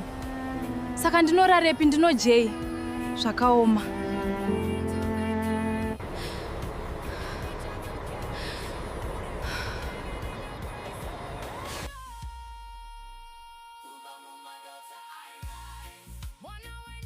From the ashes to glory. Hezvo atove makuseni. Nzvimbo ino inotonhora yohwe. Akange ave mangwanani, asi Cindy asina kwekuenda. Mwanasikana akange apererwa.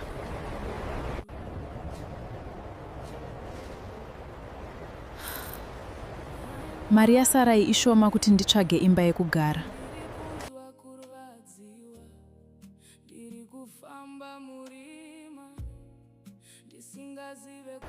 Namon Satan, mari yasarai ishoma. Nzara yakange yomubvunza mutupo, asi zano ainge asina zvake Cindy.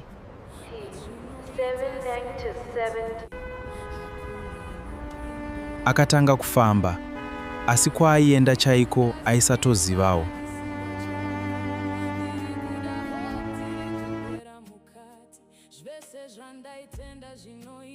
Ndaiti ndikabudawo muZimbabwe zvanaka.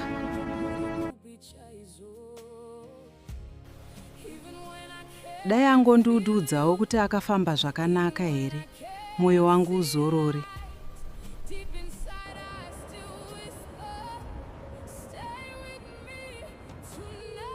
Progress, toitawo chigunduru here shuwa.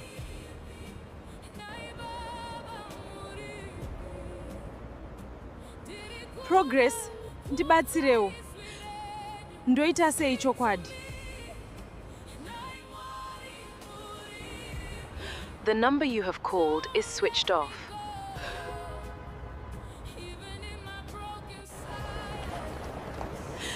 Mwari, torai nzvimbo yenyu. Iye zvino. Ndega ndave kutya. Please give me the strength to get through another day. Asina shamwari, asina pekugara, akaramba achitsvaga nzira.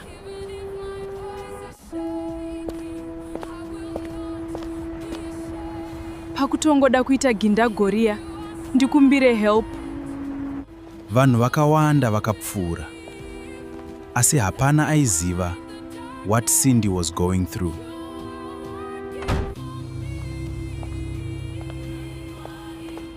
Kwaziwai sis? Is everything okay?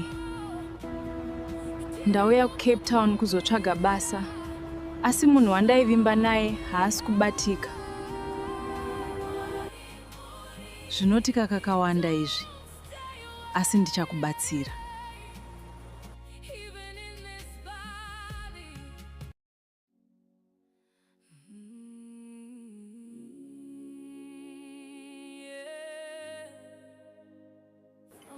I stay with my housemate and friend, so regati jeti ende kumba. Okay, vakoma. But Cape Town yakanaka. Any place inondaifarira kwakanaka. Cape Town is beautiful, dear. Asi ukaita zvekutamba unofa usina chinhu. Be careful, ushandoine maplans. After a long night, Cindy finally had a roof over her head. Unogara nene a few days. Thank you. Mune rudo sezita renyu. Rudo, who is this? Hesi Kimberly, let's sit and talk.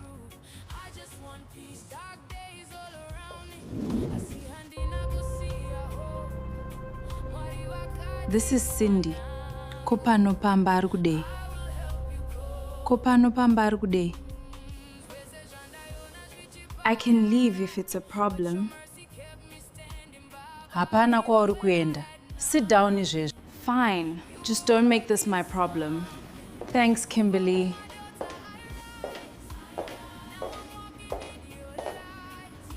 Cindy aifara zvese nekutya. Rudo aive munhu ane mari dzake. Progress. Shamwari yangu uripi. We have been through so much together, wani? Uchava shamwari yangu tichibatsirana nguva dzese. Thanks, bestie. I believed you, Progress. Sure, hey bestie, kundisiya mnamo. Not everyone who promises help will help. Zvakaoma takabva kure tese na Progress, andishamisa. Or maybe some people create their own problems. Takuvaziva vanhu ava. I didn't ask for this vanhu vamwari. Enough. Ita semunhu mukuru Kim. Whatever vakoma.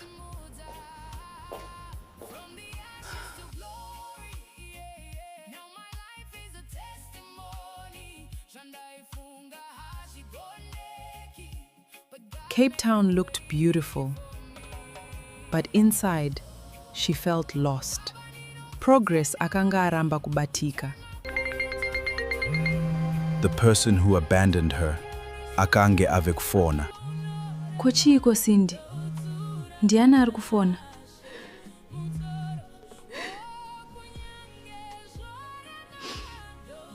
Vakoma ndi Progress. Ari kudei chaizvo iye akandidzimira foni. Manje ukasadaira unoziva sei. Mudaire ataure nyaya yake.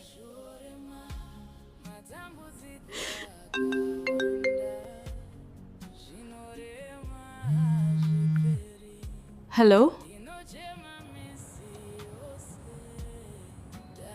Cindy, thank God wazodaira. Waivepi naye Progress? Kurara panze nechando ichi iwe uri munako.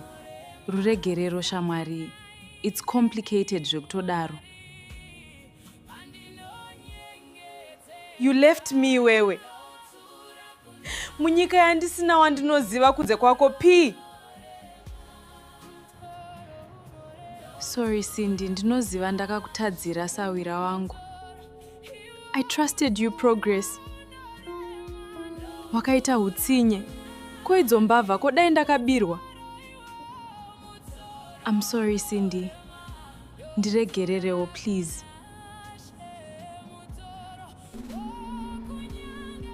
Wakandidzimira phone P. Kundisiya zvakandiomera kudaro. Ndakashaya kuti ndodii. Asi ndichitoda kukubatsira Cindy.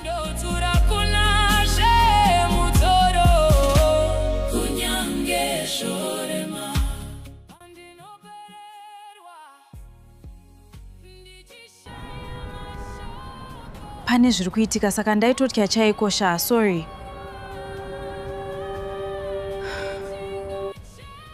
Zviko zviri kunetsa.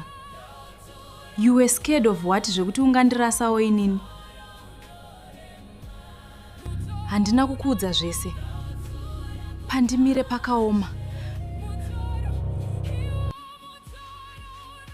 Ari kutiko naiwe? What are you talking about? I've been dealing with things on my own. Ndainyara kuzvitaura ini. Kunyara chi? Zvangu zvese ndokuudza wani. What are you talking about?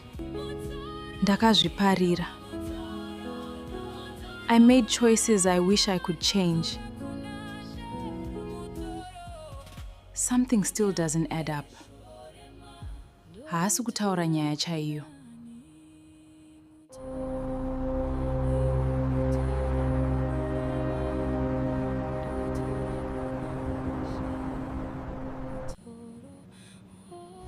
Progress, I know you are in there.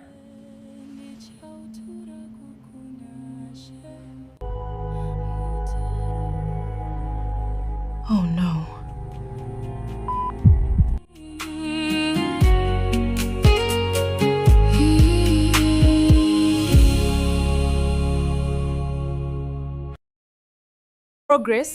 Progress. Akaedza kufona zvakare. Kune rimwe divi reguta, Progress akanga achiri akamira pedyo nemusuwo. Munhu aiva arova pamusuwo akanga asati aenda. Mwari ndibatsireiwo. Cindy was very worried in her heart, but at the same time she was happy that she had found a safe place to stay. Progress akazarura musuwo zvishoma nezvishoma, asi akange azere nekutya. Murume akanga akamira akanyarara, asingaratidzi chiso chake. Progress. Hearing his voice, Progress seemed to recognize that person. You! At first, Progress believed this was the man behind the threats. Progress. But as she looked closer, she immediately recognized him. Charles?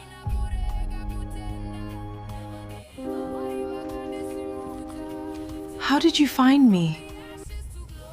Progress, you really spent years trying to stay invisible. Why are you here, Charles? I'm here because Nathan is looking for you.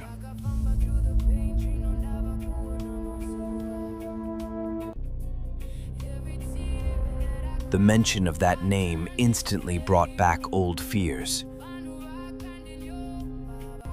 Believe me when I say, he never stopped.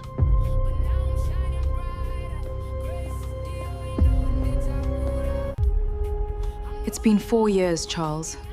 I secretly hoped you would let go.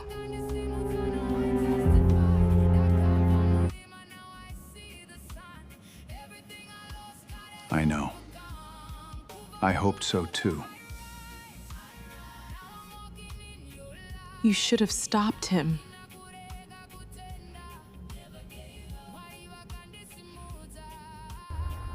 I should have come sooner. Yes, you should have. But I'm here now. I will protect you. 4 years, Charles. 4 years of silence. You knew what people were saying about me. Not everything. But you knew enough.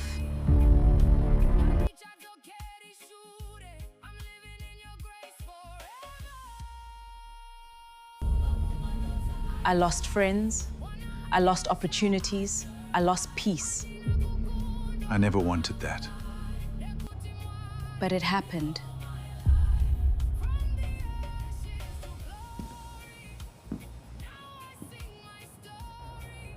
Nathan saw a picture. What picture? A friend posted you on social media. He recognized you immediately. After all these years? He never forgot.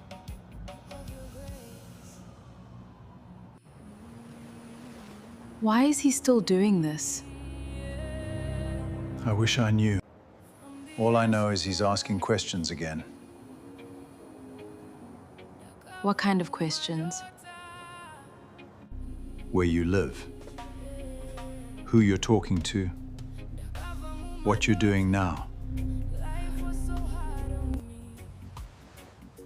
That's not normal. No, it isn't. You know Nathan. You think he'll come after me? I think you should be careful.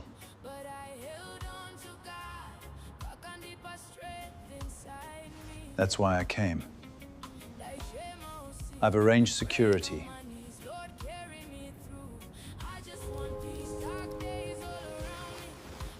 I don't need protection. That's exactly what people say before they need it.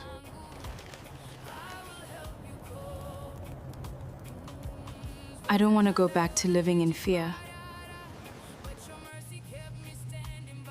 Then don't. Just stay safe.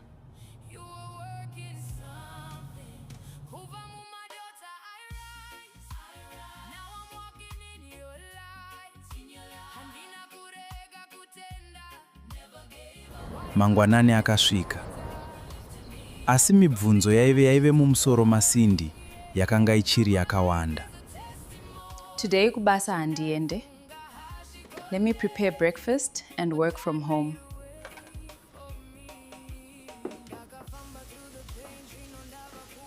Wakarara here usiku iwe, you look tired. Handina progress akandifonera as call got disconnected. Sindy akatsanangura about the call between her and Progress to Kimberly. Pane chiri kundinetsa panyaya iyi. Ino ndava kutya. Saka pakasvika munhu aidedzera nehasha. Ehe, ndakazvinzwa pafoni. Asi aive nehasha murume iyeye. Izvi hazvina kujeka. Akatamba nevanhu vakaipa chete. Wamboedza kumufonera zvakare here? Kakawanda. Asi foni iri kungorira. Ndinonzwa sekunge pane chakaipa chiri kuitika. Dai ndisina kuuya, maybe ndini ndakonzeresa zvakaipa kuna Progress. Please answer.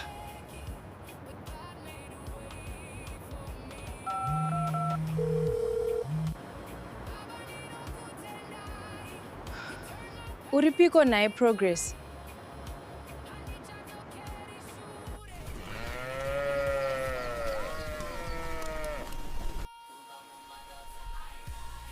Ari kumbofona here Sindy? Akafona nezuro. Ari seiko? Ndofunga atova murungu chaiye Sindy.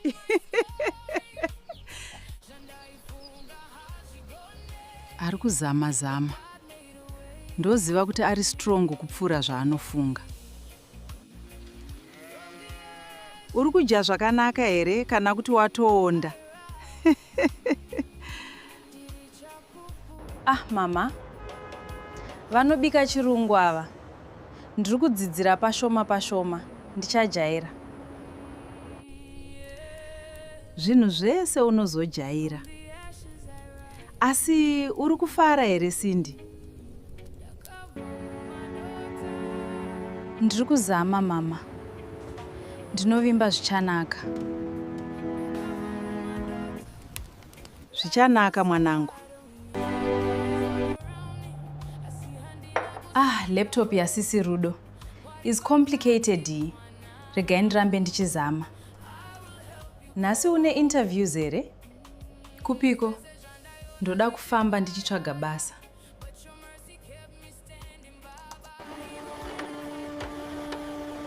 Mwari ndibatsireiwo ndiwane basa. Kumba vari kutemba neni. Take these sandwiches ungafa nenzara. Thank you.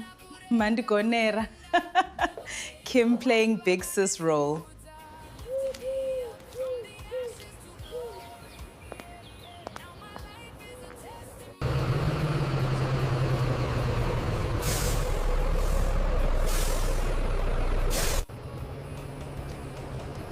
Morning. Morning.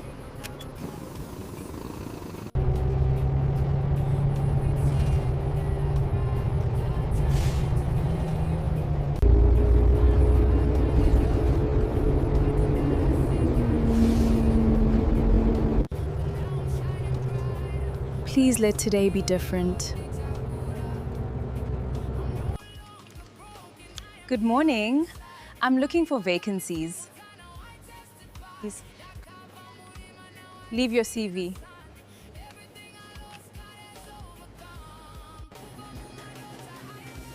We'll call if something opens.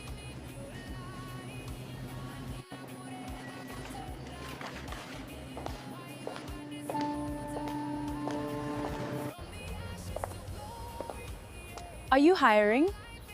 No vacancies. Try again next month.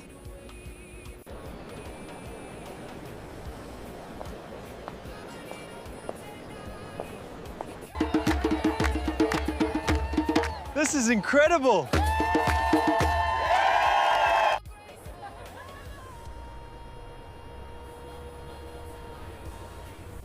I'm looking for work. Leave your CV.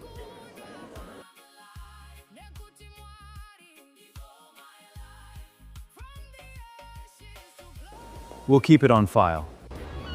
The city is beautiful. I thought it was over. Hoped he would stop looking for me. We will find a way. My brother never lets things go. What if he finds Cindy?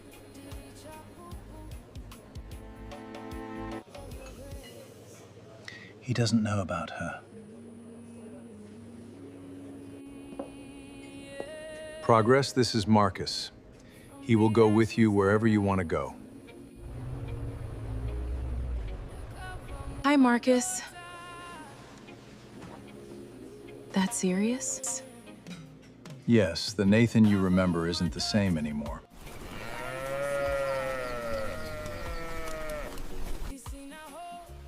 Zviri nani akawana pekugara Cindy wangu. Maswera sei mai Cindy? Ndaswera hangu, maswerawo. John, inochinja vanhu. Cindy achadzoka apanduka. Kwete wangu mwana, Cindy anetsika, anodzoka akadzikama.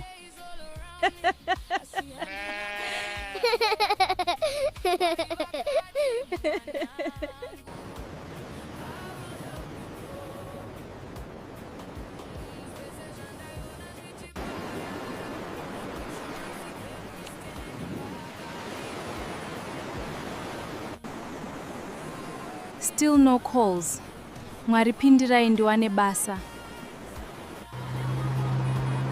First time in Cape Town? Yes. Don't give up. You will find something to do.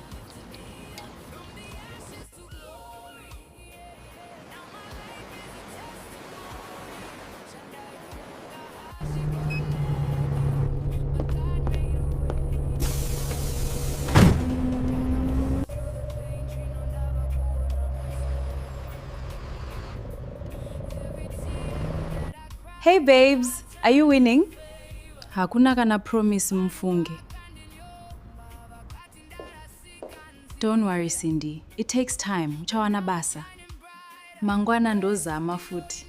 That's the spirit.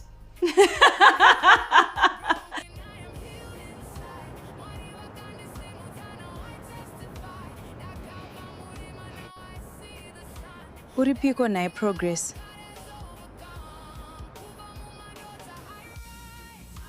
I need to tell her. She is probably worried. Not yet. We don't have to stress her. I know she means a lot to you. Progress?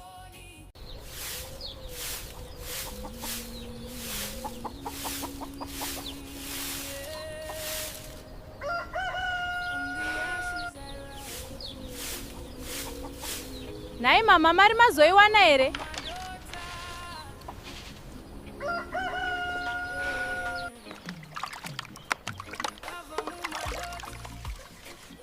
Rega ndizoverenga kuti kwasara mari kuti ikwane Cindy mwanangu. Handigute zvishoma izvi.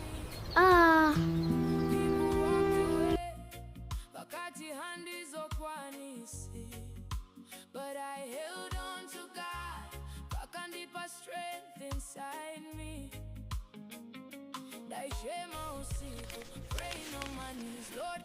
Mwari, itai zviite mwana wangu aende. Look to these hills, my child. You must never lose your hope. Your future is bright. Mwanangu Cindy, Cindy, fambira kunoshanda, urambe uchinamata. Mwari havakurasi.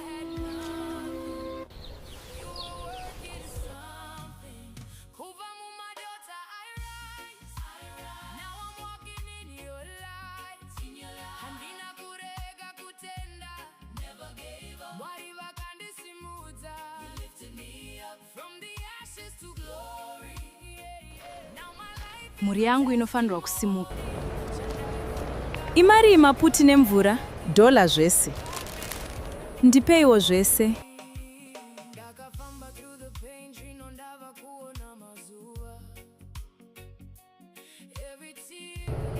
Tenzi, fambai neni. Ndinorayira mweya yema-accident ndisvikewo bo.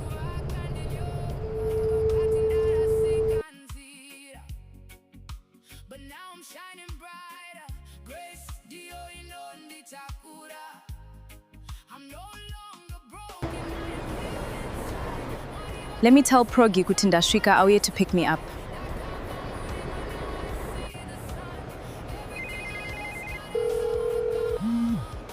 Please, Progress, answer the phone. I'm really getting scared.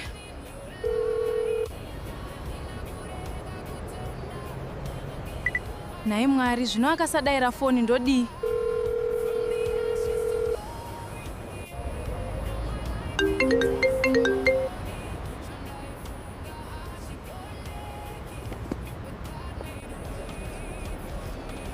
Progress, sure handidzimira foni. Saka ndinorarepi ndino J. Zvakaoma.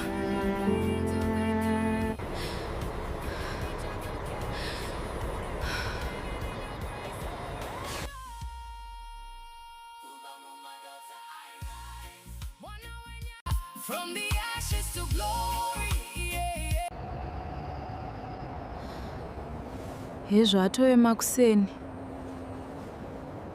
Nzvimbo ino inotonhora yohwe. Akange ave mangwanani, asi Cindy asina kwekuenda. Mwanasikana akange apererwa.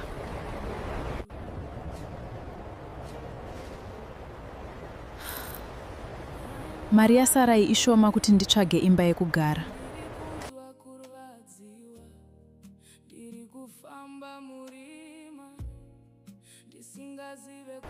Namon Satan, mari yasarai ishoma. Nzara yakange yomubvunza mutupo, asi zano ainge asina zvake Cindy.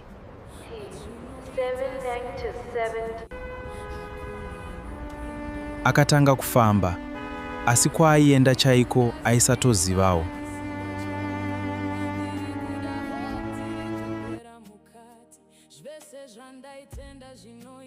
Ndaiti ndikabudawo muZimbabwe zvanaka.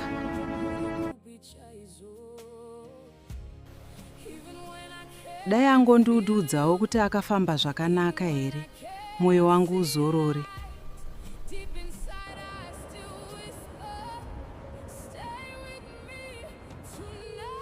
Progress, toitawo chigunduru here shuwa.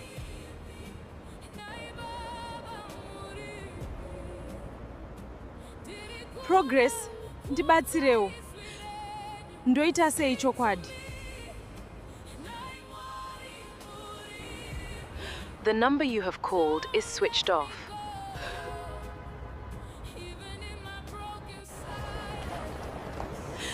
Mwari, torai nzvimbo yenyu. Iye zvino. Ndega ndave kutya. Please give me the strength to get through another day. asina shamwari, asina pekugara, akaramba achitsvaga nzira.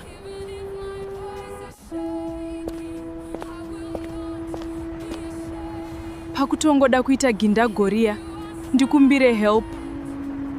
Vanhu vakawanda vakapfuura. Asi hapana aiziva what Cindy was going through.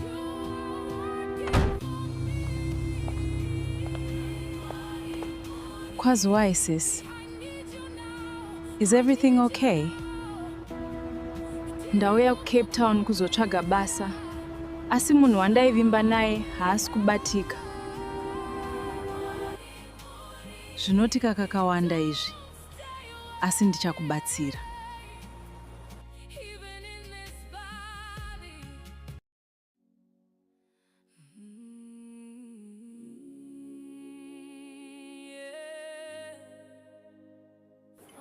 I stay with my housemate and friend, so regati jeti ende kumba. Okay, vakoma. But Cape Town yakanaka. Ini place inondaifarira kwakanaka. Cape Town is beautiful, dear. Asi ukaita zvekutamba unofa usina chinhu. Be careful ushandoine maplans. After a long night, Cindy finally had a roof over her head. Unogara nene a few days. Thank you. Mune rudo sezita renyu. Rudo, who is this? Hesi Kimberly, let's sit and talk.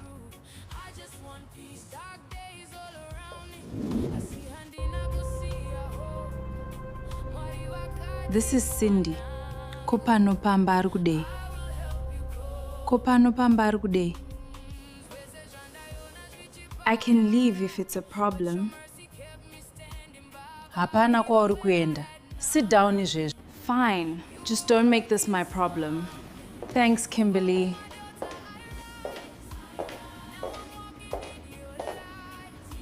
Cindy aifara zvese nekutya.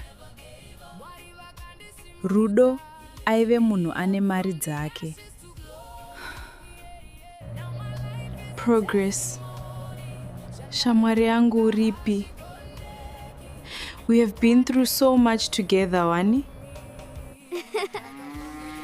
Uchava shamwari yangu tichibatsirana nguva dzese. Thanks, bestie. I believed you, Progress. Sure, hey bestie, kundisiya mnamo. Not everyone who promises help will help. Zvakaoma takabva kure tese na Progress, handishamisa. Or maybe some people create their own problems. Takuvaziva vanhu ava. I didn't ask for this, vanhu vaMwari. Enough. Ita semunhu mukuru Kim. Whatever vakoma.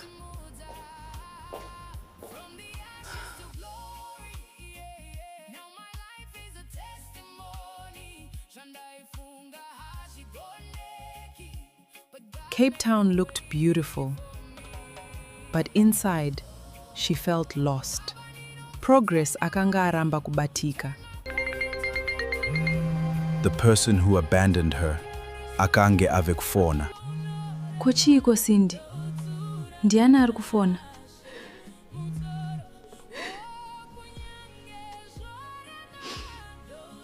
Vakoma ndi Progress.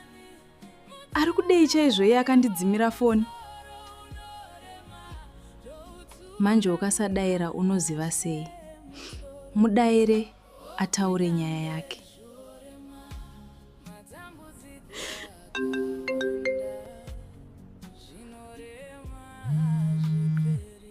Hello? Cindy, thank God wazodaira. Waivepi naye Progress? Kurara panze nechando ichiwo uri munako. Ruregerero shamwari. It's complicated zvekutodaro. You left me wewe. Munyika yandisina wandinoziva kunze kwako P. sorry, Cindy. Ndinoziva ndakakutadzira sawira wangu. I trusted you, Progress. Wakaita hutsinye. Ko idzo mbavha ko dai ndakabirwa. I'm sorry, Cindy. Ndiregererewo, please.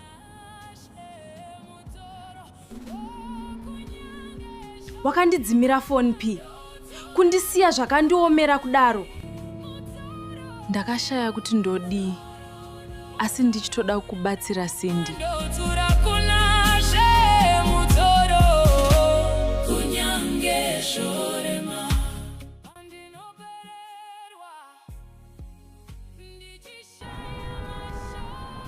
Pane zviri kuitika saka ndaitotya chaikosha, sorry.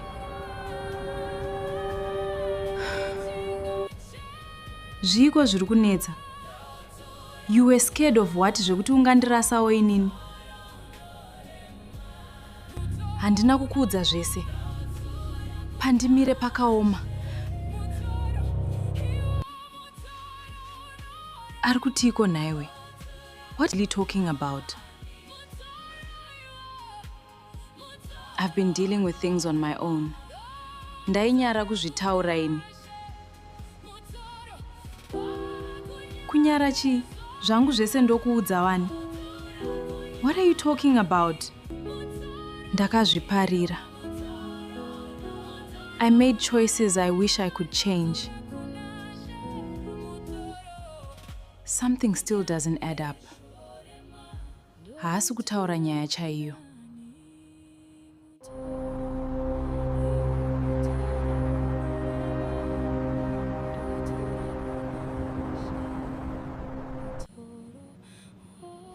Progress, I know you are in there.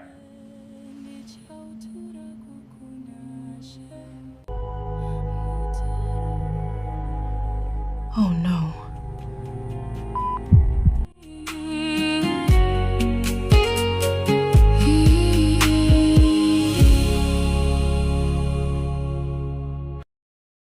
Progress? Progress? Akaedza kufona zvakare. Kune rimwe divi reguta, Progress akanga achiri akamira pedyo nemusuwo. Munhu aiva arova pamusuwo. Akanga asati aenda. Mwari ndibatsireiwo. Cindy was very worried in her heart, but at the same time she was happy that she had found a safe place to stay. Progress akazarura musuwo zvishoma nezvishoma, asi akange azere nekutya. Murume akanga akamira akanyarara, asingaratidzi chiso chake. Progress. Hearing his voice, Progress seemed to recognize that person. You! At first, Progress believed this was the man behind the threats. Progress. But as she looked closer, she immediately recognized him. Charles?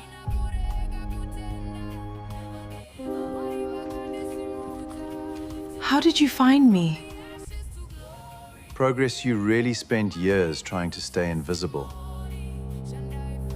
Why are you here, Charles? I'm here because Nathan is looking for you.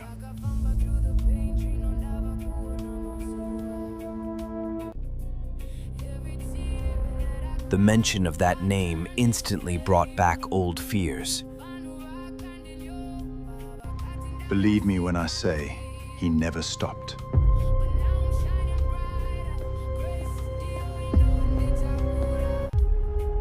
It's been 4 years, Charles.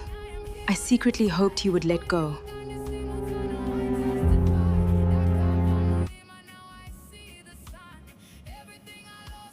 I know.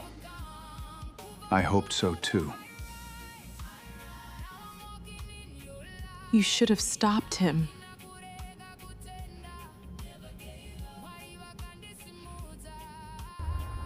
I should have come sooner.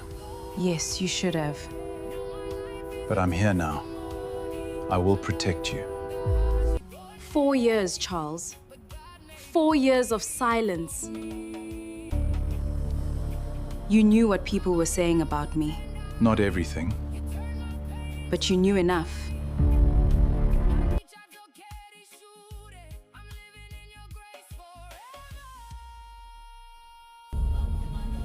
I lost friends, I lost opportunities, I lost peace.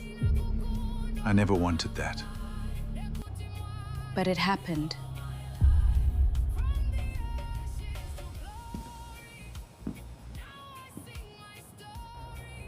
Nathan saw a picture. What picture? A friend posted you on social media. He recognized you immediately. After all these years?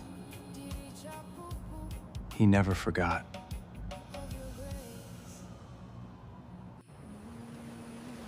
Why is he still doing this? I wish I knew. All I know is he's asking questions again.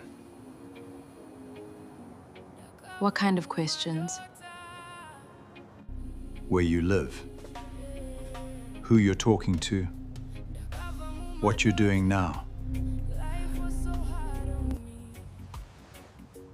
That's not normal. No. It isn't.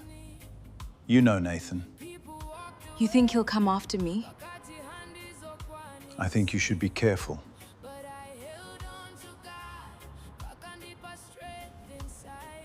That's why I came. I've arranged security.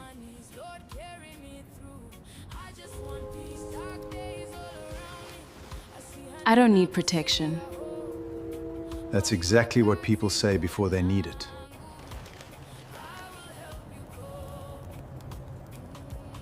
I don't want to go back to living in fear. Then don't. Just stay safe.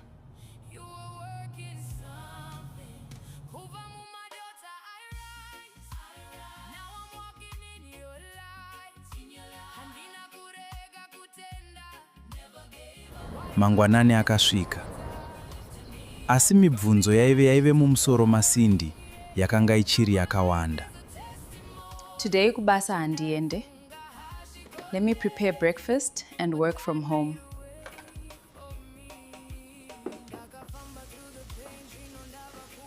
Wakarara here usiku iwe, you look tired. Handina progress akandifonera asi call got disconnected. Sindy akatsanangura about the call between her and Progress to Kimberly. Pane chiri kundinetsa panyaya iyi. Ino ndava kutya. Saka pakasvika munhu aidedzera nehasha. Ehe, ndakazvinzwa pafoni. Asi aive nehasha murume iyeye. Izvi hazvina kujeka. Akatamba nevanhu vakaipa chete. Wamboedza kumufonera zvakare here? Kakawanda. Asi foni iri kungorira. Ndinonzwa seunge pane chakaipa chiri kuitika. Dai ndisina kuuya, maybe ndini ndakonzeresa zvakaipa kuna Progress. Please answer.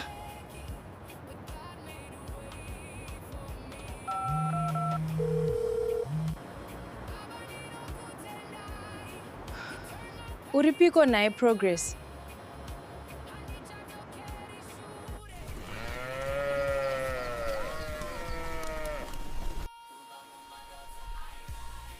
Ari kumbofona here Sindy? Akafona nezuro. Ari seiko? Ndofunga atova murungu chaiye Sindy.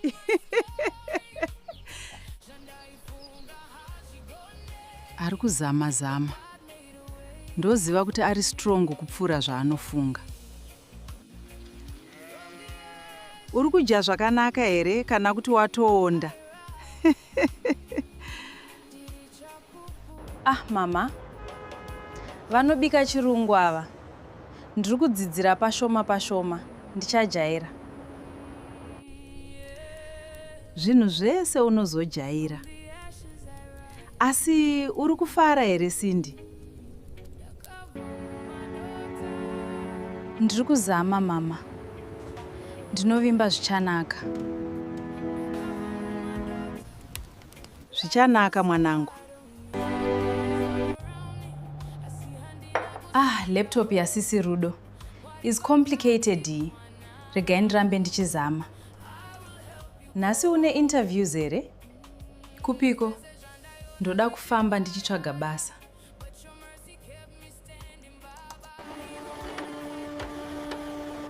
Mwari ndibatsireiwo ndiwane basa. Kumba vari kutemba neni. Take these sandwiches ungafa nenzara. Thank you. Mandigonera. Kim playing big sis role.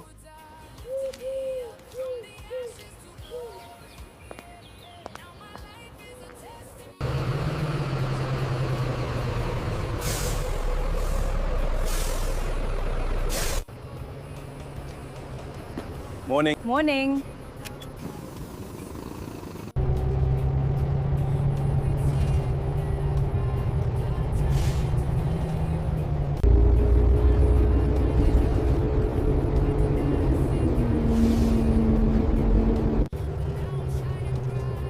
Please let today be different. Good morning. I'm looking for vacancies. Please. Leave your CV.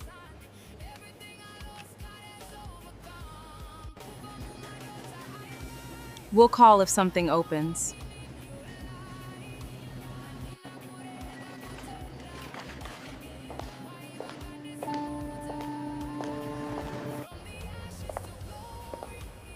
Are you hiring? No vacancies. Try again next month.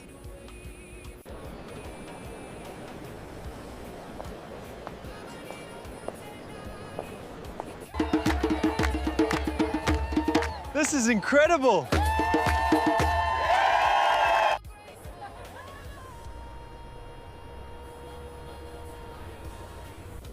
I'm looking for work.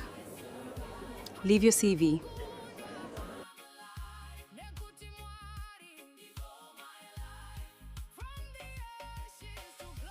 We'll keep it on file. This city is beautiful. I thought it was over. Hoped he would stop looking for me. We will find a way. My brother never lets things go. What if he finds Cindy?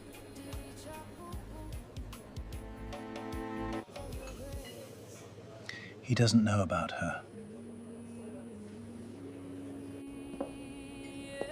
Progress, this is Marcus.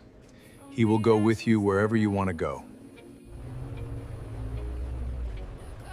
Hi, Marcus. That serious? Yes, the Nathan you remember isn't the same anymore.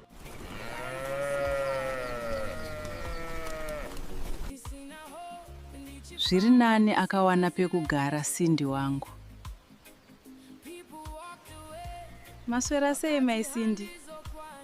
Ndaswera hangu, maswerawo. John, inochinja vanhu. Cindy achadzoka apanduka. Kwete wangu mwana, Cindy anetsika, anodzoka akadzikama.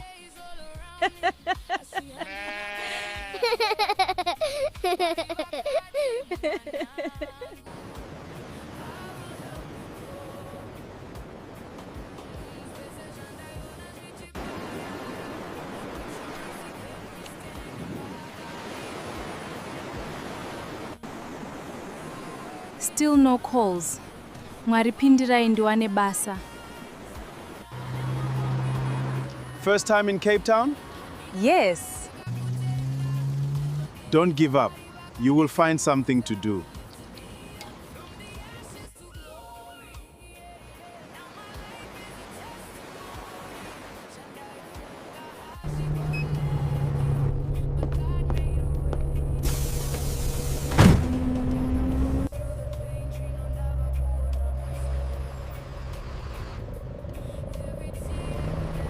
Hey babes, are you winning? Hakuna kana promise mfunge. Don't worry, Cindy. It takes time. Uchawana basa. Mangwana ndozama futi. That's the spirit.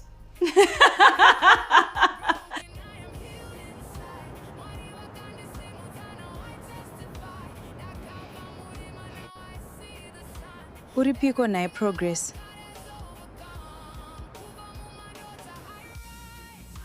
I need to tell her. She is probably worried. Not yet. We don't have to stress her. I know she means a lot to you. Progress?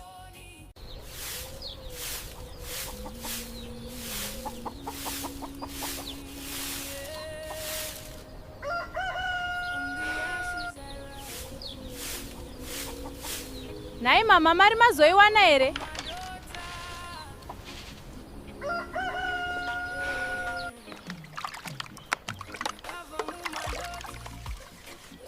Rega ndizoverenga kuti kwasara mari kuti ikwane Cindy mwanangu. Handigute zvishoma izvi.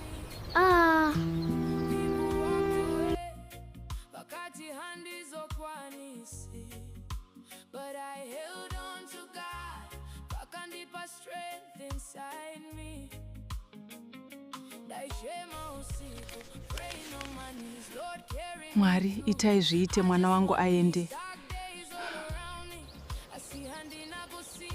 Look to these hills, my child. You must never lose your hope. Your future is bright. Mwanangu Cindy, fambira kunoshanda, urambe uchinamata. Mwari havakurasi.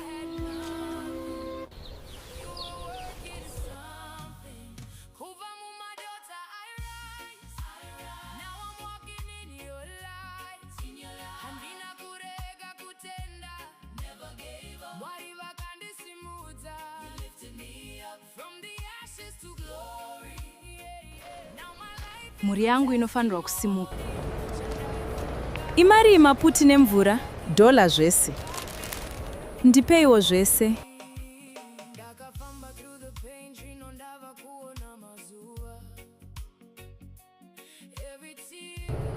Tenzi, fambai neni.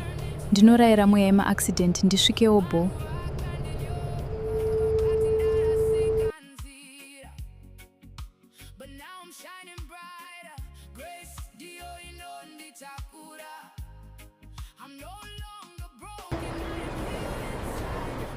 Let me tell Progi kuti ndasvika auye to pick me up.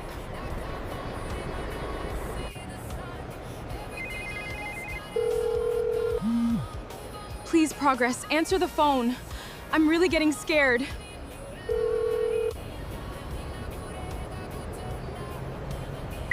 Nai Mwari, zvino akasadayira foni ndodi.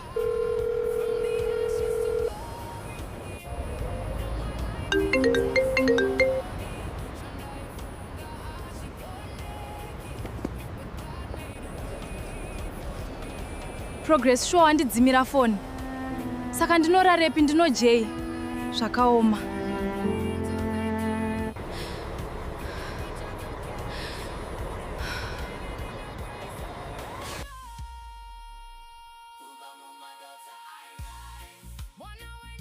From the ashes to glory. Hezvo atove makuseni. Nzvimbo ino inotonhora yohwe. Akange ave mangwanani, asi Cindy asina kwekuenda. Mwanasikana akange apererwa.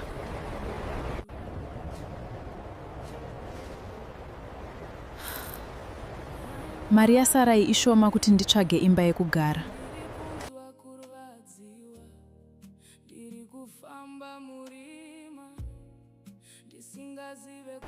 Namundi Satan, mari yasarai ishoma.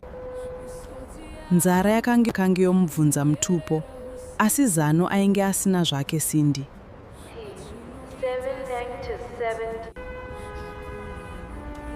Akatanga kufamba, asi kwaaienda chaiko aisatozivawo.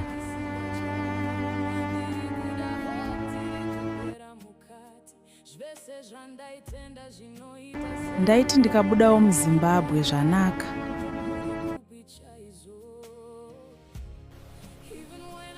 Dai angondiudzawo kuti akafamba zvakanaka here, mwoyo wangu uzorore.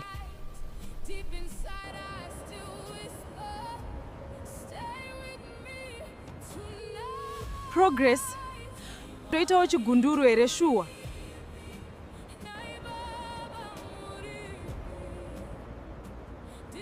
Progress, ndibatsirewo. Ndoita sei chokwadi? The number you have called is switched off.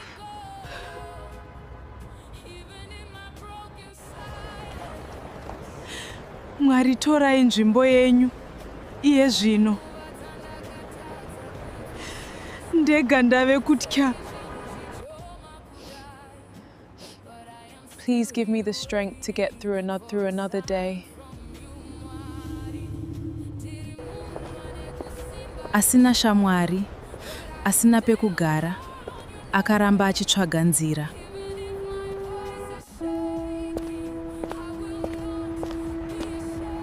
Pakutongoda kuita gindagoria, ndikumbire help. Vanhu vakawanda vakapfuura. Asi hapana aiziva what Cindy was going through.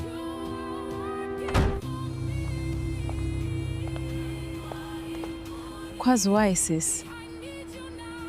Is everything okay? Ndauya kuCape Town kuzotsvaga basa. Asi munhu wandaivimba naye haasi kubatika. Zvinotika kakawanda izvi. Asi ndichakubatsira.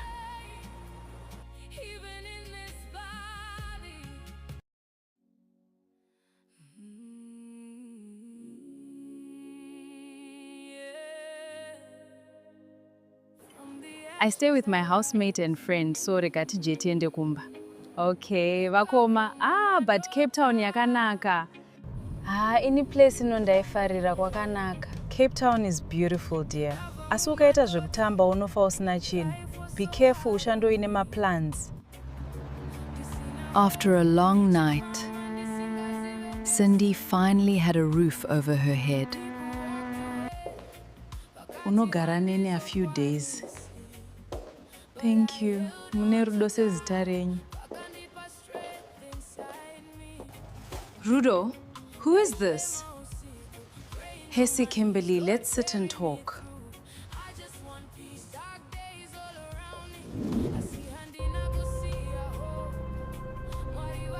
This is Cindy. Kopano pamba ari kudei. Kopano pamba ari kudei.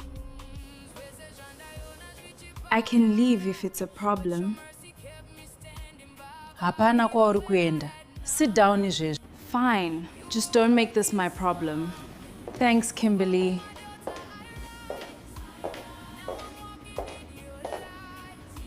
Cindy aifara zvese nekutya. Rudo aive munhu ane mari dzake. Progress. Shamwari yangu uripi? We have been through so much together, wani? Uchava shamwari yangu tichibatsirana nguva dzese. Thanks, bestie. I believed you, Progress. Sure, hey bestie, kundisiya mnamo. Not everyone who promises help will help. Zvakaoma takabva kure tese na Progress, handishamisa. Or maybe some people create their own problems. Takuvaziva vanhu ava. I didn't ask for this, vanhu vaMwari. Enough. Ita semunhu mukuru Kim. Whatever vakoma.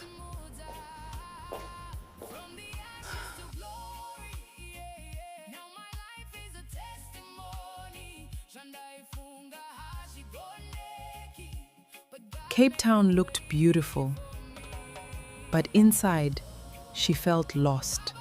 Progress akanga aramba kubatika.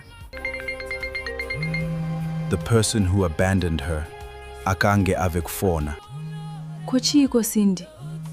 Ndiani ari kufona?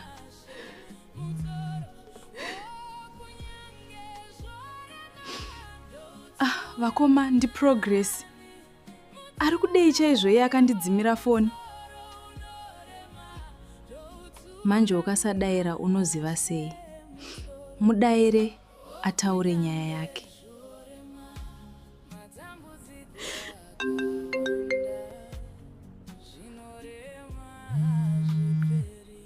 Hello? Cindy, thank God wazodaira. Waivepi naye Progress? Kurara panze nechando ichiwo uri munako. Ruregerero shamwari. It's complicated zvekutodaro. You left me wewe. Munyika yandisina wandinoziva kunze kwako P. Sorry Cindy, ndinoziva ndakakutadzira sawira wangu. I trusted you Progress.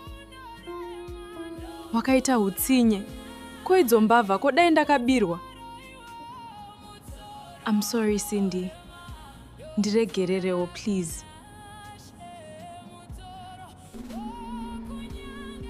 Wakandidzimira phone P. Kundisiya zvakandiomera kudaro. Ndakashaya kuti ndodii. Asi ndichitoda kubatsira Cindy.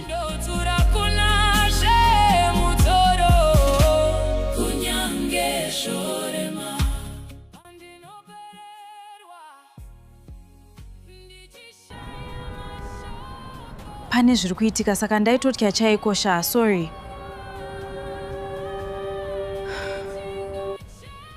Zviko zviri kunetsa. You were scared of what zvekuti ungandirasawo inini? Handina kukuudza zvese. Pandimire pakaoma. Ari kutiko naiwe? What are you talking about? I've been dealing with things on my own. Ndainyara kuzvitaura ini. Kunyara chi? Zvangu zvese ndokuudza wani. What are you talking about? Ndakazviparira. I made choices I wish I could change. Something still doesn't add up. Haasi kutaura nyaya chaiyo.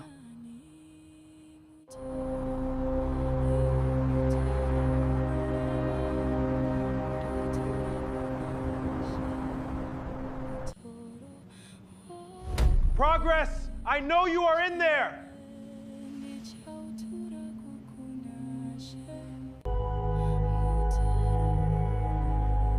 Oh no.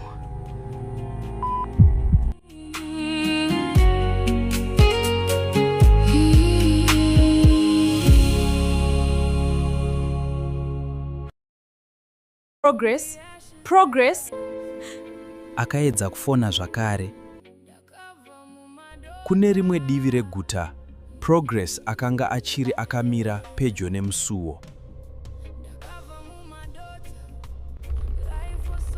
Munhu aiva arova pamusuwo akanga asati aenda. Mwari ndibatsireiwo. Cindy was very worried in her heart.